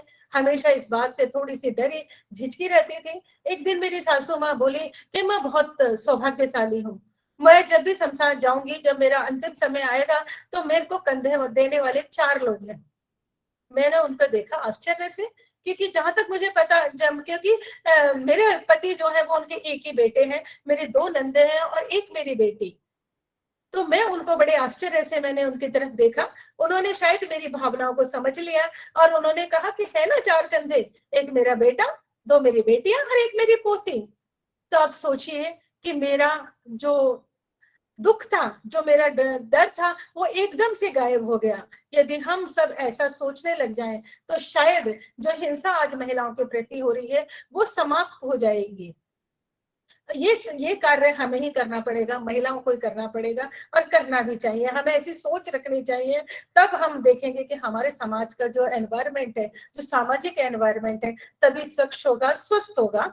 तो अब हम आते हैं कि जो घरेलू हिंसा है वो क्यों होती है, उसके क्या कारण है। तो घरेलू हिंसा के सबसे बड़ा जो कारण है वो है पुरुष अहम और तानाशाही। तो इसको मैं, आप सभी समझते हैं कि पुरुष जब भी किसी के जीवन में आता है वो अपने आप को अहम समझता है, अपने आप को सामने वाले का मालिक समझने लगता है। ये सर्वविदित है, इस पर बहुत बड़ी चर्चा करनी नहीं चाहिए। जो महिलाएं वो जानती हैं, पुरुष जब भी अपने दिल पे हाथ रख के देखे उसको हमेशा ये लगता है कि मैं सामने वाले का मालिक बन गया, जैसे मैं चाहता हूँ सामने वाला वैसे चले। तो ये पुरुष अहम, ये पुरुषों में ही नहीं है, महिलाओं के अंदर भी होता है। ये पुरुष अहम जो तानाशाही है, ये घरेलू हिंसा का कारण है। अशिक्षा हम सभी जानते हैं, समतावाद यानी समान शिक्षा, स्त्री और पुरुष को समान शिक्षा मिले तो शायद ये कम होगा। निर्धनता इसका एक बहुत बड़ा कारण है। दहेज संबंधी प्रताड़ना, जैसे आपको बताया कि जब भी शादियां होती हैं तो लड़की के साथ ही क्यों दहेज जाता है, लड़की को ही क्यों लड़के के घर में रहना पड़ता है, इसका हमारे पास अभी तक हमारे पास कोई सॉल्यूशन नहीं है, कोई जवाब नहीं है हमारे पास। क्योंकि लड़की ही लड़के के घर में जाके रहती है और वो साथ में एक बड़ी कीमत का दहेज लेके जाती है। इसके ऊपर ये बड़ा वृहद विषय है, इसके ऊपर हम सभी को सोचना चाहिए। घर के अंदर जब होता है सास बहू के खराब रिश्ते भी इसका बड़ा कारण है। लगातार घटता लिंगानुपात भी बहुत बड़ा कारण है कि महिलाओं की संख्या कम हो रही है, और वो कम होने का कारण भी अत्याचार है कि हम ये चाहते हैं कि हमारे यहाँ बेटी पैदा ना हो। हम कोख में यदि एक बेटी पैदा हो जाती है तो दूसरी बेटी को तो बहुत ज्यादातर लोग ये चाहते हैं वो बेटी पैदा नहीं हो, भ्रूण उसका हत्या होती है, चेकअप किया जाता है, भ्रूण हत्या होती है और आज भी वो चालू है। और हम सब जानते हैं, यदि आप बाहर देखें झाड़ियों के अंदर, अगर आप देखें जो बच्चों को फेंका जाता है जहां पे चेकअप नहीं होता है, उनमें से ज्यादातर लड़कियां ही होती हैं, लड़के बहुत कम होते हैं। लड़के होते हैं उनका एक बहुत अलग कारण होता है, यदि कोई लड़का पाया जाता है, लेकिन उसमें से अगर अपन देखते हैं कि 10 में से 9 या कहें कि 100 में से 99 लड़कियां ही हमें बाहर झाड़ियों के अंदर पाई जाती हैं कि जिनको उनकी माँ ही स्वीकार करने से मना कर देती है, उनको मरने के लिए छोड़ देती है। पुरुष प्रधान सामाजिक विधान, महिला के चरित्र पर बार बार जब संदेह करता है पुरुष, तो उसके अगर पुरुष बाहर कुछ भी कर है, कितनी भी महिलाओं से संबंध रखे, लेकिन यदि उस पुरुष को पता चलता है कि उसकी महिला, उसकी पत्नी, उसकी बहन, अगर कोई उसकी माँ अगर किसी दूसरे के साथ किसी भी तरीके के रिलेशन में है, तो वो उसको स्वीकार नहीं कर पाता। अभी आपने सोशल मीडिया पर एक देखा होगा कि एक 16 साल के लड़के ने अपनी माँ का मर्डर कर दिया। तो वो उसके चरित्र पे संदेह करना था कि उसने संदेह में दोनों, वो कहीं ना कहीं उस बाप का जो उसका पति था उसका उसको साथ मिला, और उस लड़के ने अपनी माँ की 16 साल के लड़के ने, मात्र जो जानता भी नहीं है, मेरी समझ में नहीं आता कि 16 साल का लड़का बहुत अच्छे से जानता होगा चरित्र क्या होता है। वैसे तो चरित्र की डेफिनेशन जो भारतीय समाज में दी जाती है वो चरित्र की डेफिनेशन है भी नहीं। चरित्र को सिर्फ एक चीज से जोड़ा जाता है कि एक महिला किसी दूसरे महिला पुरुष के साथ संबंध ना रखे या एक पुरुष दूसरी महिला के साथ संबंध ना रखे। चरित्र को हम यहाँ तक ही मतलब एक तरीके से हम संकुचित कर देते हैं चरित्र को, जबकि चरित्र में ये तो आता ही नहीं है। चरित्र में बहुत सारी चीजें आती हैं कि चरित्र में झूठ बोलना आता है, चरित्र में किसी को दुख देना आता है, चरित्र में किसी के साथ अत्याचार करना आता है, चरित्र में किसी को दूसरे को नुकसान देना आता है। लेकिन हमने, और स्पेशली भारतीय समाज के अंदर तो भारतीय समाज ने चरित्र को केवल एक चीज से रख दिया है कि आप शादी होने के बाद या शादी होने से पहले भी किसी भी पुरुष या स्त्री से संबंध नहीं रखेंगे। आपका समाज, आपके माता पिता, आपका घर जिससे चाहेगा सिर्फ आप उसके प्रति आसक्ति रखेंगे या उससे बात करेंगे। बात करना भी हमारे समाज में किसी दूसरे स्त्री या पुरुष से अच्छा नहीं माना जाता, ये हम सभी जानते हैं। इस पे हमेशा ये सोचने का विषय है। और जो पुरुष वर्ग है वो नशा करता है, नशे के में आके भी महिलाओं के ऊपर अत्याचार करता है। और भी कारण है, महिला का स्वावलंबी ना होना, यानी खुद नहीं कमाना, इलेक्ट्रॉनिक मीडिया का दुष्प्रभाव, जिस तरीके का इलेक्ट्रॉनिक मीडिया के अंदर दिखाया जाता है, जो पुरुष की भावनाओं को भड़काता है और वो अपने घर के महिलाओं के ऊपर अत्याचार करते हैं। निष्प्रभावी कानून व्यवस्था, जो कानून बनाए गए हैं घरेलू हिंसा को खत्म करने के लिए, वो निष्प्रभावी है। असमान पारिश्रमिक, ये अब आज है नहीं, लेकिन जब हम लेबर वर्ग में देखते हैं तो आज भी यही है कि एक जो पुरुष होता है, लेबर होती है पुरुष लेबर, उसको ज्यादा पैसे मिलते हैं, महिला लेबर को कम पैसे मिलते हैं। पाश्चात्य सभ्यता का दुष्प्रभाव, अपराधियों को सजा न मिलना, समाज में जो भ्रष्टाचार फैल रहा है और समाज के नैतिक मूल्यों का जो अवमूल्यन हो रहा है, समाप्त हो रहे हैं, वो बहुत बड़ा प्रभाव है। जात पात परंपराएं भी इसमें बहुत बड़ा है। राजनीतिक जागृति में कमी, मीडिया की दोषपूर्ण भूमिका, तो इसमें मैं कहना चाहूंगी कि जो मीडिया है वो बहुत बड़ी भूमिका निभा सकती है। जो महिलाओं के प्रति अत्याचार हो रहा है, महिलाओं के साथ जो भी हो रहा है, घरेलू हिंसा जो हो रही है, उसमें मीडिया एक बहुत महत्वपूर्ण भूमिका निभा सकती है। इसके ऊपर भी मैं काफी चर्चा करती हूँ। आगे मुझे कभी मौका मिलेगा तो मैं आपसे जरूर चर्चा करूंगी कि सामाजिक एनवायरनमेंट को, जितने भी जिस तरीके के हैं, पॉलिटिकल एनवायरनमेंट, सामाजिक एनवायरनमेंट या जो अपना नेचुरल एनवायरनमेंट है, सबको सुधारने में मीडिया अपनी बहुत बड़ी भूमिका निभा सकता है। क्योंकि अभी डिजिटल जो माध्यम हमारे सामने है, प्रचार के, जागरूकता के, उनके आधार पर मीडिया, हम सभी मीडिया के अंदर आते हैं। जो भी जागरूक करने का प्रयास करता है डिजिटल माध्यम से, वो सभी मीडिया के अंदर आते हैं, तो उनकी महत्वपूर्ण भूमिका हो सकती है। कठोर दंड का अभाव, हमारी बहुत धार्मिक कुरीतियां कि धर्म के आधार पर हम मानते हैं कि महिला का जो स्थान है वो समाज में हमेशा दोयम ही रहा है, प्रथम नहीं रहा है। तो वो है साक्ष्यों का अभाव, कि जब भी किसी महिला के प्रति हिंसा होती है तो वो महिला साक्ष्यों का अभाव होता है, क्योंकि कोई बोलना ही नहीं चाहता कि इस महिला के प्रति हिंसा हुई है। सब इससे डरते हैं। पुरुषों के प्रति आर्थिक निर्भरता, कि अभी हमारे समाज का, हमारी महिला जो समाज है उसका बहुत बड़ा जो भाग है वो खुद नहीं कमाता, अपनी आजीविका खुद प्राप्त नहीं करता, वो पुरुषों के ऊपर आर्थिक रूप से निर्भर है। यही कारण है कि चूंकि जीवन चलाने के लिए, खुद का और बच्चों का जीवन चलाने के लिए बहुत आवश्यकता है अर्थ की, पैसे की, और वो पुरुषों पर निर्भर है, तो पुरुषों के अत्याचार को, हिंसा को वो स्वीकार मतलब सहती रहती है, बाहर आके बोलती भी नहीं है। महिला को कानून की जानकारी नहीं है। पति के अन्य महिलाओं से जब संबंध होते हैं और महिला अगर रोकती है तो उसके साथ अत्याचार, हिंसा, मार पिटाई होती है, हम सभी जानते हैं। और सबसे ऊपर जो है महिलाओं के ऊपर अत्याचार का कारण, वो है महिलाओं ने ये सोच लिया है कि हमारे संस्कार अच्छे, हमें जब भी संस्कारगत माना जाएगा, या हमारे संस्कार अच्छे तभी माने जाएंगे जब हम सब कुछ सह लें। जैसा कि हमारे परिवारों में चलता है कि डोली में बैठ के आइयो और अर्थी में बैठ के उस घर से निकलोगी। मतलब हर एक माँ ये कहती है कि मेरी माँ ने तो ऐसा कहा, या मैं बेटी तेरे से ऐसा कह रही हूँ कि जिस परिवार में तू डोली में बैठ के जा रही है उसमें अर्थी में बैठ के ही निकलना, जो, और यही तेरा संस्कार है और यही हम अंतिम संस्कार तेरे को दे रहे हैं। जो ये संस्कारगत भाव है, ये महिलाओं पर अत्याचार करने का बहुत बड़ा कारण है, क्योंकि जो सहेगा उसके ऊपर अत्याचार करा जाएगा। महिला सहती है इसलिए उसके ऊपर अत्याचार किया जाता है, वो सहना बंद कर देंगी तो उसके ऊपर अत्याचार भी नहीं होगा। तो ये जो संस्कारगत भाव है ये बहुत बड़ा कारण है महिलाओं के अत्याचार सहने का। अब जो पुरुष बताते हैं कि हम क्यों करते हैं महिलाओं के साथ अत्याचार, उसका सबसे बड़ा कारण ये है कि वो कहते हैं कि महिला घर से बाहर गई, हमें बता के नहीं गई।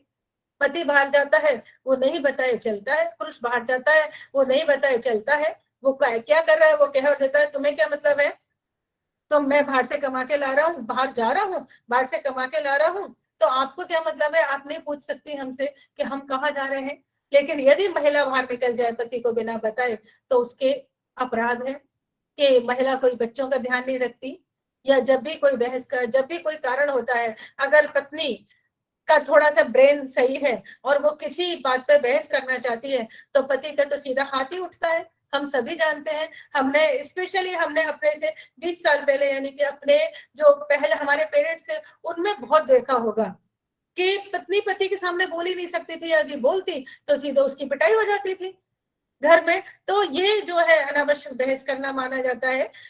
शारीरिक संबंध बनाने से मना करना किसी भी स्त्री का, पुरुष से समय पर और अच्छा खाना ना बनाना, यानी टाइम पे खाना नहीं बनाना और अच्छा खाना नहीं बनाना, पराये पुरुष से ज्यादा बातें करना, पति के घर वालों की इज्जत ना करना। हम सभी इन सभी चीजों से वाकिफ है कि ये सभी कारण जो पुरुष जब भी अत्याचार करता है ये बताता है कि ये सभी कारण है कि हम महिलाओं पे अत्याचार करते हैं।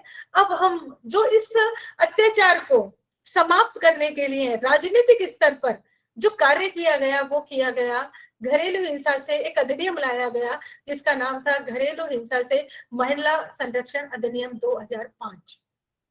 हम इसके ऊपर चर्चा करेंगे कि जब हम देखते हैं कि आज बहुत अच्छा कि आज महिलाएं प्रशासनिक पदों पर भी हैं, महिलाओं के मतलब महिलाएं एक अच्छी स्थिति प्राप्त कर रही हैं, ऐसी स्थिति में भी महिलाओं के प्रति जो है वो अत्याचार हो रहे हैं। तो उन महिलाओं के लिए जो महिलाएं पुरुषों के द्वारा शारीरिक, मानसिक और भावात्मक रूप से पीड़ित हो रही हैं उन सभी के लिए एक घरेलू हिंसा से महिला संरक्षण अधिनियम जो है वो लाया गया उसके लिए। तो उसका परिचय ये है कि और वो लागू किया गया 16 अक्टूबर 2006 को। उसके अंतर्गत जो घरेलू हिंसा की विस्तृत व्याख्या की गई कि किसी भी तरह की प्रताड़ना जो महिला और बालिका के को शारीरिक, मानसिक उसके स्वास्थ्य को नुकसान पहुंचाए, आघात पहुंचाए, उसके जीवन की सुरक्षा के लिए खतरा हो, वो घरेलू हिंसा है। व्यथित महिला या बालिका को उसके नातेदार, फिर चाहे वो पुरुष हो या महिला हो, वो किसी भी तरीके से दहेज के लिए या किसी और तरीके से दहेज की मांग करते हैं जो विधि के विरुद्ध है, या और किसी भी तरीके से उसको तंग करते हैं, उसको जो खतरा पहुंचाते हैं, वो सब घरेलू हिंसा के अंतर्गत है। परिवार का कोई भी सदस्य उसको चोट पहुंचाता है किसी भी तरीके का, मानसिक, शारीरिक, वो सब घरेलू हिंसा के अंतर्गत है। यानी कि कहने का तात्पर्य है कि किसी की भावनाओं से खेलना, किसी के शरीर को नुकसान पहुंचाना, किसी को मानसिक रूप से प्रताड़ित करना, ये सब घरेलू हिंसा के अंतर्गत आता है। आप इसको सुनकर बहुत खुश हो रहे होंगे कि कोई अब हमें, महिला स्पेशली, कि कोई हमें शारीरिक रूप से, मानसिक रूप से, भावात्मक रूप से कोई हमें चोट नहीं पहुंचा सकता। यदि ऐसी चोट पहुंचाएगा या हमारे साथ अत्याचार करेगा तो हम सीधा न्यायालय की शरण में चले जाएंगे, सीधा न्यायाधीश से जाके बोलेंगे कि अमुक बंदा हमारे ऊपर अत्याचार कर रहा है, हमें चोट पहुंचा रहा है, हमारे भावात्मक रूप से हमें चोट पहुंचा रहा है, मानसिक रूप से हमें चोट पहुंचा रहा है, और वो उसको सजा दे देंगे उसको। इसके ऊपर भी हम चर्चा करते हैं कि सबसे पहले हम चर्चा करते हैं कि किस 4 प्रकार से इस अधिनियम के अंतर्गत 4 प्रकार की हिंसा को, या हिंसा को 4 भागों में बांटा गया। शारीरिक हिंसा, इसके अंतर्गत उन्होंने स्पष्ट किया, मारपीट करना, थप्पड़ मारना, ठोकर मारना, दांत से काटना, लात से मारना, मुक्का मारना, धकेलना, या किसी भी तरीके से जब शरीर को कोई चोट पहुंचती है। फोटो में मैंने दिखाया एक कपल बहुत प्यारा, क्योंकि मैंने जब सर्च किया नेट के ऊपर तो देखा मैंने कि मुझे बहुत कम फोटोज मिली इंडियंस की, बहुत कम भारतीय अपने महिलाओं की फोटो मिली, क्योंकि वो तो इस चीज को मतलब बाहर भी नहीं लाना चाहती कि हमारे ऊपर हिंसा हुई है। ये सारी फोटो मुझे विदेशी महिलाओं की मिली कि जो एक अच्छा खासा हंसता कपल है, उसने अपनी पत्नी को इतनी बुरी तरह से मारा, आप उसकी फोटो देख सकते हैं, और उसने अपनी ये फोटो शेयर करी। तो इस तरीके से कोई किसी भी तरीके की शारीरिक रूप से चोट पहुंचाना शारीरिक हिंसा में आता है। लैंगिक हिंसा यानी कोई पुरुष किसी महिला को, किसी बच्ची को कोई अश्लील साहित्य दिखाता है, चित्र दिखाता है, या सामग्री देखने को मजबूर करता है, अथवा कोई मतलब कोई इस तरीके का कार्य करता है या कार्य करने के लिए मजबूर करता है, लड़की और लड़के यानी छोटे बालकों को, दोनों को अगर ऐसा करता है तो वो लैंगिक हिंसा के अंतर्गत आएगा और उसके विरुद्ध भी न्यायालय की शरण में जाया जा सकता है। फिर है मौखिक और भावात्मक हिंसा यानी अर्थात गाली देना, उसके चरित्र और आचरण पर दोषारोपण करना, संतानहीन होने पर महिला को अपमान करना, दहेज न लाने पर अपमान करना, या किसी शिक्षण संस्थान में बालक या बालिका को, दोनों को ही जाने से रोकना यानी पढ़ने से रोकना, नौकरी करने से रोकना, किसी व्यक्ति विशेष से मिलने से रोकना। यानी कि आज हमारे यहाँ आम चलन है कि जैसे ही कोई लड़की आती है घर पे और वो अपने परिवार से, अपनी माँ से, अपने फादर से या किसी अपने परिवार के लोगों से बात करना चाहती है, सबसे ज्यादा ससुराल वालों को, पति को ये खराब लगता है। जब आप कोई क्या पति ये सोचता है कि जब आप अपने परिवार वालों का, अपने माँ बाप का पूरा ध्यान रखते हैं और अपने आप को भाग्यवान समझते हैं या अपने आप को गौरवान्वित महसूस करते हैं कि हम अपने माँ बाप के लिए कार्य कर रहे हैं, हम अपनी बहन की भलाई के लिए कार्य कर रहे हैं, हम अपने परिवार का साथ दे रहे हैं, वहीं यदि उन्हीं की पत्नी यदि अपने माँ बाप से बात भी करती है फोन पे तो उनको सबसे ज्यादा खराब ये लगता है। मैं भी जितने भी पुरुषों से बात करती हूँ तो सबसे पहला उनका यही जो होता है, शिकायत होती है अपनी पत्नी से, यही होती है कि अपने परिवार वालों से बहुत बात करती है, अपने परिवार वालों के मतलब हमेशा फोन पे लगी रहती है। तो उनकी यही शिकायत होती है हमेशा। मैं ये नहीं कहती कि फोन पे हमेशा बात करना अच्छी बात है, लेकिन अगर उनके मन की सुनना, जबकि पुरुष जो लड़का है, बेटा है, वो अपने माँ बाप के लिए सब कुछ कर रहा है, तन से कर रहा है, मन से कर रहा है, धन से कर रहा है, लेकिन यही केवल बेटी अगर माँ बाप के दिल की भी सुन लेती है, हो सकता है वो रोज सुनती हो सकता है दिन में 2 घंटे उनकी बात सुनती हो, बात करती हो, ये हमेशा उनको नागवार गुजरता है। तो इस पे ज्यादा टिप्पणी नहीं करना चाहूंगी। विवाह से यानी कि विवाह के लिए मजबूर करना, विवाह से रोकना आदि सब मौखिक और भावात्मक हिंसा के अंतर्गत आते हैं। चौथा है आर्थिक हिंसा, यानी कि किसी स्त्री और उसके बच्चों के लिए भोजन, घर, कपड़े, दवाइयां उपलब्ध न कराना, अपना रोजगार चलाने से रोकना, अपना स्वयं का वेतन महिला को खर्च करने से रोकना, घर के किसी भाग में जाने या उपयोग करने से रोकना, या जो भी है दहेज आता है उस दहेज को अपना समझना, ये आम होता है। जितनी भी महिलाएं कमाती हैं उन सबको पता है, ज्यादातर को पता है कि उनकी स्थिति यही है कि अपनी कमाई को वो अपने अनुसार नहीं खर्च कर पाती, वो गिड़गिड़ाती है, वो सोचते अपने पति से बार बार परमिशन लेती हैं कि हम ये खर्च कर लें क्या। अभी एक था, मेरी एक दोस्त है, उनके पास गई जो बहुत अच्छा कमाती है, तो मैंने देखा उनको एक ड्रायर लेके आना था कपड़ा सुखाने के लिए, जो बाहर कपड़ा सुखा के परेशान हो गई। उन्होंने मेरे से इसकी जानकारी प्राप्त करी और वो उस ड्रायर के लिए वो घर में ये नहीं कह पाई कि मुझे ये ड्रायर लेके आना, जबकि घर में कमाई उन्हीं की है, पति उनका ना के बराबर कमाता है, लेकिन उसके बाद भी 2 दिन उनको पति को ये मतलब कहने में लगा, ये पति को राजी करने में लगा कि मुझे ड्रायर लाना है। मुझे अभी भी नहीं पता कि वो ड्रायर लेके आ पाई है नहीं पाई है। जब उन्होंने मेरे ही सामने अपने हस्बैंड से कहा कि देखो मैडम बता रही है कि ड्रायर से बहुत सुविधा है, क्योंकि कपड़ा बाहर जाके छत पे नहीं सुखाने पड़ते हैं आपको, और मुझे भी ड्रायर लेना है क्योंकि मैं पूरे दिन सुबह से लेकर रात तक पार्लर का वो काम करती थी कि पार्लर का काम करती हूँ तो मुझे इसकी जरूरत है। और मैंने देखा कि उसके हस्बैंड ने ना कहा ना हाँ कहा, जबकि वो महिला कमाती है। मैं जानती हूँ कि उसका पति ना के बराबर कमाता है या बिल्कुल नहीं कमाता है, लेकिन उसके मुंह से कोई जवाब नहीं निकला। वो अपने पति को देखती रही, उसके बाद वो बोली नहीं मैडम मुझे तो मंगाना है। तो ये कहने का क्या तात्पर्य है कि वो जो महिला कमाती है, पूरे दिन घर के बाहर काम करती है, यदि उसको अपने घर को सही रूप से चलाने के लिए आपका वो सहारा नहीं ले रही, यदि मशीनों का सहारा ले रही है, उस मशीन को अपने ही पैसे से मंगा रही है, उसके लिए भी उसे अपने पति की इजाजत लेनी पड़ेगी, उसकी हाँ कहनी पड़ेगी, उसको खुश रखना पड़ेगा। हम में से जितनी भी महिलाएं जुड़ी हुई हैं वो सब जानती हैं कि ऐसा हर घर में होता है। यदि घर में शांति रखनी है, घर में पुरुष को संतुष्ट करना बहुत जरूरी है। क्यों ऐसा करना जरूरी है कि यदि वो पुरुष कहता कि हाँ हाँ तुम्हारी सुविधा के लिए जरूरत है, तुम जरूर ले लो, मुझे भी उससे सुविधा होगी, लेकिन उसने कुछ हाँ कहा ना कहा, वो उठ के वहां से चला गया, मुझे बड़ा नागवार गुजरा। और ये स्थितियां हम सब महिलाएं जो स्पेशली कमाती है या नहीं भी कमाती है, वो हम सभी सहन करती है कि हमें, जबकि पुरुष बहुत ज्यादा मतलब महिलाओं से नहीं पूछता, अपने परिवार के लिए भी खर्च करना है। ऐसा नहीं है कि ऐसा नहीं होता, बहुत जगह ऐसा होता है कि पुरुष डर डर के खर्च करता है अपने घर वालों पे भी, लेकिन हाँ ये रेशो महिलाओं का ज्यादा है, प्रतिशत ज्यादा है कि महिला अपने पैसे को खर्च करने के लिए एक पुरुष से इजाजत लेती है। बहुत सारे पुरुष हैं जो, महिला कभी नहीं चाहती किसी भी घर की कोई पुरुष ड्रिंक करे या उसके लिए पैसा खर्च करे, कोई नशा करे या उसके लिए पैसा खर्च करे। पुरुष करता है या नहीं करता है? हाँ, जब उस पुरुष को किसी अच्छे कार्य के लिए पैसा खर्च करना होता है, वो जरूर तब कहता है कि मैं अपनी पत्नी से पूछ के बताऊंगा कि मुझे खर्च करना है या नहीं खर्च करना है। जबकि वास्तविकता में जहां पत्नी चाहती है खर्च नहीं करना है, वो अपनी मर्जी से अपने सुख के लिए या कहिए कि अपनी खुशियों के लिए वो खर्च करने में कभी भी नहीं हिचकता। तो ये एक विचारणीय प्रश्न है, इसके ऊपर हम सबको सोचना चाहिए, विचार करना चाहिए। उसके बाद हम अधिनियम के ऊपर आते हैं कि अधिनियम में शिकायत करने का जो तरीका है वो क्या है, कि अधिनियम के अंतर्गत शिकायत कौन कर सकता है, किसे करनी चाहिए। तो महिला या उससे जो भी रिलेटेड पुरुष या महिला है वो न्यायाधीश के आगे, सीधा न्यायाधीश के आगे अपनी शिकायत दर्ज कर सकता है। उन दोनों को उसके लिए हस्ताक्षर करने होंगे। कोर्ट में जो प्रक्रिया होती है वो प्रक्रिया होती है कि शिकायत पर, जैसे बताया, महिला या कोई भी व्यक्ति जो उससे रिलेटेड है वो कोर्ट में जा सकता है।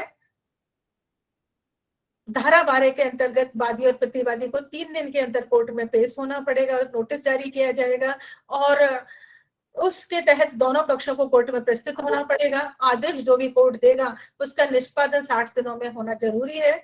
महिला को जो अंतिम निस्तारण, यानी कि जो भी फाइनल डिसीजन होगा, वो फाइनल डिसीजन जब तक महिला कहेगी कि मैं इससे संतुष्ट हूँ तब तक रहेगा, तब तक वही होगा कि मैं हाँ इस डिसीजन से संतुष्ट हूँ, वो वही अंतिम डिसीजन होगा। और तब तक महिला को संरक्षण प्रदान किया जाएगा और निस्तारण की अर्जी सिर्फ महिला ही लगा सकती है। अर्थात कहने का मतलब यह है कि महिला ही जब तक हाँ नहीं कहेगी कि मैं जो भी इस जो भी कोर्ट में जो भी हुआ है या मैंने जो शिकायत दर्ज कराई है उसका मुझे सही न्याय मिल गया क्या, वो अर्जी लगाएगी, एप्लीकेशन देगी, तभी ये केस खत्म होगा और ये अपराध जो है वो गैर जमानती है।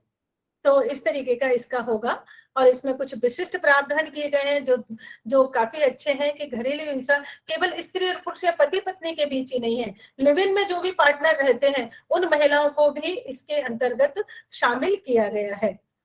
और इस हिंसा के द्वारा घर में जो अदृश्य हिंसा होती है, शारीरिक यातना, गाली गलौज, यौन अत्याचार, उनको दूर करने का प्रयास किया गया है। वित्तीय अधिकार भी महिलाओं को दिए गए हैं और जो पैतृक मकान जिसमें महिला रहती है उसके ऊपर भी उसे अधिकार है, चाहे वो उसके पिता का हो।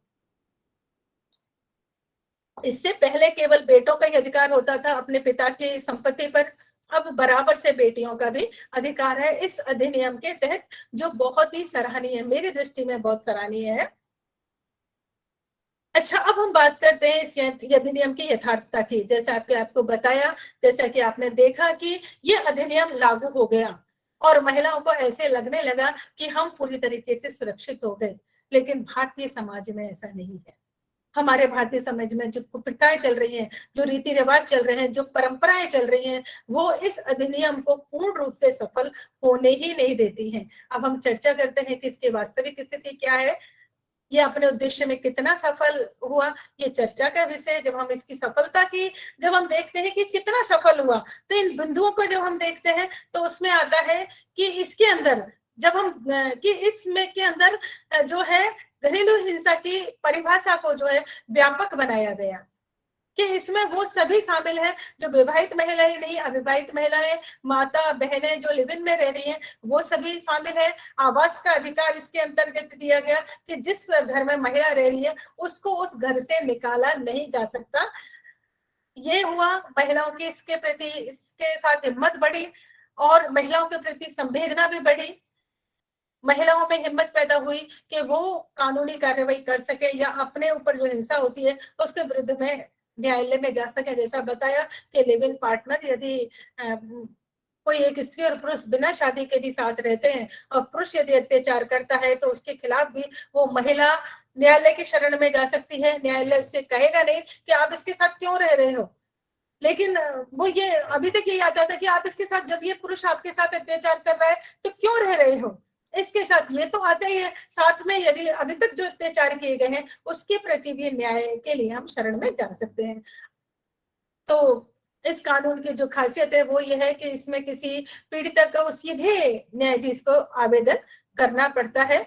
जरूरी है इस अधिनियम की सफलता के लिए कि इस अधिनियम की क्रियान्विति जो है वो दिल से होनी चाहिए। मैं थोड़ा जल्दी करने का प्रयास करूंगी क्योंकि काफी टाइम हो गया है। अब हम जो मेन बात करते हैं वो करते हैं अधिनियम की असफलता की, कि अधिनियम कहाँ असफल हो रहा है। आज भी घरेलू अत्याचार हो रहे हैं, तो जो अधिनियम असफल हो रहा है वो यहाँ हो रहा है कि इस अधिनियम में जो शब्द दिए गए हैं वो काफी क्लिष्ट है। अर्थात ये है कि ये कहा गया है कि उसका पति या उसका जो पुरुष जो साथी है वो उसको आदतन मारता पीटता है, यानी एक बार उसने मारा पीटा उसके विरुद्ध वो न्यायालय में नहीं जा सकती। उसको ये सिद्ध करने के लिए वो आदतन मारता पीटता है, उसके लिए उसे बार बार उस पुरुष से पिटना पड़ेगा, उस पुरुष के अपने अत्याचार के लिए अपने को हवाले करना पड़ेगा। दूसरा ये है इसके अंदर कि ये जो अधिनियम है वो जो न्याय है वो न्यायाधीश की दया पर निर्भर है। अर्थात न्यायाधीश ये निर्णय करेगा कि पीड़िता के ऊपर कितना अत्याचार हुआ है, उसकी जिम्मेदारी है। यानी कि उसका अधिकार जो है, किसी पीड़िता का जो अधिकार है कि उसको मारा पीटा ना जाए, उसके ऊपर अत्याचार ना हो, ये केवल न्यायाधीश की दया पर निर्भर करता है। पीड़िता को जो उसको परेशानी हुई है उसके अधिकार के ऊपर निर्भर नहीं करता। ये दूसरा है दोषी के बच निकलने की आशंका, कि जब भी कोई मारता पीटता है या ये अर्थात ये कि वो शक्तिशाली है, तो इस तरह की जब घटनाएं होती हैं तो इस घटनाओं को कोई सबूत नहीं होता। चश्मदीद जो गवाह होते हैं वो भी गवाही देने से बचते हैं, यानी कोर्ट तो गवाही चाहता है और गवाही इसके अंदर होती नहीं है। कौन रिकॉर्ड करके रखे, आजकल तो वैसे बहुत हो गया कि बाहर वाले रिकॉर्ड कर लेते हैं, लेकिन वो भी उसको नहीं बताना चाहते। कौन झंझट में पड़े, कौन कानूनी कार्यवाही पड़े, कौन कोर्ट के चक्कर में पड़े। तो ये सब जो घटनाएं होती है कोई भी महिला का साथ नहीं देना चाहता और कोर्ट चाहता है कि चश्मदीद गवाह होना चाहिए।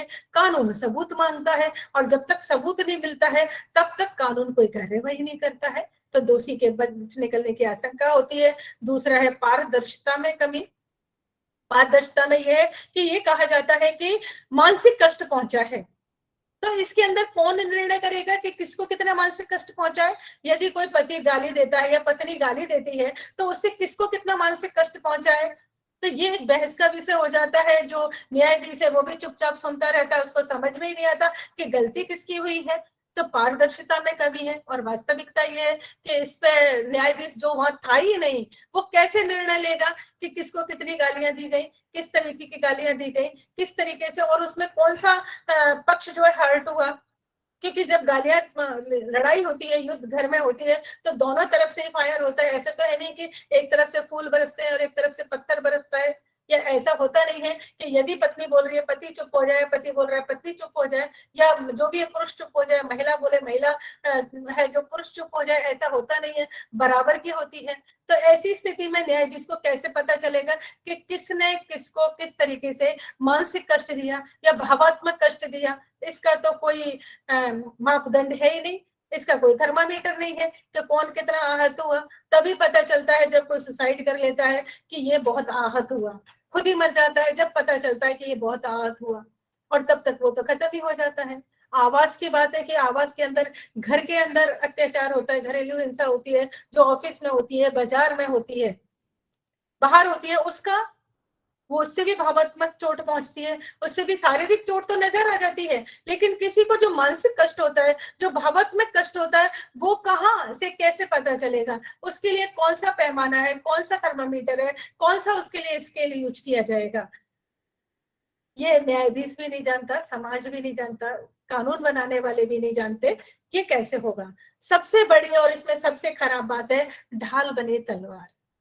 अर्थात ये है कि ये जो कानून है, वास्तविकता में जिसके साथ अत्याचार होता है, जो महिलाएं पिटती हैं, जो अत्याचार को सहन करती हैं, जो हिंसा का शिकार होती हैं, उनमें तो खुद में ताकत होती ही नहीं है इतनी, तभी तो वो हिंसा का शिकार हो रही हैं। यदि उन्हीं के अंदर बल होता तो उन पर अत्याचार कोई करता ही नहीं। वो पहली बार जब उसके ऊपर थप्पड़ उठाया जाता, तभी वो डंडा लेके खड़ी हो जाती कि मुझे कौन मार रहा है, अपने मायके चली जाती।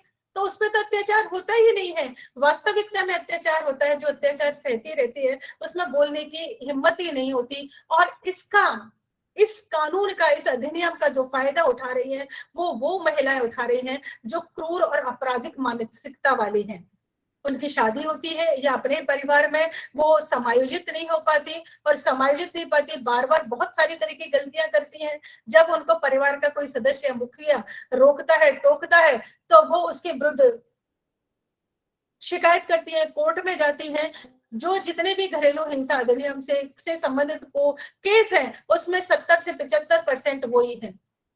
निर्दोष लोग हैं जो इसके अंदर सजा भुगतने को बेबस है, क्योंकि वास्तविकता में ये नहीं कहूंगी कि इतना कम होता है, वास्तविकता है कि 90% अपराध होता है, महिलाओं के प्रति होता है, लेकिन उसमें से 75% महिलाएं कभी भी कोर्ट में नहीं पहुंचती हैं।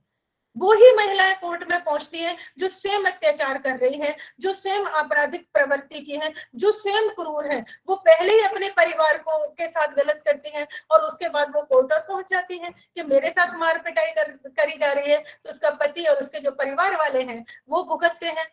तो ये जो कानून है, ये महिलाओं के लिए ढाल नहीं है, यानी अपने बचाव का साधन नहीं है, ये तो तलवार बन गई है, जिसके आधार पर वो पुरुषों को या अपने ससुराल वालों को या जो भी पुरुष वर्ग है, जो भी है सामने वाला, उसके ऊपर वो स्वयं हिंसा कर रही है, स्वयं अत्याचार कर रही है। तो ये जो कानून है, ये उन महिलाओं के लिए जो क्रूर प्रवृत्ति की है, उनके अपने स्वार्थ सिद्धि का साधन बन गया है। साथ ही ये कानूनी दस्तावेज कम राजनीतिक ज्यादा लगता है। कारण ये है कि ये जो कानून है बनाया तो पुरुषों ने ही है, तो पुरुष क्या ये चाहेंगे कि कोई भी कानून उनके विरुद्ध में हो? अत्याचार भी पुरुष करता है। तो ये केवल एक राजनीतिक व्यवस्था है कि पुरुष ये कह रहा है कि देखो महिलाएं, हम आपका कितना हित सोचते हैं, आपके लिए चिंतित हैं, हम आपको ऊपर उठाना चाहते हैं।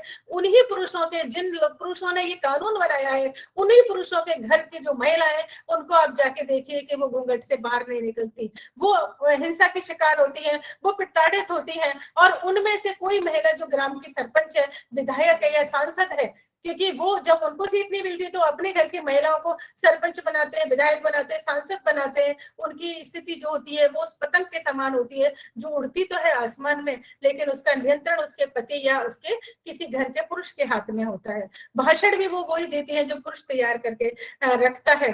अर्थात ये जो कानून है वो सिर्फ एक दिखावा है, एक मुखौटा मात्र है। अर्थात ये कानूनी दस्तावेज कम और राजनीतिक प्रोपेगेंडा ज्यादा है।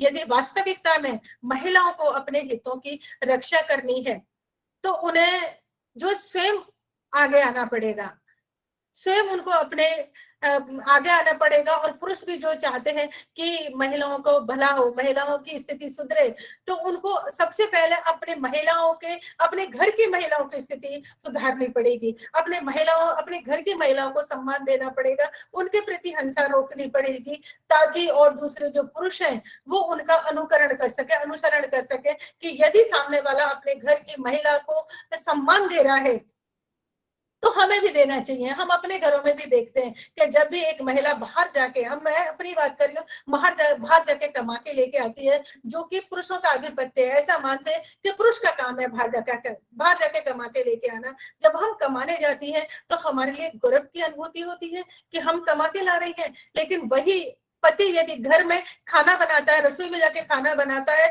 और कोई बाहर से आ जाता है तो वो बाहर आ जाता है, क्योंकि उसके लिए ये अच्छा काम नहीं है। तो हम कमाने इसीलिए तो जा रहे हैं कि हमें खाना खाना है। तो यदि एक महिला खाना बनाती है, अच्छी बात है, एक महिला कमाने जाती है, वो बहुत अच्छी बात है, लेकिन पुरुष कमाने जाता है, अच्छी बात है, लेकिन वो यदि किचन में खाना बनाने चला गया तो ये तो उसके सम्मान के विरुद्ध हो गया। खाना बनाना सम्मान के विरुद्ध कैसे हो सकता है? क्योंकि ये महिलाओं का काम है। जब महिला पुरुष का काम कर सकती है तो क्या पुरुष महिला का काम नहीं कर सकता? पुराने टाइम में ये एक व्यवस्था बनाए रखने के लिए बांटा गया था कि पुरुष कमा के लाएगा, महिला घर का काम करेगी। जब महिला आज बाहर कमाने जा रही है तो पुरुष घर का काम क्यों नहीं कर सकता? मैं बार बार ये कहती हूँ कि महिला तो जो आज हमारे बीच में, हमारे समाज के बीच में द्वंद का जो कारण है वो यही है कि महिला तो घर से बाहर निकल गई लेकिन पुरुष घर के अंदर नहीं आया। वो सोचता भी नहीं है घर के बारे में कि क्या खाना बनाना है, कैसे बनाना है। बहुत चर्चा का विषय है ये। तो इस कानून के बारे में यदि बात करी जाए तो ये एक ऐसा ही कानून है जो कानून पहले से था, बस इसका कानून का नया नाम दे दिया है। इस कानून को, हाँ ये जरूर है कि महिला सशक्तिकरण के लिए ये एक संबल प्रदान करेगा, लेकिन हमारे यहाँ जो है, जो भारत में जो घरेलू हिंसा होती है वो दहेज के लिए होती है, पुत्र प्राथमिकता के लिए होती है। तो ऐसी स्थिति में घरेलू हिंसा से कैसे निपटा जाए? तो आज आवश्यकता नए नए कानून बनाने की नहीं है, बल्कि आवश्यकता है उन कानूनों की जो पहले से बने हुए हैं उनकी सख्ती से पालना हो, उनका क्रियान्वयन हो, और जो महिलाएं अपने पति और समाज की मान मर्यादा के लिए घरेलू हिंसा को सहन कर रही हैं, वो सामने आए, वो उनका सामना करें। उनको अपने अपने लिए आवाज बुलंद करनी पड़ेगी, अपने अत्याचारों के खिलाफ आवाज बुलंद करनी पड़ेगी, तभी ये संभव हो जा पाएगा, उनकी स्थिति में सुधार हो पाएगा। अब ये आता है कि अंतिम रूप से यही निष्कर्ष आता है कि महिला की मर्यादा की रक्षा कौन करेगा? इसका सीधा सा जवाब है महिला की स्वयं की संगठित शक्ति, महिला का महिला के प्रति सम्मान। जब तक महिला महिला को सम्मान नहीं देगी तब तक ये संभव नहीं हो पाएगा, तब तक हमारे यहाँ से घरेलू हिंसा है जो समाप्त नहीं हो पाएगी। पुरुष को या पूरे समाज को अपनी रूढ़िवादी सोच को तिलांजलि देनी पड़ेगी, महिला को अपनी शक्ति को पहचानना पड़ेगा, स्वयं अपनी चुनौतियों को स्वीकार करना पड़ेगा। अतः अंत में मैं तो यही कहूंगी, आज आवश्यकता है कि स्त्री और पुरुष दो नहीं है, नर नारी के जो सुंदर स्वरूप है, जिसकी अर्धनारीश्वर की, उसको विकसित करना पड़ेगा। यानी कि नारी यदि बाहर जा सकती है तो नर को भी घर को संभालना पड़ेगा। यानी अर्धनारीश्वर यानी नारी में एक पुरुष है और पुरुष में एक नारी है। अपनी जो अर्धांगिनी है उसको अपनी सहयोगी समझना पड़ेगा, तभी नारी को सच्चा सम्मान प्राप्त होगा और महिलाओं की स्थिति सुधरेगी। एक बहुत ही सुंदर हार्दिक धन्यवाद देते हुए मैं बहुत ही सुंदर तस्वीर आपके सामने पेश कर रही हूँ कि जो नारी शक्ति का प्रतीक है और अपनी भावनाओं को उजागर कर रही है समाज में आके। मुझे नहीं लगता ये दो नारियां दिख रही हैं, इनके ऊपर कोई हिंसा कर सकता है, अत्याचार कर सकता है। ये तो महिलाएं दूसरों नारियों के को अत्याचार से बचाती हैं, हिंसा से बचाती हैं। तो ऐसा ही बनना पड़ेगा हमें कि जब हम एक दूसरे के सम्मान की रक्षा करेंगे तो कोई किसी पुरुष में ताकत नहीं है कि किसी नारी के ऊपर अत्याचार कर सके, हिंसा कर सके। तो हमें एक दूसरे का सम्मान करना पड़ेगा। अंत में मैं कहना चाहूंगी, अधिकार दिलाए कौन तुझे, यह तो लड़कर लेना होगा, जंजीरें जो पहनी तूने तोड़ उन्हें आगे बढ़ना होगा। अर्थात किसी पुरुष ने आपको जंजीर नहीं पहनाई है, आपने खुद ने पहनी है मर्यादा की जंजीर। तो मर्यादा हिंसा सहन करने में नहीं है, मर्यादा है हिंसा का प्रतिकार करने में, खुद बचने में और दूसरों को बचाने में। एक और कहना चाहूंगी, पर पदाघात अब मिथ्या के मस्तक पर, सत्यावेषण के पथ पर निकलो नारी, तुम बहुत दिनों तक बनी दीप कुटिया का अब बनो क्रांति की ज्वाला की चिंगारी। यानी कि जो एक ये भ्रम है कि यदि आप सहती हो, ये मिथ्या है, ये गलत है, यदि आप सहती हो तो आप समाज के लिए अच्छा कर रही हो, आप हिंसा को सहती हो। सत्य ये है कि आपको अत्याचार को समाप्त करना पड़ेगा, आपको स्वयं के लिए उठना पड़ेगा, दूसरों के लिए भी हिंसा को समाप्त करना पड़ेगा। अभी तक आप एक घर को प्रज्वलित कर रही थी, आपको पूरे विश्व को, पूरे समाज को, पूरे संसार को प्रज्वलित करना पड़ेगा। एक अच्छी सी रोशनी से पूरी दुनिया को आप अपने को चमकाना होगा। धन्यवाद। That was so wonderful, Dr. Verma. Let me congratulate you for the amazing topic you have chosen. I think you should pin up me.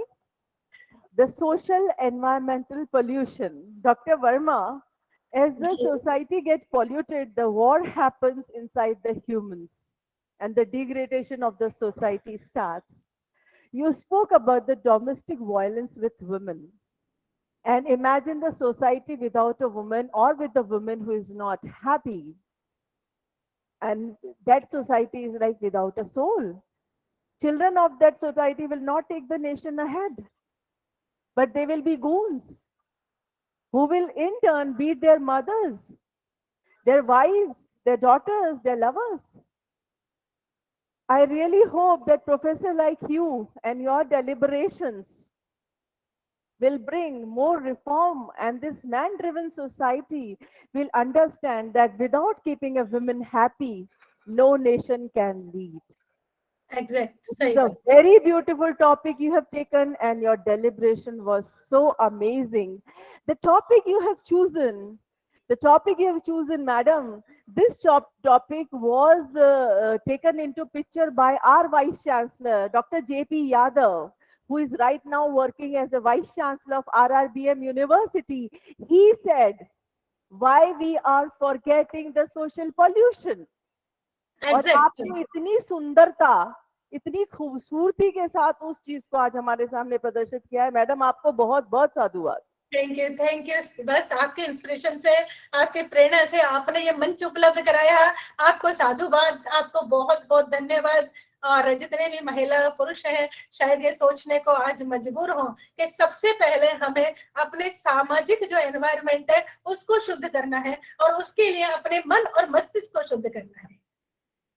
आपने एक और चीज के बारे में बोला था कि एक दूसरे का साथ दें, एक दूसरे को बढ़ावा दें। ये चीज अगर हमें दिखने लग जाए तो मेरे ख्याल से किसी महिला की आंखों में आंसू नहीं होंगे। बिल्कुल थैंक यू नहीं सो है। Much. I would like to take this opportunity to thank you for giving up your time in ISTTP-3. It was quite apparent that how every single person, including me, is engrossed in your talk. And trust me, there is so much to learn from you, Dr. Verma.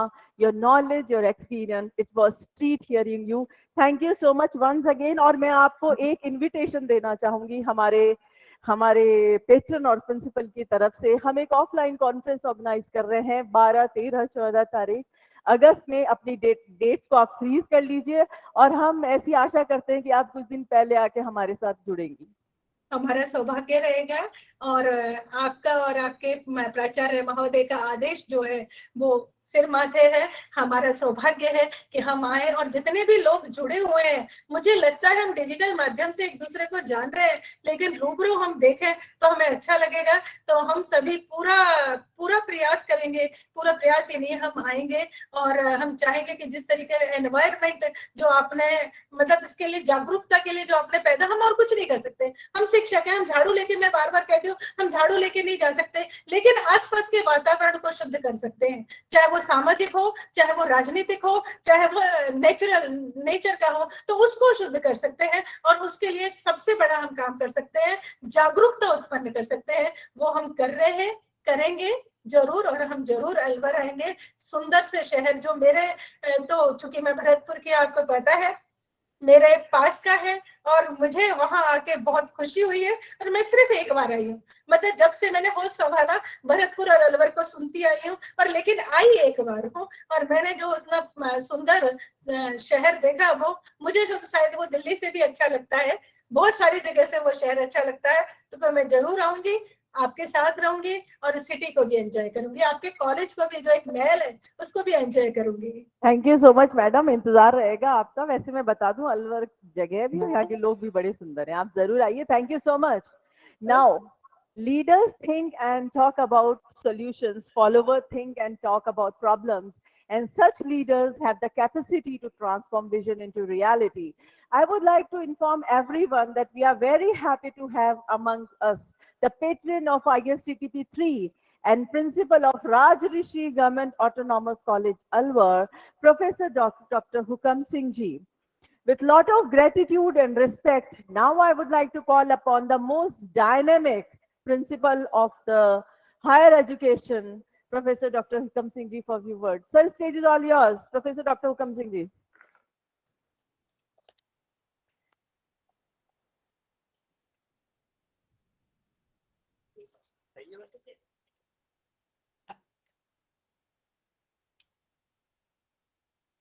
आज आषाढ़ कृष्णा अमावस्या विक्रम संवत 2079 कृतिका नक्षत्र वृद्धि योग में आयोजित ISTTP 3 के 5वें दिवस के अवसर पर राजस्थान के सिंहद्वार अरावली की उपत्यका में बसे शहर अलवर के राज ऋषि कॉलेज के इस जुबली हाल सभागार से महाविद्यालय परिवार की ओर से जितने भी डेलीगेट्स विद्वान और विदुषी इस कार्यक्रम से रूबरू हो रहे हैं, आप सभी का मैं हार्दिक अभिनंदन करता हूं, स्वागत करता हूं और आभार भी व्यक्त करता हूं कि आप लोग लगातार प्रतिदिन हमारे साथ जुड़कर हमारे मनोबल को यथावत रखे हुए हैं और हम इस अंतर्राष्ट्रीय कॉन्फ्रेंस जो पर्यावरण पर आयोजित हो रहा है, इस अंतर्राष्ट्रीय महायज्ञ में आप सब लोग आहुति देकर एक पुण्य का काम कर रहे हैं। इसके लिए मैं आप सभी को साधुवाद देता हूं। आज डे 5 पर हमारे पहले keynote speaker doctor Rajasekaran Selvaraju, head department of IT university of technology sultanate of Oman, आपने real time applications of IoT पर अपना सारगर्भित व्याख्यान प्रस्तुत किया। डॉक्टर राजशेखरन जी, आपके प्रति मैं हृदय से आभार व्यक्त करता हूं। दूसरे speaker doctor Marjon V Enislag, assistant professor Sergio del Norte, Philippines देश से आपने सतत विकास और पर्यावरण संरक्षण में वनों की भूमिका विषय पर अपना सारगर्भित व्याख्यान प्रस्तुत किया। एतदर्थ प्रोफेसर साहब, आपके प्रति भी मेरा बहुत बहुत साधुवाद। डॉक्टर वासुदेव गुरुनूले तीसरे हमारे स्पीकर हैं। आप एसोसिएट प्रोफेसर कमला नेहरू कॉलेज, महाराष्ट्र, इंडिया। आपने नैनो मटेरियल से green approach for sustainable development बिंदु पर अपना सारगर्भित भाषण प्रस्तुत किया। एतदर्थ साधुवाद। चौथे हमारे speaker professor doctor Subhash Chandra, head department of zoology MDS university Ajmer, Rajasthan, India. आपने स्मॉल मैमल्स ऑफ राजस्थान पर अपना उद्बोधन दिया। चंद्रा जी, बहुत बहुत आभार। अपन तो राजस्थान के हैं, अपना तो वैसे ही दायित्व बनता है कि आप हमारे इस यज्ञ में न केवल आहुति देंगे, हमारा मार्गदर्शन भी करेंगे। ये मैं अपेक्षा रखूंगा आपसे। बहुत बहुत आभार डॉक्टर साहब।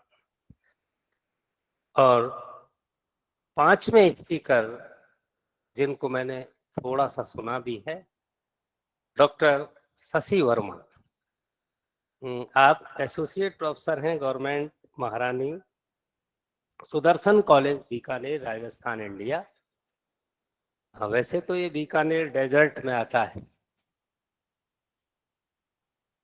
लेकिन जो ये वक्ता हैं हमारे विदुषी प्रोफेसर शशि जी, इनके भाषण से कहीं ये मुझे नहीं लगा कि ये डेजर्ट से बोल रही।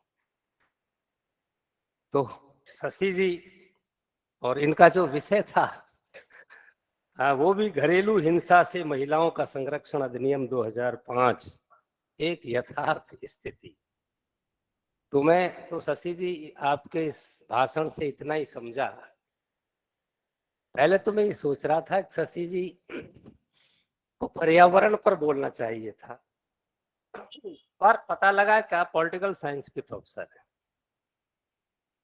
तो फिर मैंने बैठे बैठे सोचा कि ये घरेलू हिंसा पर्यावरण में कैसे आई। तो बिल्कुल शशि जी आप सही हैं, ठीक है, क्योंकि सोशल पॉल्यूशन समाज का सबसे बड़ा पॉल्यूशन है। वनों से पॉल्यूशन, अग्नि से पॉल्यूशन, वायु से, जल से, पृथ्वी से, ये तो बात हम रोज ही कर रहे हैं।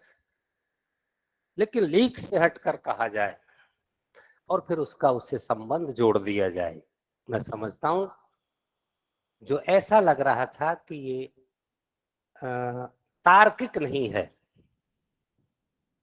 फिर उससे बड़ा तार्किक भाषण कुछ हो नहीं सकता। तो आपने जो घरेलू हिंसा पर बात की है, जिसे हम कहेंगे सोशल पॉल्यूशन, परसों भी मैंने यहाँ संबोधन दिया था, तो एक प्रोफेसर थे जिन्होंने 3 तरह के पॉल्यूशन पर बात की थी। ममता जी को ज्यादा याद होगा। आप जो तीसरा पॉल्यूशन था वो सोशल पॉल्यूशन था। हाँ, याद आया, ध्वनि पॉल्यूशन है ना, और लाइट पॉल्यूशन, और तीसरा सोशल पॉल्यूशन। तो वो ध्वनि जो पॉल्यूशन उस प्रोफेसर ने बोला, प्रोफेसर पत्ता जोशी था वो, अब याद आया मुझे। तो ध्वनि को लेकर मुझे लगा कि मैंने ही एक व्याख्यान उस दिन दे दिया था परसों। ऐसे ही शशि प्रोफेसर जी की इस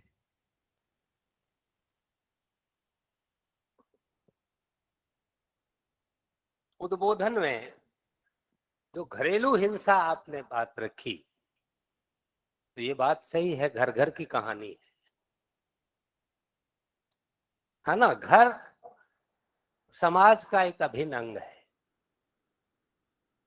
और घर में जो सदस्य होते हैं, बच्चे से लेकर वृद्ध तक, उनके परस्पर रिश्ते हैं। कोई माँ है, कोई बहन है, कोई पत्नी है, कोई बेटी है, कोई पिता है, कोई पुत्र है, कोई दादा है, कोई दादी है ना।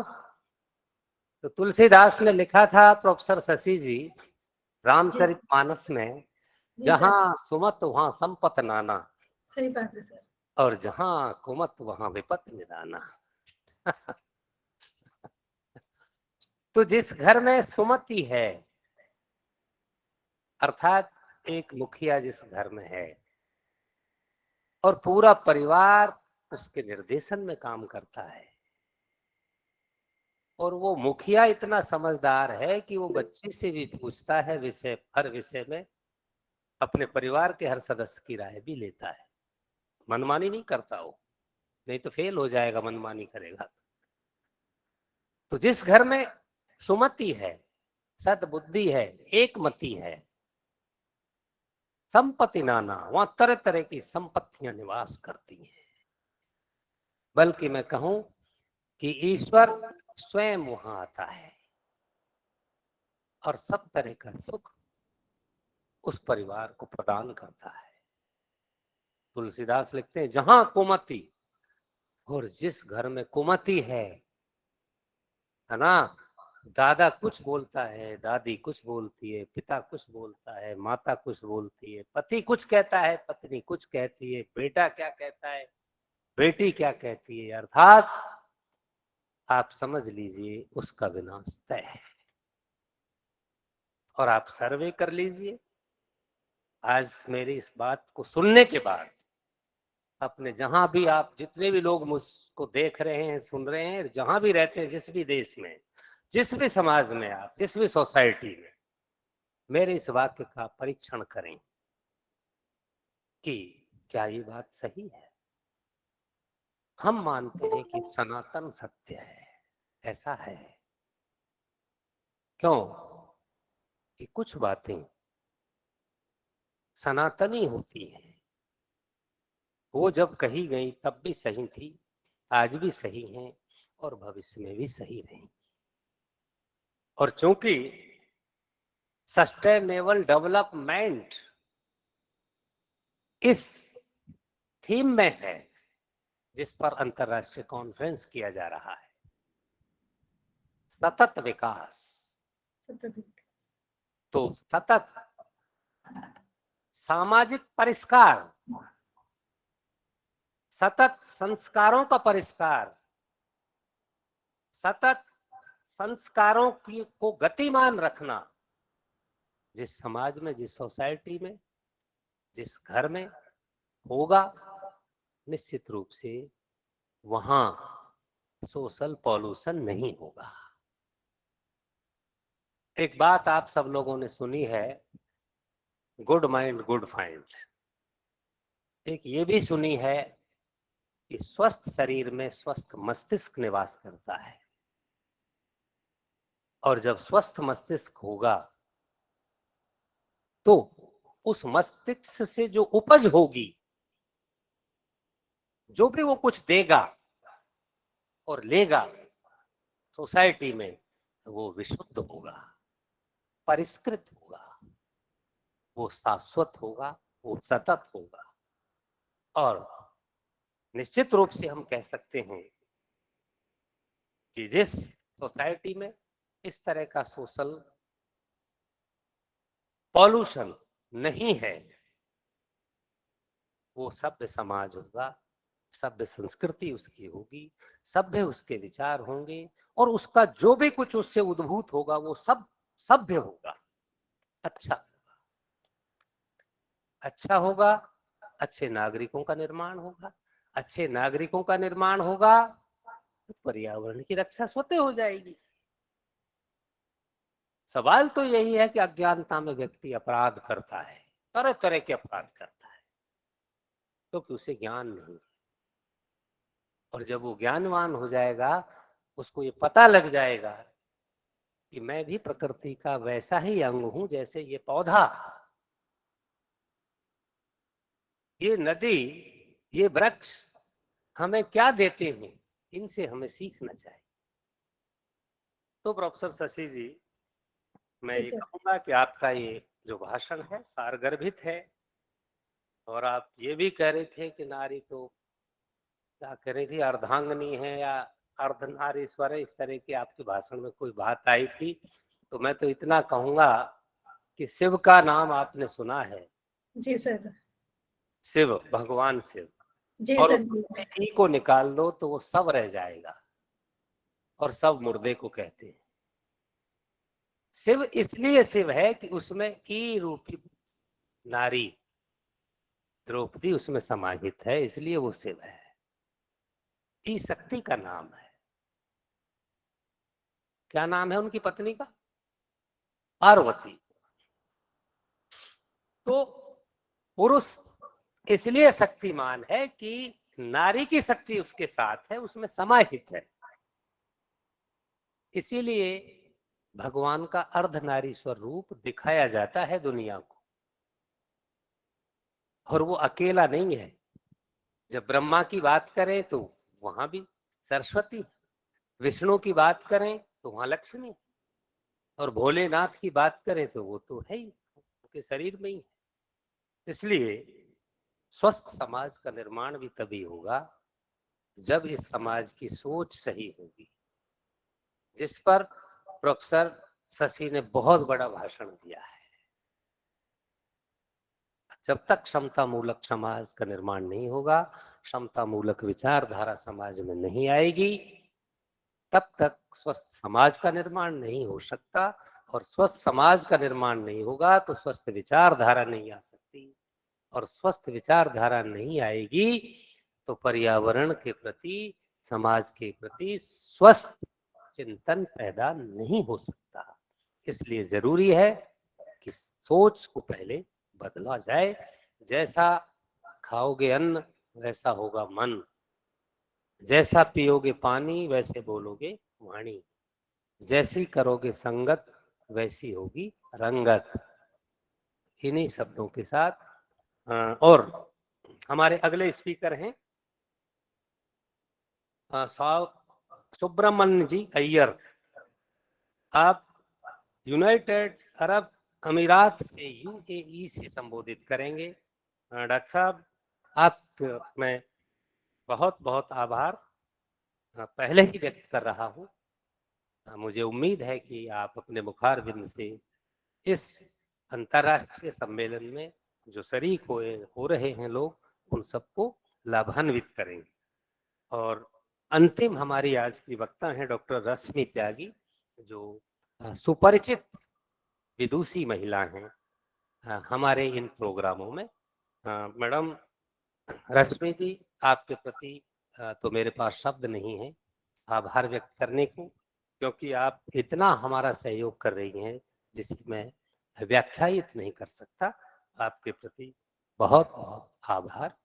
जय हिंद, जय Bharat.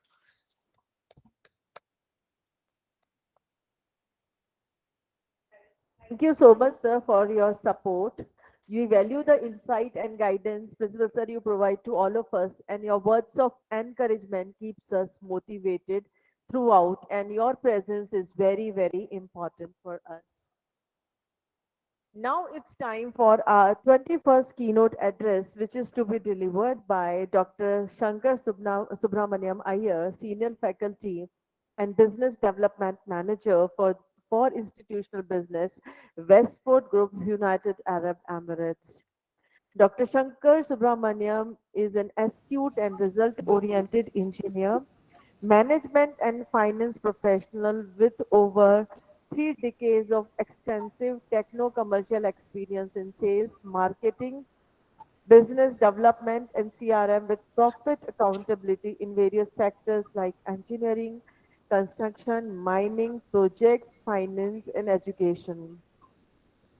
Lately, he has been developing a program and course curriculum, quality assurance for business, engineering, and vocational courses, and helping deliver them, getting the same approval from sponsors, which are like Dubai Municipality, Mohammed bin Rashid Housing Establishment, and many more, like health and safety surveying inspections, draftsmanship research. He has worked as an internal verifier and external reviewer for QAD and TVET approvals. Worked with NQA and MOE on education framework development. His research areas include emerging technologies like blockchain in education, data analysis, big data, artificial intelligence, virtual reality, and augmented reality. He is currently working with the Westford University College and Education Hub as a senior faculty and business development manager for institutional business.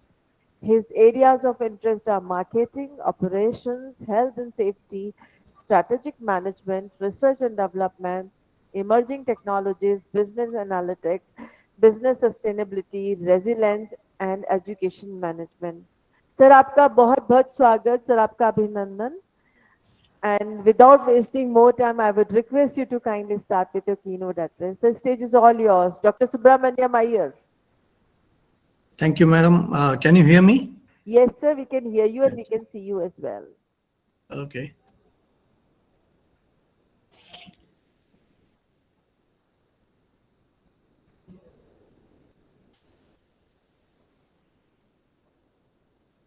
So my PPT is visible? Yes, sir, very much. Okay. So without much ado, let's go into the topic. I'll be speaking in English because I'm more comfortable with that. Sorry for the inconvenience for the Hindi speakers. So this is basically to do with the Sustainable Development Goals, one of which was an interesting aspect Dr. Shashi was referring to as social, what do you call, pollution. So there's various different ways of looking at pollutions. So if you look at the 17 SDGs, that is the Sustainable Development Goals as defined by UN. So they are different arms and they are integrated, and they recognize that one action or any action in one of the areas can create a imbalance in the other. So the connectivity is social, economic, environmental sustainability altogether. And all the countries of the world are committed to privatize progress for those who are furthest behind. What's imminent is the world is not equal at always. So nature also is not giving equally to everyone. So as you look at it, I mean, in whatever sense it is, you will see, because for a person, if he's without a leg, born without a leg or any of the disabilities, it is something which is not equal. So, but then they're made up in something else, maybe brain work, or they're good in some skill. So that's what they need to look at. So like that, you see the social, economic, and environmental in totality is linked, and then the sustainability comes from there.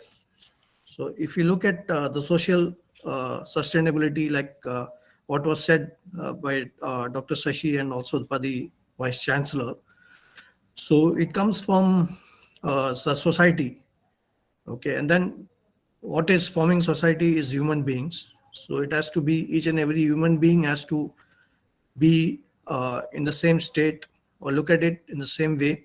It's not possible because we are all different.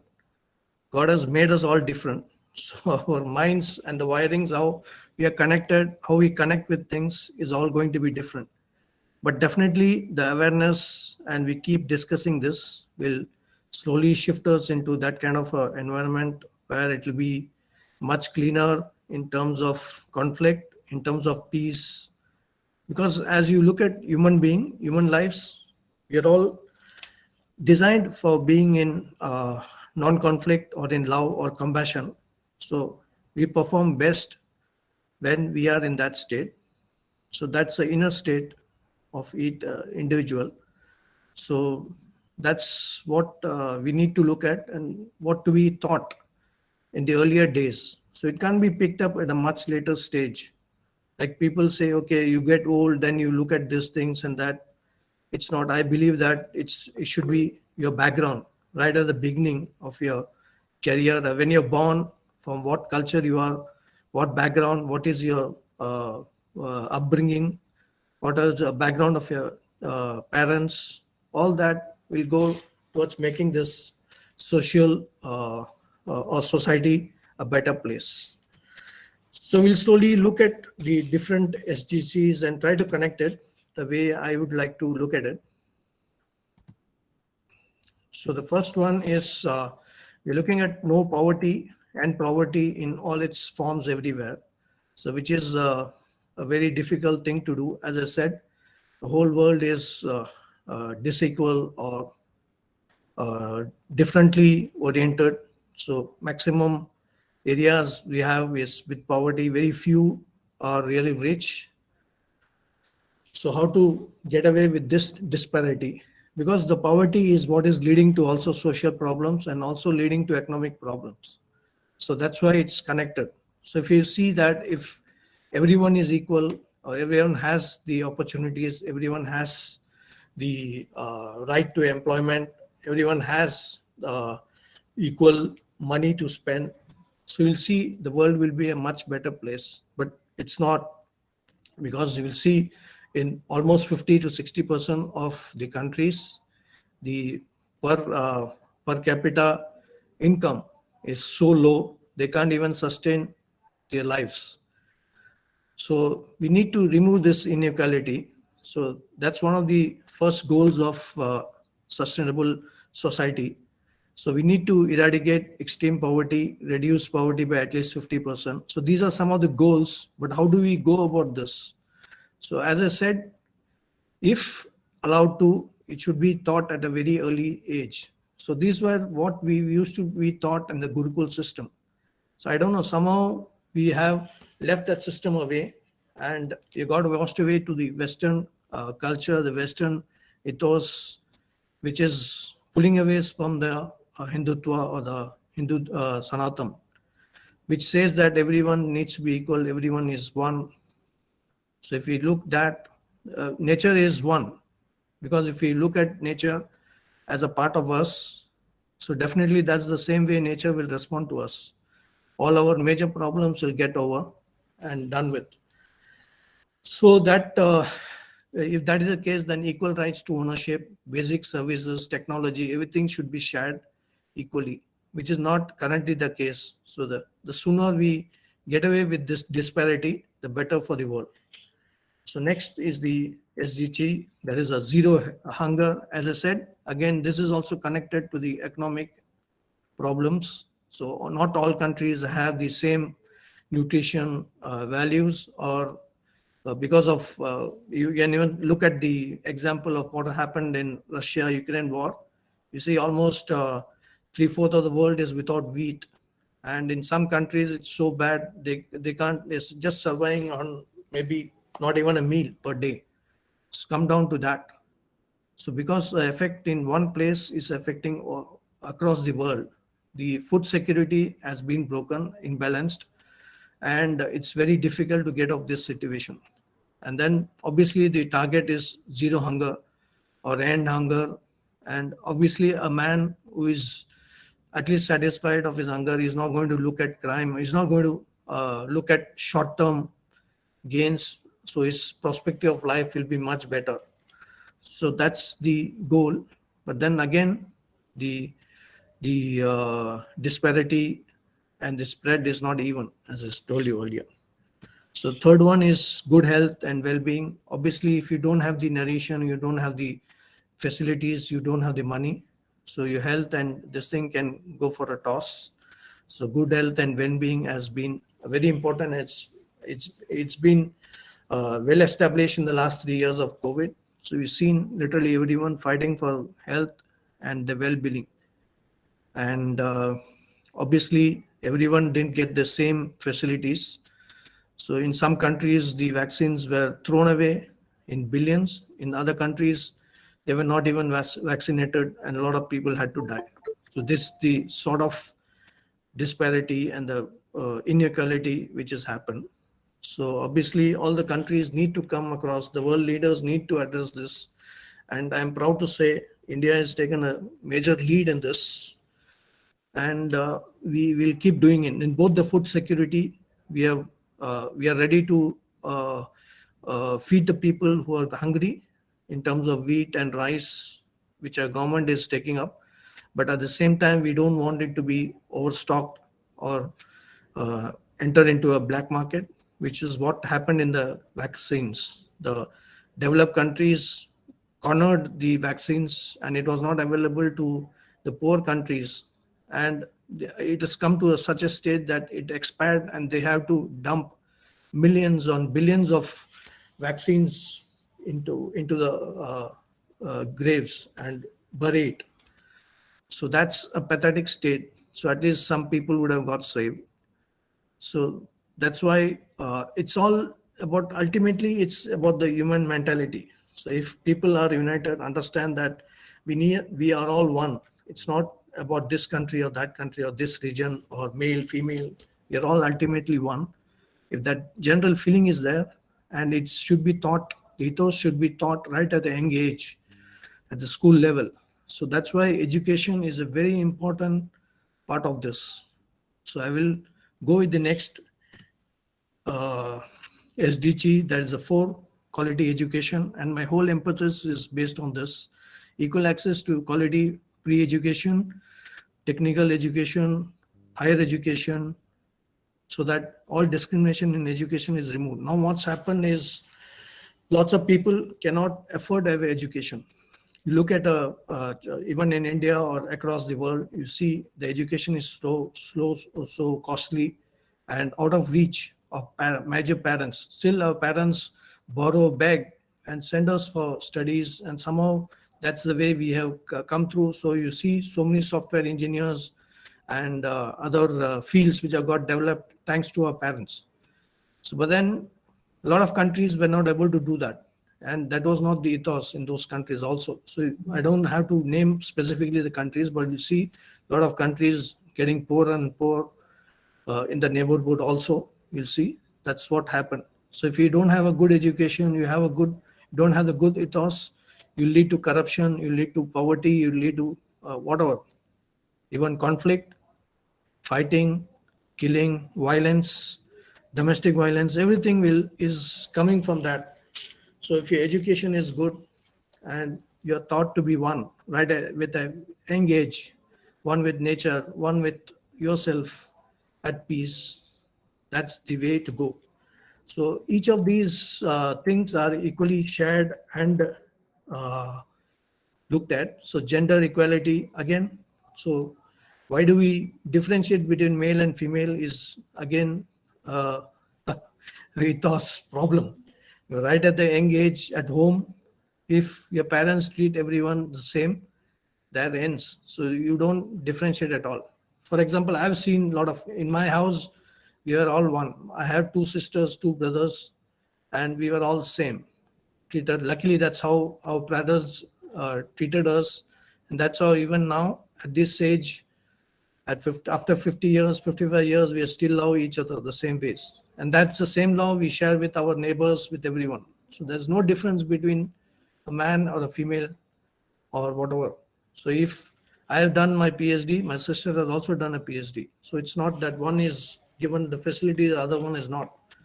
So it's all coming from the ethos, from the background, from the education levels you have.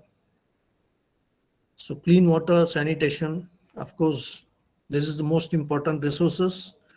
Resources what we have, we cannot waste it. And you have seen in many, many places where in deserts, water is not available. So every drop of water we waste is just taking away something from a human being, so which is bad. So we need to look at clean water, sanitation, and it should reach everyone equally, and it should be given to all the people. So if, I don't know, maybe last week we had a project which was inaugurated by the Prime Minister, Narendra Modi, in Valsad district. They had managed to take maybe 600,000 million cubic meters of water to all the villages on top of the hills. Okay, so the connectivity of the rivers, the connectivity of the lakes, the connectivity of the facilities is what any country can do. And India is lucky to look at these at least now. So in the future, we'll be better off having sharing our resources. Energy after water, obviously energy. So it's not equally given to all the places. So, but then if left to renewable energy, so if you have sunlight, solar energy, wind, so these can be harnessed to move away from the oil and the fuel, the fossil fuel, which is leading to a lot of pollution.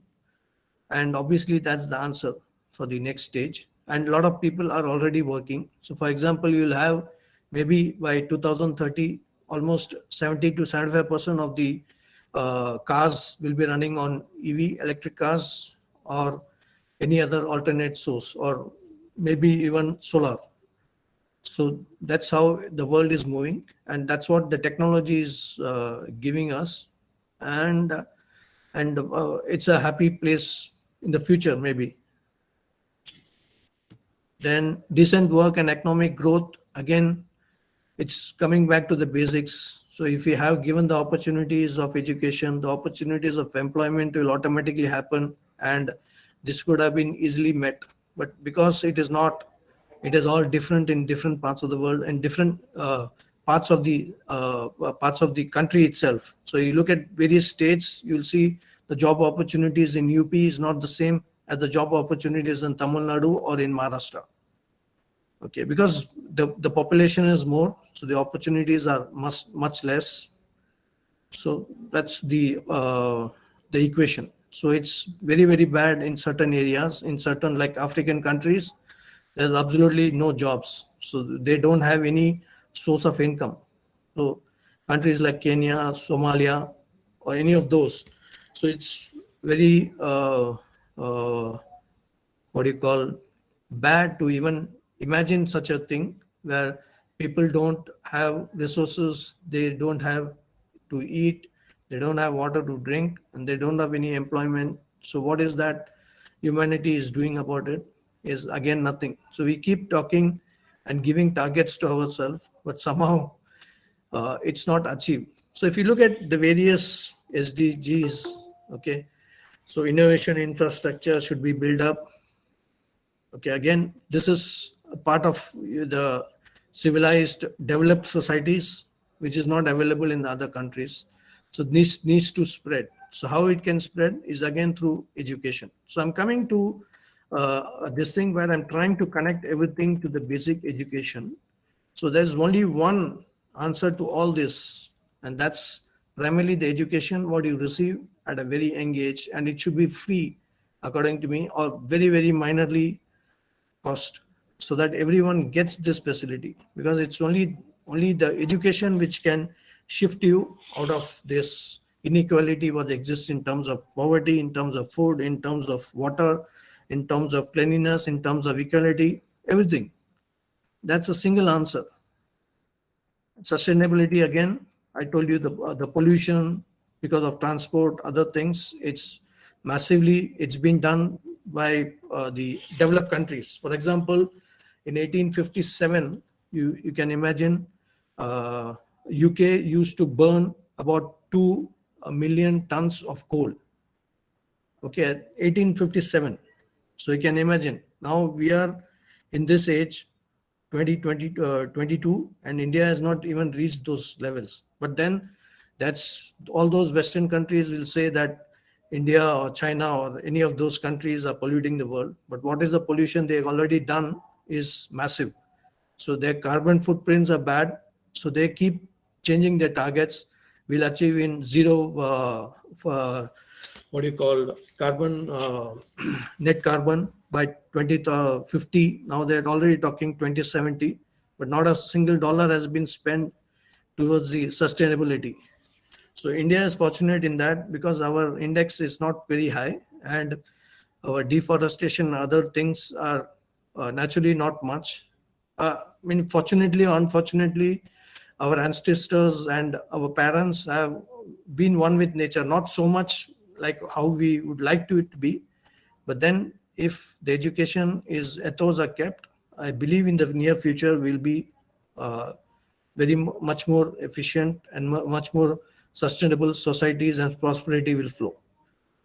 So obviously, when you understand what's the cost of water, what we undergo without water or food, the consumption will be very responsible. We will not waste, and that will lead to sustainability. So this is another goal of the UN, which a lot of countries are not doing. But luckily, our government is working towards this. We don't lose or waste the food what we earnest, and we try to at least protect it and also export it and also give it to people who are in need. So climate change because of the pollution is a massive issue again. So how we look at it, so people are, the final answer is shifting fastly to alternate energies, to alternate what do you call, so that the carbon footprint is very less, and the planning towards all this is necessary, and which the United Nations is looking at. So as I said, the oneness shows here, because we are all connected. We are connected to land, water, the sea. So sea life is what is getting affected also because of human what do you call, misconduct. So we pollute the oceans, we pollute the seas, we pollute the life there, which is, I mean, just disastrous. Already the nature is protesting, and if it protests in a major way, it will lead to finishing humanity someday. So it's only like cutting our own legs. So we need to be very aware, and that can only come through education again. So as I said, each and every SDG is from education, and that too at a young age, so that the awareness is that, and it's not that we grow old and we will do it later. So life on land, again, similar concept. So peace, justice, the strong institutions will all flow properly if you are aware and you are given this awareness through education at the young age. Okay, partnerships for goals. So obviously when you're looking at oneness, so we have to help each other. We have to extend this technology. We have to extend the financial resources, the human resources to achieve all these goals. So that's how it flows. So if you look at, as I said, the only answer is education. So education is the most powerful weapon which you can use to change the world. That's realized and said by Nelson Mandela. So it's easier to build up a child than it is to repair an adult. So I go with this. As I said, if you're taught all this at the young age, the chances are you'll stick to it, and we don't have to look at it at a later stage, which is a disaster. So the most potent SDG is about the education, and education can remove poverty, hunger, remove violence, make humanity one. So our social, economic, environmental goals are all met. I call education as the most potent, and it links all the sustainable development goals and successfully achieve the goals in long term, and furthermore into a circular economy goals. Okay, circular economy means as we are starting with something, we avoid waste right at the beginning as a design. So suppose we know plastic is non-degradable material, so I'm going to use almost zero plastic right at the beginning as a design. So obviously that will not lead to a situation when plastic is there and I have to now treat all this. So that's only firefighting. So if we are looking at a circular economy and thought this right at the beginning, we will not waste energy in firefighting later. So it is designed, each and everything can be redesigned right from our education to the next stage and further on. So how our countries decide ourselves is basically corruption or bad practices or not giving the right quality of education. So it said so more at the entrance gate of a university in South Africa, the following message was posted for contemplation. Destroying any nation does not require the use of atom bombs or the use of long-range missiles. It only requires lowering the quality of education and allowing cheating in exams by the students. So patients die in the hands of such doctors, buildings collapse at the hands of such engineers, money is lost at the hands of such economists and accountants, humanity dies at the hands of such religious scholars, justice is lost at the hands of such judges. The collapse of education is the collapse of the nation. So as I said, it's all inbound to one, that's the education. So if education, quality education is kept in all aspects, humanity will prosper. So education links all the sustainable development goals. So education brings hope and aspirations.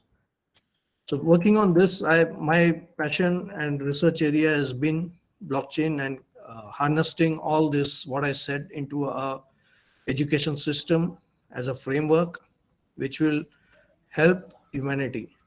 So if you're looking at what are the current traditional universities, what we have, we are running courses which are traditional and university centric. So here in this modern world, we are looking at micro credentials, like short courses or short units. Like for, let's say, if you're going to be a scientist, so a scientist in a particular, let's say, only looking at plastics, for example. So you got to know only about plastics. So I'm not going to teach everything of different things. So we just right from the beginning concentrate on this. Okay, so the student can select what he needs to do right from the beginning, depending on what the industry wants. And this can be routed through a proper system. Like you have education consultants who can tell you what you require for this kind of a job, and they formulate their own curriculum looking at various parts of universities. So it's looking at a central platform where all the universities will be coming through, and this whole system can be tokenized. The only reason it was not happening all these times was because let's look at the major universities, like let's say have the Harvard University. Okay, so they have a brand name, they have a big Cosmos, and they have been there for ages. So they encash on that. So that's one of the things they will never allow it to happen. But if you are on a common platform and you tokenize this own system, so they get more tokens for the goodwill and the system if they're going to come in. So obviously the tokens, like you must have heard about tokenization as Bitcoin, but Bitcoin tokenization is only one part of the blockchain. So this is a kind of a framework I am working on. So if it comes, the education system will be such you can do a PhD maybe in $3,000 to $4,000. So looking at currently if it's a good European university, you'll be looking at $200,000. So from there you can reduce it if things work out the way, if everything is coming on the same platform and you have this kind of system. So this is the education system, what I'm trying to look at, and my research area is this. And what will be the main benefits? It will have standardized curriculum for global learners. So the world, if you're looking at learners from all the countries, so you've been looking nothing less than 4 to 5 billion learners across the world. So even people who are working will reskill, upskill because of the technology changes, because of the disruption in the various fields. So you're looking at almost like a 5 billion students or learners. So all of them should have a standardized curriculum and they should have the best, the quality. So if that is possible, that's possible through a blockchain system. So equality and equal opportunity will automatically happen because it's all available to whoever wants it. Gender bias can be removed. Poverty mitigation is possible. All countries to benefit equally.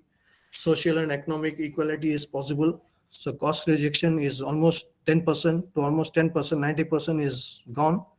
So less indebtedness, like the parents and the students are already paying so much and taking loans to study. They're already starting with a negative balance, which probably over the 10, 15 years, if they don't get the right jobs, they are stuck and don't know how to return these loans. So they're already indebted by the time they are actually 35 or 40, which is a bad state to be in.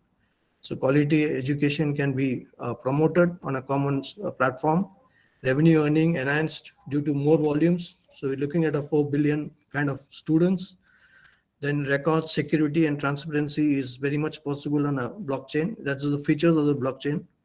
So longevity of records, anyone can access these records anytime, their portfolio across the world. So integrated collaboration is possible. Tokenization of the education system is possible.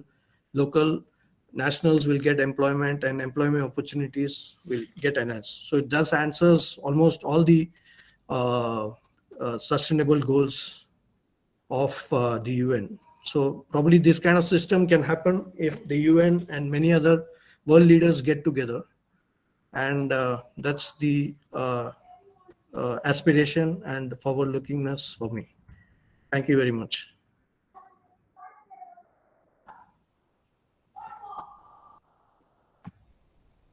Any questions? You can. Yeah, thank you so much. Sir. If any questions, I think Nidhi Saini has raised the hand. Please unmute her.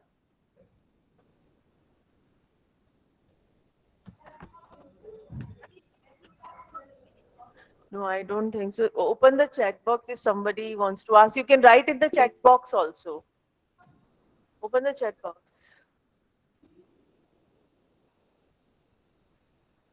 It's so beautiful compliments for you, I can see. Yeah, I hope everyone understood because I'm speaking English. Yes, sir, definitely. because we have people from very different parts of the world, and India, sir, English is the best language to be used as a communication. So we appreciate, because whenever there is somebody speaks in Hindi or something, we always get messages ki please ask the speaker to speak in Hindi, but that time it's in English. At that time we don't have a choice, because it's speaker's choice in what language he or she wants to speak. I can ask, if you can ask questions in Hindi also, I can answer. It's okay. Only thing, my Hindi is not so good. Yes, so nice, sir. So nice to know that.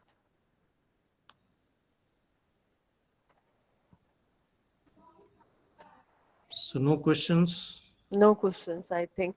So it's time to formally thank Dr. Subramaniam. Dear Dr. Subramaniam, I would like to take this opportunity to thank you for the stirring speech you gave us on 17 SDG blockchain pollution. Everyone present at the occasion was not only in awe of your knowledge, but also greatly impressed by your presenting style, because when I was seeing the compliments, like still the compliments are coming for you. It was a great, great pleasure to listen to your wise words and learn so much from it. I take this opportunity to thank you on the behalf of our entire organizing committee and the delegates who were captivated by your talk. Thank you so much, sir, and we look forward meeting you in our offline conference. If we please freeze the dates, and it is a international conference on climate change, and it will be happening in the Alvar in our college, and the dates are 12, 13, and 14. It is sponsored by Rashtriya Uchitar Shiksha Abhiyan RUSA from the state government of Rajasthan. So it will be a pleasure to host you, sir, and we will be taking care of all your logistics and transports and everything. So please do let us know. I will send a formal email of invitation to you to visit India at that time. Climate change is my favorite topic. Hopefully, I will be able to come. No, sir, you must come to India. It will be a pleasure to be in touch with you in person. Yeah, because that's my favorite subject. Yeah, it is I totally I on have a climate big change, passion, sir. especially when I try to connect it with education. I really feel very emotional about that topic, because the whole, I mean, what is not there in the world is because of this small thing, our wrong education right at the young age. That's really the whole issue. If we can really get rid of this or somehow come out of that situation, I think humanity will go places. Thank you, anyone. I think the next So much, speaker sir, is. and I will send you a formal email of invitation as well. Thank you so Thank much, you. sir. Thank you. Thank you so much. Thank you. Thank you So very much. now it's time for our next keynote speaker, which will be delivered by Dr. Rashmi Tyagi. Dr. Tyagi is a science communicator who is a highly qualified and experienced educator. She has been in the field of education from last 25 years. She has done her graduation from BHU, that is Banaras Hindu University, and post-graduation and PhD in chemistry from IIT Roorkee. She is a gold medalist at B.Ed and did M.Ed from Mumbai University. She takes keen interest in research work. She has held diverse positions in the academic arena. She has taught chemistry at degree level in the prestigious universities like MS University Baroda and University of Mumbai. She has developed professional competence through training programs at IIM. She has attended numerous orientation programs and workshops in the field of teaching and learning science. She has attended CBSE principal training programs at IIM and NCERT. She has also presented her papers in various fields like chemistry, environmental science, rural agricultural practices, innovative teaching methods, nanotechnology, pedagogy, etc. She has brought tremendous change in many rural school environments. She's organizing camp for spreading awareness among rural women about breast cancer and health consciousness. Ma'am आपको बहुत बहुत साधुवाद ये सब करने के लिए। आप किस तरह से समाज की सेवा कर रही हैं वो दिख रहा है आपके कामों से। She has taken up a Save the Cow project in CBSE school. She is giving trainings to teachers and students regarding scientific skills, life skills, adolescent education, work education, problem solving skills, and stress management. She received Ideal Principal Award and Educationist for the Year Award in 2012. In the past 10 years, she's working for the scientific awareness in rural areas of Maharashtra and has launched a project on indigenous advantages of cow urine and dung, sponsored by Malshesh Niketan, Mumbai. Ma'am आपका बहुत बहुत स्वागत है, ma'am आपका अभिनंदन है। Principal sir अभी थोड़ी देर पहले यहाँ थे और वो आपके लिए बोलकर गए हैं कि हम बहुत खुश होते हैं जब आप हमारे बीच आती है। हमारे पास शब्द नहीं है आपका धन्यवाद करने के लिए। The support you have been giving to all of us, तो वो इस तरह से आपके लिए बोलकर गए हैं। तो मुझे लगा मैं आपको बता दूं कि हमें आपका हमारे साथ होना हमारे लिए बहुत बहुत महत्व रखता है। मैम आपका स्वागत और अभिनंदन। ज्यादा टाइम नहीं लेते हुए I would request doctor Tyagi to start with the keynote address. Ma'am stage is all yours. नमस्कार। और ममता जी ने बोला कि वो ज्यादा टाइम नहीं ले रही है, लेकिन इन्होंने मेरी एफर्ट्स की तारीफ बहुत ज्यादा शब्दों में की।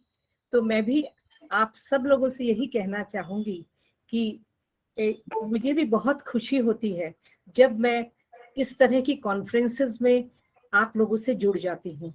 और सच तो जो भी आपने मेरे लिए कहा वो इसीलिए मैं थोड़ा बहुत कर पाई क्योंकि आप जैसे लोग हैं इस संसार में। मैं अब ये नहीं कहूंगी कि भारतवर्ष में, क्योंकि मैं वसुधैव कुटुंबकम की भावना मन में रखती हूँ। और जब हम एनवायरमेंटलिस्ट अपने को कहते हैं कि हम पर्यावरण के रक्षक हैं, तो फिर पूरी पृथ्वी का पर्यावरण ही हमारा एक घर हो जाता है। तो क्योंकि आप इतना अच्छा कार्य कर रहे हैं और हमको इतनी आप अपॉर्चुनिटीज दे रहे हैं कि हम भी आपके साथ मिलकर ये सब कर पा रहे हैं, तो जितनी आपको खुशी है उससे अधिक मुझे खुशी है। And it is really a matter of great pleasure for me that I am here today and I'm interacting with this audience who are connected to education, environment, social work, and all the good things which are happening on the planet Earth. And when I was listening to the previous resource person, then I heard that he was telling that he gets emotional with the education, and that is right. So I want to just wish all the educationists or maybe all the good people who are here good wishes to all of you. And now lots of things are happening around us and you are aware of all that. So this time I got an opportunity. I was invited to Sri Lanka and there was a summit there, the educational summit, and many people from India, Bangladesh, Pakistan, and Indonesia, all these Southeast Asian people were there for the education. And then we discussed so many things in the education because there are so many transformations which have taken place in education. There is a paradigm shift and new things are coming up. And as you know that Sri Lanka and all Bangladesh, etc., are the countries which are looking and at us and we should help them. So it was a good summit. More than that, Sri Lanka, as all of you know, it's a beautiful place as far as the nature is concerned. So I visited the oceans, and when I visited the oceans, then I thought that because it is the science and it is the zoology department, so we have to save the oceans. That we have to say. And also the biodiversity.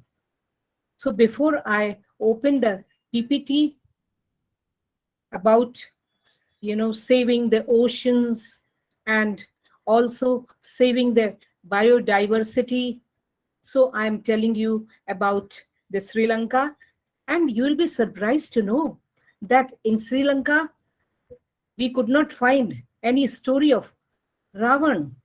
Because in India, we think that Lanka Ravan ki hai. But I want to tell you, we have interacted with many people and asked them that, what do you know about Ravan? Is there any temple or something?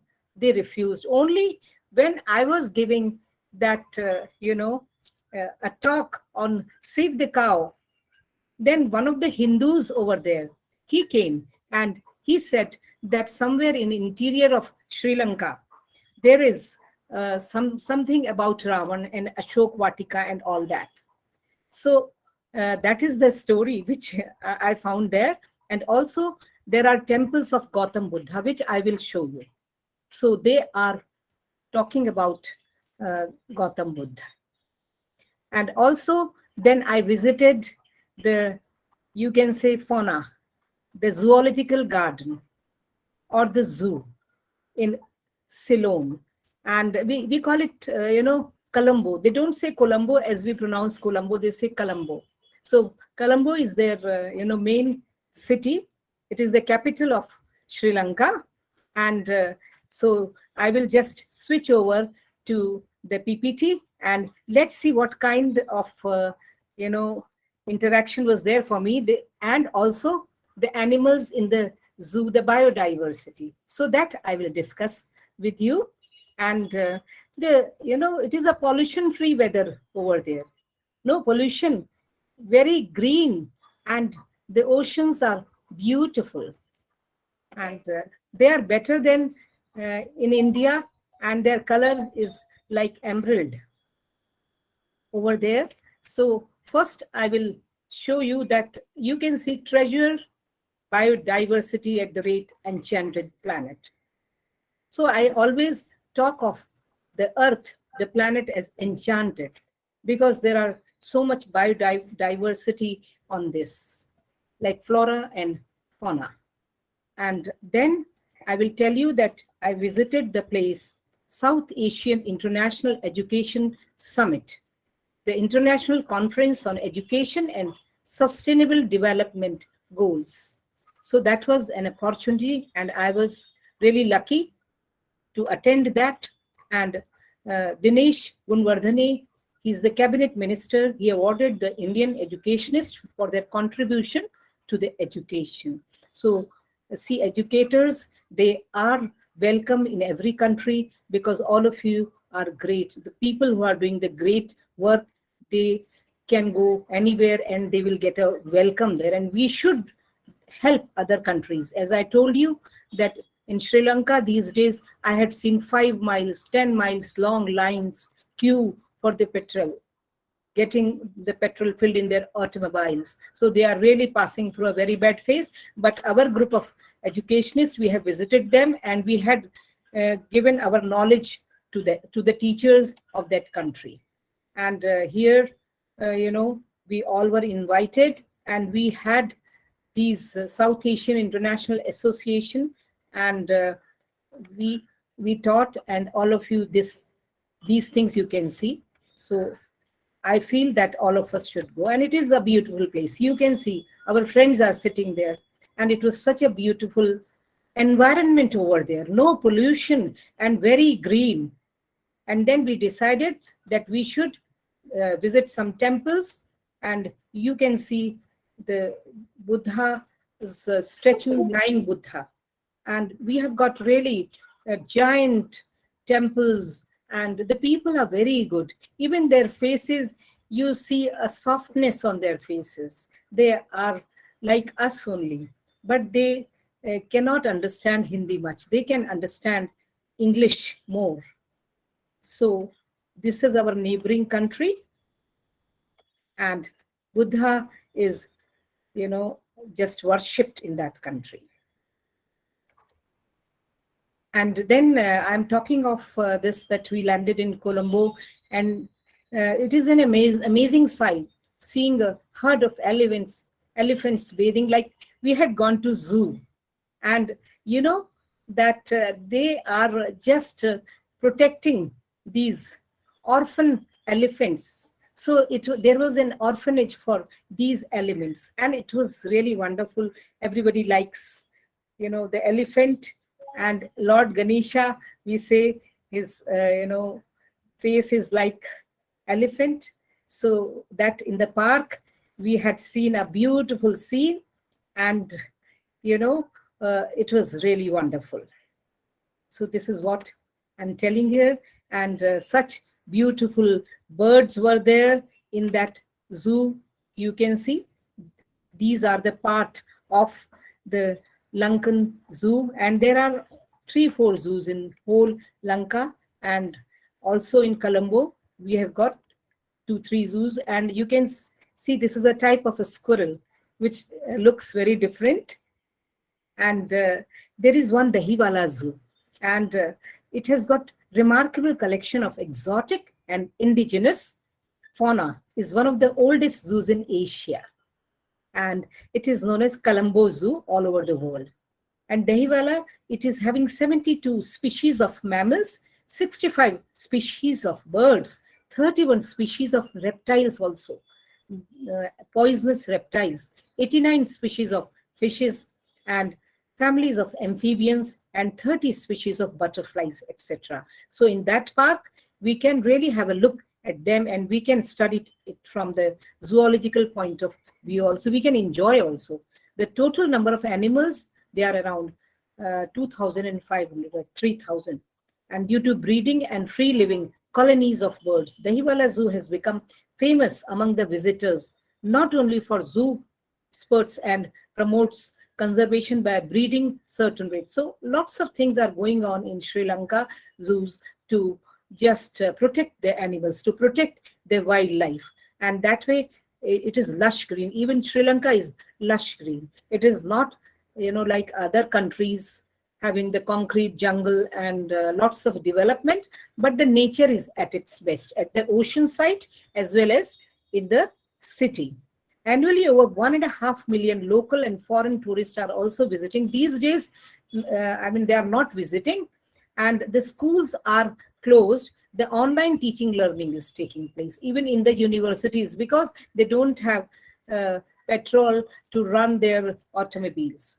The zoo is trying to keep the pace with the changing world. It has been involved in some major redevelopment programs. So that way, rich fauna is there in Sri Lanka. You can see the twins, the photographs of the twins. The elephant female elephant has given birth to them. So I think you can visit, and that way you really love, this fauna. And we get emotional again after seeing these animals, because the God has made these animals, and they are inhabitants of this planet Earth, and they're so wonderful. You can see this giant animal is so wonderful, and they can think like us. So we should, just save the wildlife sanctuaries. This is that kind orphanage. It is an orphanage from the elephant. If the elephants, they got injured or they are lying somewhere here and there, they are brought here. And the Sri Lankan government has done a wonderful job by opening this orphanage. So it is at Pinawala Elephant Orphanage. Is an orphanage, nursery and captive breeding ground for wild Asian elephants. And it is a village. Pinawala is a village, 13 kilometers northeast of this town. These different towns are there. In province of Sri Lanka, Pinawala has the largest herd of captive elephants in the world. Like we also have elephants in Assam also, in Kaziranga temple. And we have got near Haridwar also. There also we have got elephants. But in our, at these places, especially in Haridwar, the elephants are not that much welcome. And elephants are even entering our agricultural site. And that way, the human beings, they are hating them. But my, just request to all of you who are saving the environment, that you look after these elephants, and our government, they should do something about, making some orphanage for such elephants. We call them captive just to love them. It is a loving word that we look after them, and we give them, food, and then the breeding ground also. So you can see in 2011 there were 96 elephants, including 43 males and 68 females for 3 generations. But now they have done a wonderful job and the number has increased. See, such a beautiful place they are there, and the same way our Indian government should take care of the elephants who are wandering here and there.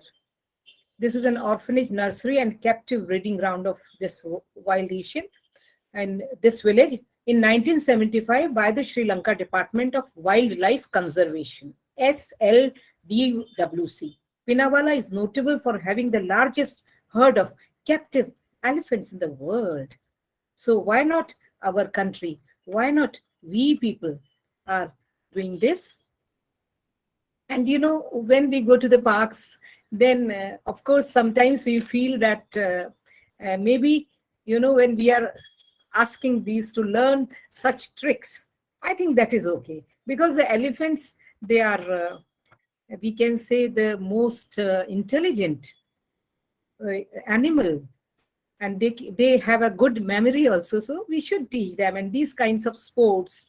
And when the people come, then they want to see them doing something, so that way also we can train them. So halfway between the city of Colombo and the ancient kingdom of Kandy. See, Kandy is also a place there where we have got zoological gardens. The Pinawala Elephant Orphanage is an orphanage, nursery, and breeding ground. So that way we should take a learning from Sri Lanka to have the orphanage for, like they are calling orphanage, because the elephant is such an animal which can stay with us. And पुराने जमाने की अगर बात याद करें तो जिनके घरों में हाथी बंधता था तो उसको एक बहुत बड़ी बात मानते थे. तो हाथी एक ऐसा प्यारा जानवर है कि जो हमारे साथ बहुत वर्षों से जुड़ा हुआ है, और आप जानते हैं कि इसको हम अगर चाहें तो मल्टी डिसिप्लिनरी एजुकेशन में एग्जाम्पल की तरह ले सकते हैं. और पुराने जमाने में लड़ाइयां भी लड़ी जाती थी हाथियों पर, और हाथी की एक मोटिफ, एक छोटा सा बूटा हाथी का और बड़ी बड़ी पेंटिंग्स भी हमें पता है. तो हम इसे आर्ट के साथ भी हम इंटीग्रेट कर सकते हैं, इनको हम वॉर्स के साथ भी इंटीग्रेट कर सकते हैं. और जो लोग हम कहते हैं कि बहुत अच्छे अमीर लोग होते थे या राजा होते थे, उनके घर में ये हाथी हमेशा बंधा होता था. और हाथी की बहुत सी कहानियां भी हमारे लिटरेचर में मिलती है, जो उसकी याददाश्त के बारे में है कहानियां. तो इस तरह से हाथी हमारे से बहुत पुराने समय से जुड़ा हुआ है. तो हमें इसका कंजर्वेशन करना चाहिए, और कंजर्वेशन के लिए ये बहुत ज़रूरी है कि हम उसको खाना भी दे सकें और उसको कोई भी पोच न कर पाए. You people know that ivory, जो हाथी के दांत हैं, वो बहुत ही महंगे होते हैं. अगर उसको हम इंटरनेशनल मार्केट में ले जाएं तो वो लोग हाथी को किस तरह से they are killing these animals and then they are just leaving them to die that way. So we should think of these things also, that in our country we should have awareness. See, I'm a science communicator. I'm not doing that kind of high research on these things, but then it is my duty that I should have awareness among the people, among the society, and also to the schools, universities, and everywhere. That is why I'm telling you that you love this animal.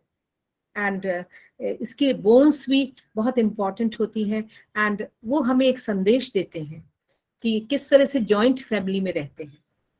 Because मैंने बहुत सी कहानियां पढ़ी हैं और बहुत मैंने इसमें जाने की कोशिश की, तो पता लगा कि ये अपने जो एल्डर जो एलिफेंट्स होते हैं उनको बहुत रिस्पेक्ट देते हैं. सो हमें ये भी इनसे सीखने को मिलता है.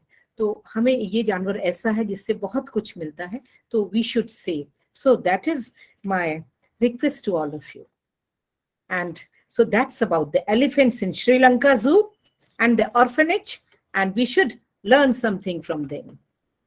And you know, there we have got these kind of pythons also. वहाँ पे अजगर हैं, और as I told you in the beginning, that they are having many poisonous snakes, vipers, and scorpions, and so many things. But they are in the zoo. But in Sri Lanka, they are taking care that in the forest and all that, the people should be aware of these, you know, poisonous animals or fauna. But it looks beautiful because the skin is so good.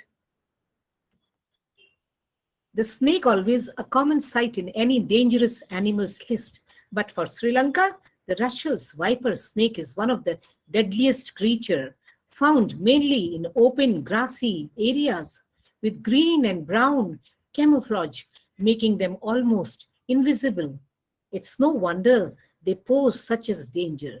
In fact, they are responsible for almost half of the country's snake bite fatalities. So Sri Lanka is having those kind of snakes also because it is a forest and it is the pollution-free country. So animals are, you know, just thriving there. And although appearing slow-moving, don't be fooled, as it can strike at incredible speed if threatened. Symptoms of the snake bite include pain followed by swelling, blood pressure and heart rate dropping, as well as bleeding, especially from gums and in urine.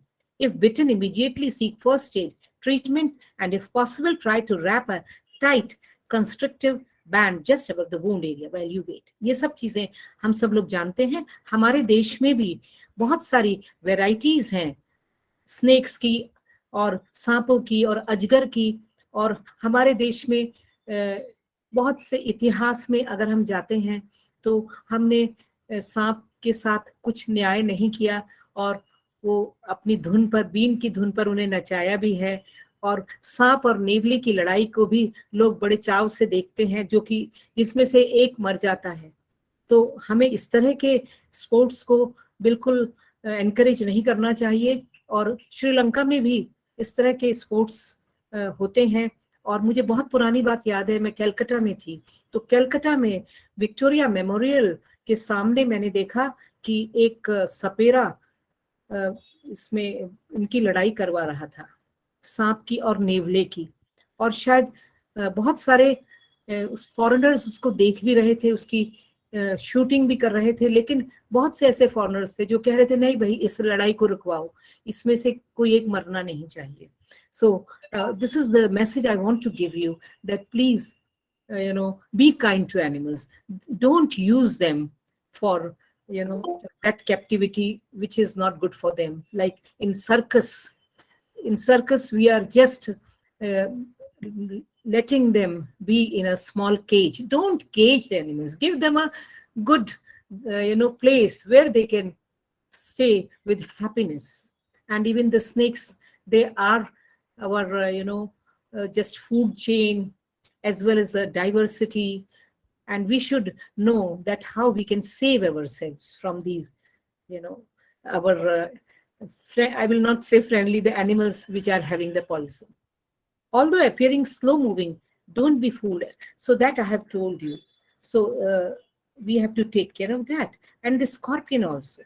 So many such animals are there. So whatever I could, you know, just assemble to be interacting and sharing with you, I tried my best. Maybe next time I'll come with more information on these zoological parks or the botanical parks. So we have to do that. And it is a viper and, you know, this python and all. And chimpanzee. Chimpanzee is also there in Sri Lankan museum. These zoological gardens, I should say, not the museum, we call it zoological garden, and the habitat for these animals. And they are very playful. These chimpanzees are very playful and they are doing well in these places. And then we don't have, you know, lions in Sri Lanka forest. they might have some maybe 1 or 2 lion in their zoo, but it is not there. Otherwise, it is not there. And there are other animals other than the lion. Tiger is also not there. But leopard is there. And leopard are thriving well. And they are very good. They look beautiful, handsome, and they can run with a very high speed. So, I mean, they might be used for those things. So it's a beautiful animal. We should conserve such beautiful animals. So tiger is not there. Maybe in captivity is there, or in zoo it is there, but they are not found in the forest. But the tiger is also a beautiful animal. We should conserve that animal. And we have giraffes also. That is the part of our biodiversity. And they also look so good, the giraffe. So in that we are having, these animals with long, beautiful neck. And this is just, it is written at the zoo. For foreigners, it is, the price is different. And for SARC, it is different. And this is, ये लंगूर है, और लंगूर हमारे देश में भी मिलते हैं, और श्रीलंका में भी लंगूर हैं. Cheetal are there, and I could not go to this bird sanctuary. Maybe next time, if I'll get time, I will go to the bird sanctuary also. They have got beautiful birds, and I have really heard such good, tweeting of these birds there. So beautiful birds, biodiversity in the air and the oceans, and then fishing is there. But then fishing we have to do. Okay, because it is the food for some of the human beings. But then we should not pollute the oceans. So we should not pollute oceans. We have to take care that how we are going to conserve the oceans. And the chimpanzee, and we have got rhinos also. Not as, large community of rhinos as it is in Kaziranga, but we have got rhinos also there. And then crocodile. So these are also in the zoo, and that way it is in having mostly lot of diversity and biodiversity in this zoo. And there are some other zoos also in the different parts of Lanka, and so Sri Lanka is a good habitat for these animals. And see, the children can watch the elephants, and they are very well protected. And then the deer and cheetal, they are there. The Sri Lankan government attempted to rectify the tragedy of this loss by beginning a sanctuary program, like the animals when they were getting killed or they could not look after themselves. For the elephants, the first orphanage, it is at Vilpattu National Park also. And Dahiwala Zoo, I have told you. So how the Sri Lankans are just conserving the animals, and these type of animals also, mongoose and all that, located, that I've told you the location. And so the location also is given to everybody, geographical location and the flora and fauna, and what are the different conditions there on the globe, we have to see. So over the years, we have built successful partnership with more than 30 zoos across Europe, partnerships that have shown real success and provided positive steps for rhino conservation. So they are also conserving the rhino. Historically, zoos, or menageries as they were then called, were places for people to see animals from all over the world. The purchase of live rhinos from African and Asian rhino range states, that is the countries in which rhinos naturally occur. That is the rhino range states. Like in our country also, we are also a rhino range state. By zoos can take place under the rules of the Convention for International Trade in Endangered Species, because rhino, now we have got many, but it is an endangered species, and rhinos are also killed for their, horn, you can say, and they kill the animal as they kill the, these sharks and other animals in the sea, and then leave them like that. In the same way here also, the big rhinos are killed and their horn is taken away, and then the such big animal dies with so much of agony. So we should see that in our country, the animals, they should be safe. So we should do awareness for these things also. I've heard that there is one, very good, you can say, stole. This stole of an animal, mink. So the mink, the mink stoles, and they are of crores of rupees. And this animal, the little ones of this animal, which they are found in the cold areas in the snow. So they are killed when they are alive. And when they are alive and killed, they are not killed, but they are alive, then उसकी खाल को निकालते हैं. सोचिए ये कितनी गलत बात है कि एक जिंदा किसी जानवर के बच्चे को आप पूरी तरह नहीं मार रहे हैं, थोड़ा सा उसको अधमरा करके आप उसकी खाल खींच रहे हैं. और किस लिए खींच रहे हैं ये खाल? कि जिससे आप उसे, जो लेडीज हैं, अभी मैं नाम किसी कंट्री का नहीं लेना चाहती हूँ, वो उसको पहन के खुश होती हैं और दिखाती हैं कि ये हम कितने अमीर हैं और हमारे पास मिंक कोट है, हमारे पास मिंक स्टोर है. So we should be kind to animals and we should not do all this. And that also the Convention for International Trade in Endangered Species. So ये trade हमें नहीं करना चाहिए. So that we should take care. The Sri Lankan leopard is without doubt a star attraction for wildlife enthusiasts, right? Both local and international. Because I told you, I really like the leopard.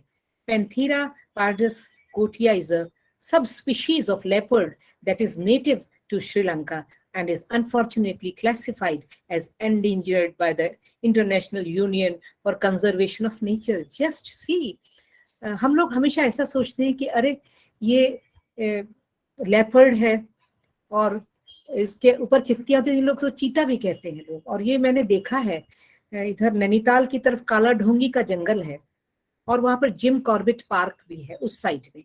तो वहां पर हमें बहुत चीते दिखाई पड़ते हैं. तो हम सोचते हैं कि शायद ये एंडेंजर्ड स्पीशीज नहीं है, लेकिन ये देखकर मुझे बहुत दुख हुआ और पढ़कर कि ये भी एक एंडेंजर्ड स्पीशीज है.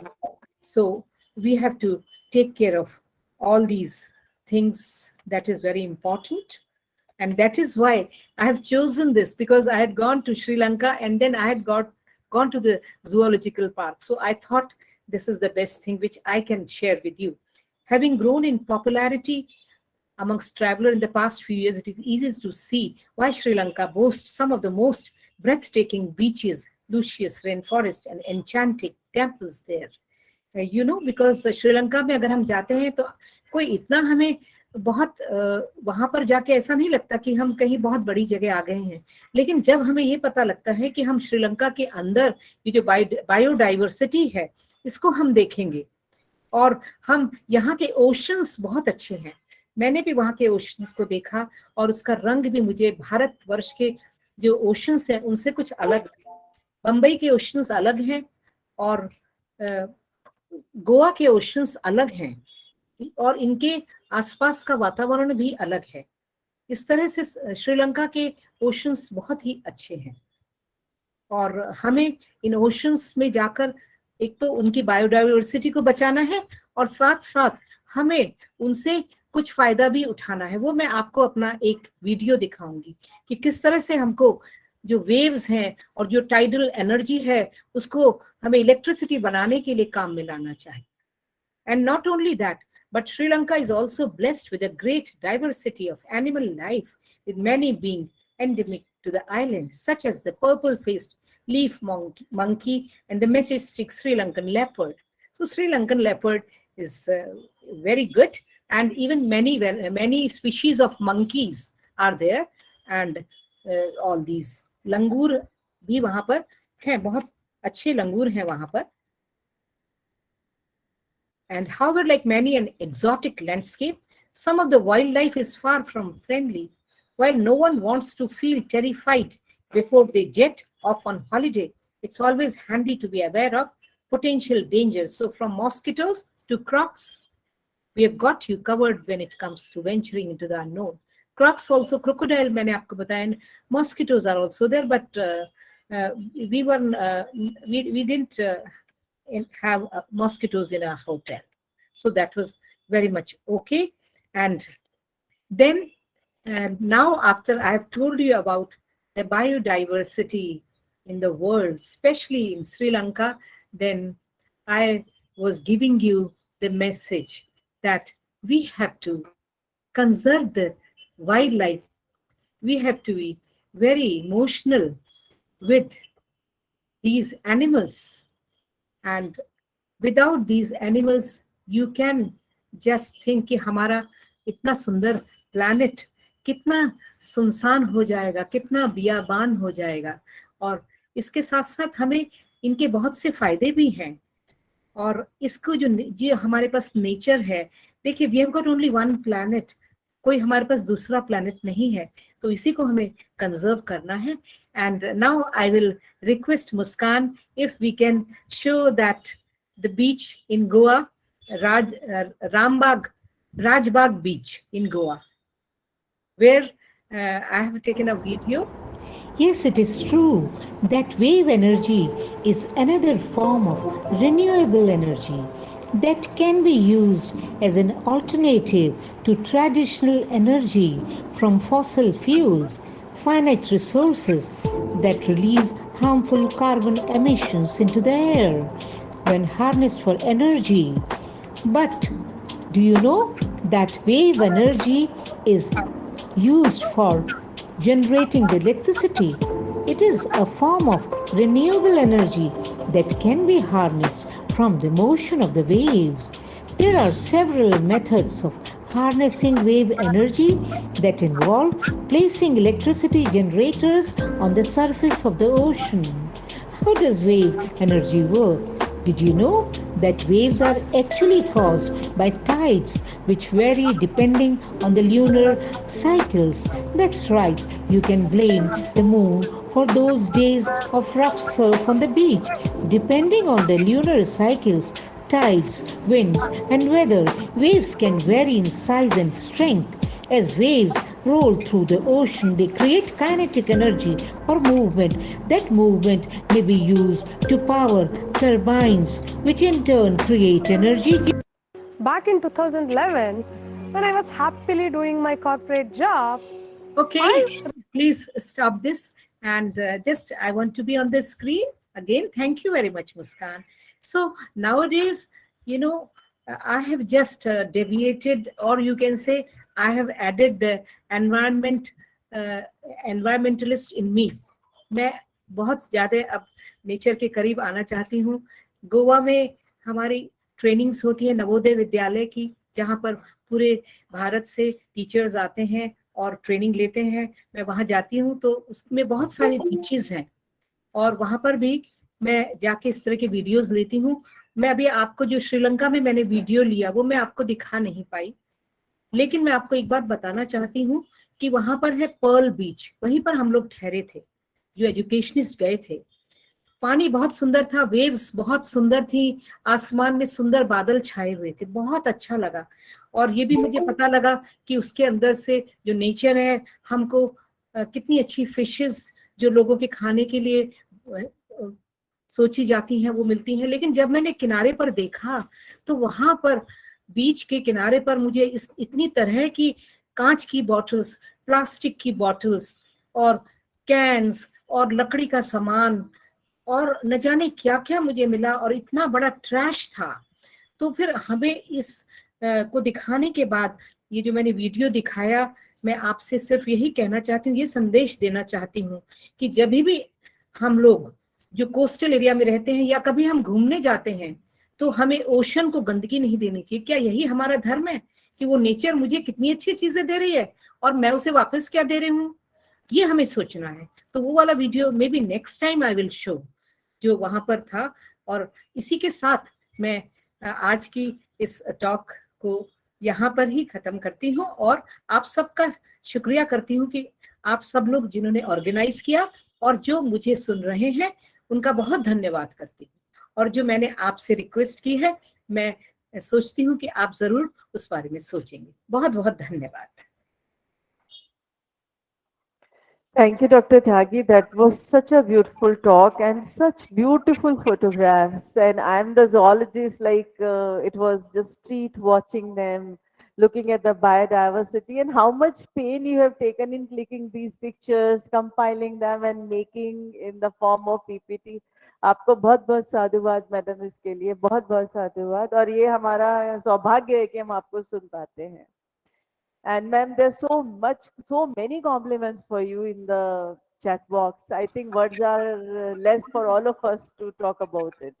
आपसे एक माफी मांगनी थी मुझे, वो ये कि आप जूलॉजी के लिए इतना अच्छा काम कर रहे हैं और मैं अभी फिलहाल जूलॉजी नहीं कर रही हूँ। मैंने बीएससी तक जूलॉजी पढ़ा था और बनारस यूनिवर्सिटी में, लेकिन मैं आपके सामने जो भी प्रस्तुत कर रही हूँ शायद आप उसे ठीक समझेंगे। अगर कोई इसमें कमी होगी तो मुझे जरूर फीडबैक। शानदार, शानदार इज द शब्द फॉर इट। बहुत ब्यूटीफुल। आपका काम बहुत अच्छा है मैडम, और बड़ा अच्छा लगता है जब भी आपको देखते हैं, सुनते हैं। जिंदगी में एक मोटिवेशन आ जाता है मैम मेरे अंदर। तो मैं I get goose bumps when I hear your talks. आप इतना मन से, इतने हृदय से बोलती हैं। Thank you. बहुत सुंदर व्याख्यान होते हैं आपके, बहुत सुंदर। Rashmi ma'am, you are a very great speaker. Ma'am ये चैट बॉक्स में है। ये सब आप ही लोग दे रहे हैं मुझे। आप लोग इतने ग्रेट हैं कि आप मुझे इतना सम्मान दे रहे हैं और मुझे मोटिवेशन दे रहे हैं कि आगे भी मैं इस तरह का फ्लोरा एंड फौना के बारे में बात कर सकूं। Thank you. बिल्कुल रश्मि मैम। और मैम आपको एक इनविटेशन देना चाहूंगी। हमारी ऑफलाइन कॉन्फ्रेंस है 12, 13, 14 और कल ही हमें उसका अप्रूवल राजस्थान सरकार से मिल चुका है और उसको राष्ट्रीय उच्चतर शिक्षा अभियान राजस्थान सरकार उसे स्पॉन्सर कर रही है। तो ma'am please be our keynote speaker and our guest. We will take care of all of your logistics, your आपको ये सब कहने की जरूरत नहीं है और मैं तो अपने आप ही आ जाऊंगी। मैं तो नहीं मैम, आपको तो आना ही है। बहुत ही खुशी की चॉइस ही नहीं है मैम, आप तो डेट फ्रीज कर दीजिए। मैंने डेट्स को संभाल के रखा हुआ है, अब मैं पहले ही पहुंच जाऊंगी आपके पास। जब भी मीटिंग होती है प्रिंसिपल जरूर कहते हैं, मैं रश्मि मैडम को जरूर बुलाएगा। मैंने कहा सर मैं आपकी तरफ से उनको हाथ जोड़ के एक बार रिक्वेस्ट कर दूंगी कि वो जरूर आए, हमारे साथ जुड़े। की कृपा है मुझ पर कि मुझे। Because ma'am, you are a family. I always say the same thing to you. So now it's time to formally thank Dr. Tyagi. And I would like to thank you, ma'am, for giving up your valuable time to talk on treasure biodiversity. मेरे तो आंसू आ गए। आप सच बोलिए, आप लोगों ने इतनी अच्छी बात की, मेरे आंसू आ गए। बस आपका आशीर्वाद बना रहे मैम, बस यही चाहते हैं। बहुत मन है आपसे मिलने का दोबारा से। Yes. And it was great pleasure to hear you to talk about science and education and biodiversity. So many varied areas आपने एक साथ join किए थे. It was quite apparent that how every single person, including me, was engrossed in your talk. Ma'am chat box पूरा बता रहा है. And trust me, आपके knowledge, आपके experience से तो बहुत कुछ सीखना है मैम हमें. It was treat hearing you. आपका मैम बहुत बहुत साधुवाद. Thank you so much. Thank you is the best prayer that anyone could say. I say that one a lot. Thank you express extreme gratitude, humility, understanding. Very well said by Alice Walker. With this, we come to the end of the 5th day of ISTTP-3.